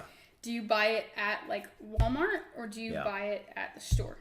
Well, so I never knew about it. Okay. So we go through the drive-thru over there, and they always ask you, See, do you it's want any funny. sauces? I've never seen you come through. Yeah. I'm not gonna lie. I've looked out for you and Aiden. And Oh, I've really? Never, Yeah. I don't know if Aiden ever goes there. yeah. I was like, I don't. He doesn't like really go to fast food with me much. Okay, I mean, I okay. might get something for him and bring it Yeah. home. Yeah. But yeah, so not since he was little does he really go. But and we don't go that often. Yeah. Do you know? Expensive. Yeah. Well, it didn't seem to be before, but now that you said there's like $7 a $7 thing. for a single sandwich. Yeah. A home meal. Yeah. Like a spicy deluxe meal is $14-13. Okay. That's a And lot. that's not like that's not if Yeah. you get a lemonade or like upgrade your fries Yeah. or anything. That's That's just base. Bidenomics is what that is. Yeah, exactly. Well, it's also Californianomics Yes. because they raise minimum wage. Yeah. They're like, oh, look at us, we're helping the little person, Yeah. and it's like, no, you're just making us spend the same amount of our paycheck. Right. We're just quote unquote making more. Yeah, but we're it looks not. nice. It looks nice on your annual income, but then Yeah. when everything else costs more, it doesn't really help you No. much. Yeah. But anyway, so we're going through the drive-through. Do you know what my wife looks like? You might have seen her through there. 'Cause she probably takes the kids there. See, the funny thing is, I think I've actually met your wife. Okay. Black hair, right? Yeah, Like it's brown. it's brown. Yeah. But I think it was like a few years ago. Okay. Like Yeah. Jaden's graduation years Yeah. ago. Well, her and Denise are like best friends. Okay, yeah. So I think I've met her. Okay. And we're connected by family. Did you know that? Really? Yeah. So like my cousin who lives in Washington, the one I was talking about, we drive to go see him. He's married to Denise's sister. No way. So we're like, that's Okay. why like So my you're, kids like, always pseudo- consider them okay. like Jaden and Aiden are like cousins by marriage. Okay, and, like, okay, gotcha. And all our kids go down the line. Like Asher and June are really close, and Addie and Joy are like best friends. Yeah. And, so it's just kind of works out like that. So I did not know that. yeah. That's cool. yeah. So anyway, so we're going through the drive-through, and they always ask you, what kind of sauce do you want? And I'll just say lots of Chick-fil-A sauce, and I that's the way I always said it. Lots of Chick-fil-A sauce, and one time the girl goes, did you want like a bunch of the little ones, or like you can get the bottle? And I said, well, do I have to pay for it? She goes, well, yeah. I said, no, I'll just take lots of the little ones. I'm already paying for the food. I mean, you got to give me the sauces go with it, So we didn't buy it. So to answer your question, we didn't buy it at the store. I don't Okay. know how much it costs there. I think it's like 3 something. Okay, that's probably close to about 4. what it is at Walmart Yeah, then. like But then we saw it at Walmart. It's Okay. like, hey, they got it here on the Yeah, on the they shelf. have the big ones at Walmart. Like we have That's the little what like we 8-ounce get. bottles. We don't. I think those are like 20. Oh no, yeah, they're the bigger ones. Yeah, we don't get the- we and they don't get the last, big ones. because I say my youngest son, he puts that on everything. Okay. Oh, okay. he just loves that stuff. He'll Yeah. put it on anything. Yeah. See, it's funny. I asked because we've had customers come through, and they say that the sauce that they buy from the store in the bottles tastes different Really? than the sauce you buy from Walmart. Interesting. And I'm like, it may be like ours might be fresher in a sense. It's all the same red chicken on the Yeah, bottle, but I so- wonder if it's been sitting in the bottle longer Oh. at like Walmart or Vons. Right. Because it has to get transported a bunch. Right. Meanwhile, like for us, it just comes direct from the supplier. Right. If that makes sense. Yeah, no, it so does. it's like fresher sauce. Interesting. We'll have to do a side by side. Yeah, I don't know. That's just a theory. Again, I Yeah. don't like the Chick-fil-A sauce, so I can't tell So you. And I've never Polynesian. bought the- I've got the Polynesian. That's Okay. good too. I like that. Yeah. That's kind of the purpley one. Mm-hmm. Okay. Mm-hmm. Yeah, that one's good. I always forget all the other. They have like a honey mustard, right? And Yeah, the honey mustard's not terribly popular. Excuse okay. me. What's the other one they have? There's one that's really good. Buffalo. Nope. Keep going. Sriracha. Nope. Barbecue. There's one with like a guy's honey name. roasted barbecue. Isn't like a guy's name or like Cowboy Pete or something? Oh, Texas Pete. Yeah. Is there one called that? Yeah, that's just like a hot sauce packet. Okay. I don't. You don't it's not. It's not a Chick-fil-A like direct creation. Oh, it's not. just a business that partners with us. Okay. So. I thought that's one. That must be the one I'm thinking of. Yeah. Yeah. A lot of people get that one. They usually. To me, it impresses when like people get like a spicy deluxe and then they ask for like a bunch of hot sauce. Yeah. And I'm just like. I don't get it. Yeah, they're called weirdos. Those kind of people. They're out there. They're everywhere. So. Anyway, there's the lowdown on Chick-fil-A. Nice. But to answer your question as to where you'll see me. Yeah. I'm rarely like the face taking your order. Okay. It's pretty rare. Okay.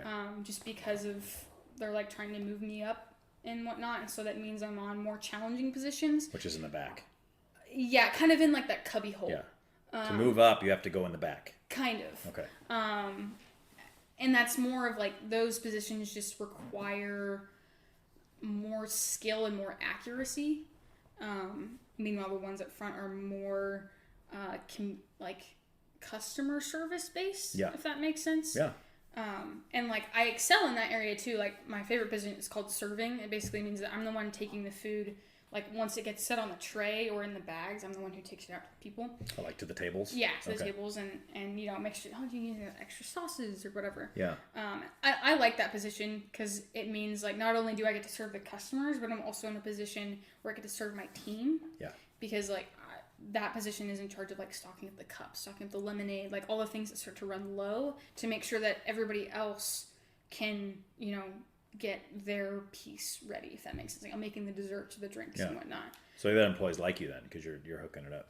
Yeah, okay. Yeah, but I don't know if I would say everybody likes me. Some people don't like me because I work so hard. Yeah, if that makes sense. So haters gonna hate, as they say. Yeah, right? Exactly. Yeah. So I let it slide, and I'm like, you know what? Like something that I appreciate about Chick-fil-A is that they really reward hard work. Yeah. And consistency, and so it's like. You can complain as much as you want that I'm working hard, but who's getting the hours? Yeah. And who's going to be your boss pretty soon? Yeah. Yeah. And like that sounds really prideful and power trippy, and I don't want to be that way, but it's just this reality of like my operator's very much in the camp of if you perform, I'm going to put you to work. Yeah. But if you don't perform, you're not going to get work. Right. And that's just the way it should be. That is exactly the way it should be. So. Because especially now, I mean, you don't sound like you're this way, but a lot from your generation just wants everything given to them. They don't want to work for nothing. They're just like, no, you owe me this. No, I don't owe you nothing. Yeah. You come here, you do what I tell you to do, and then I give you a paycheck, and you do it well, or I fire you. That's the way it works. Yeah, it's interesting because like my dad works at this place, and he like delivers car parts. Oh, nice. And some of his coworkers he talks to and has kids around my age-ish, probably closer to like just out of high school. And they're like, yeah, like none of my kids want to go get a job. Like they all just want to sit there and play video games and, get the checks. And this one guy's like, yeah, like I had to lay down the law of you're either going to go get a job or you're going to move out. Like I'm just not going to keep having you be a freeloader. Right. And it's like, that's just most of our, I'm going to say all of it, but most of my generation is very much like, where's my stuff? Yeah. Where's all the stuff that I deserve because I exist? Entitlement, yeah. Yeah, and it's like, that's not how this works. Right. So, exactly. Anyway. Wow. All right, we're at the end. Perfect. You made it. That is going to be like a 4-hour and 20-minute episode. Dang. That was fun. Thank you. Thanks for doing it. So, anyway. All right. But thank you very much. Yeah, thank you. Thank you so much for giving this podcast a listen. Please be sure to tell all of your friends, and maybe even some of your enemies. And after you tell your enemies, get to know them better, squash all your differences, and make them your friends. Please send feedback to Why Can't We Talk About That at proton.me. See you next time.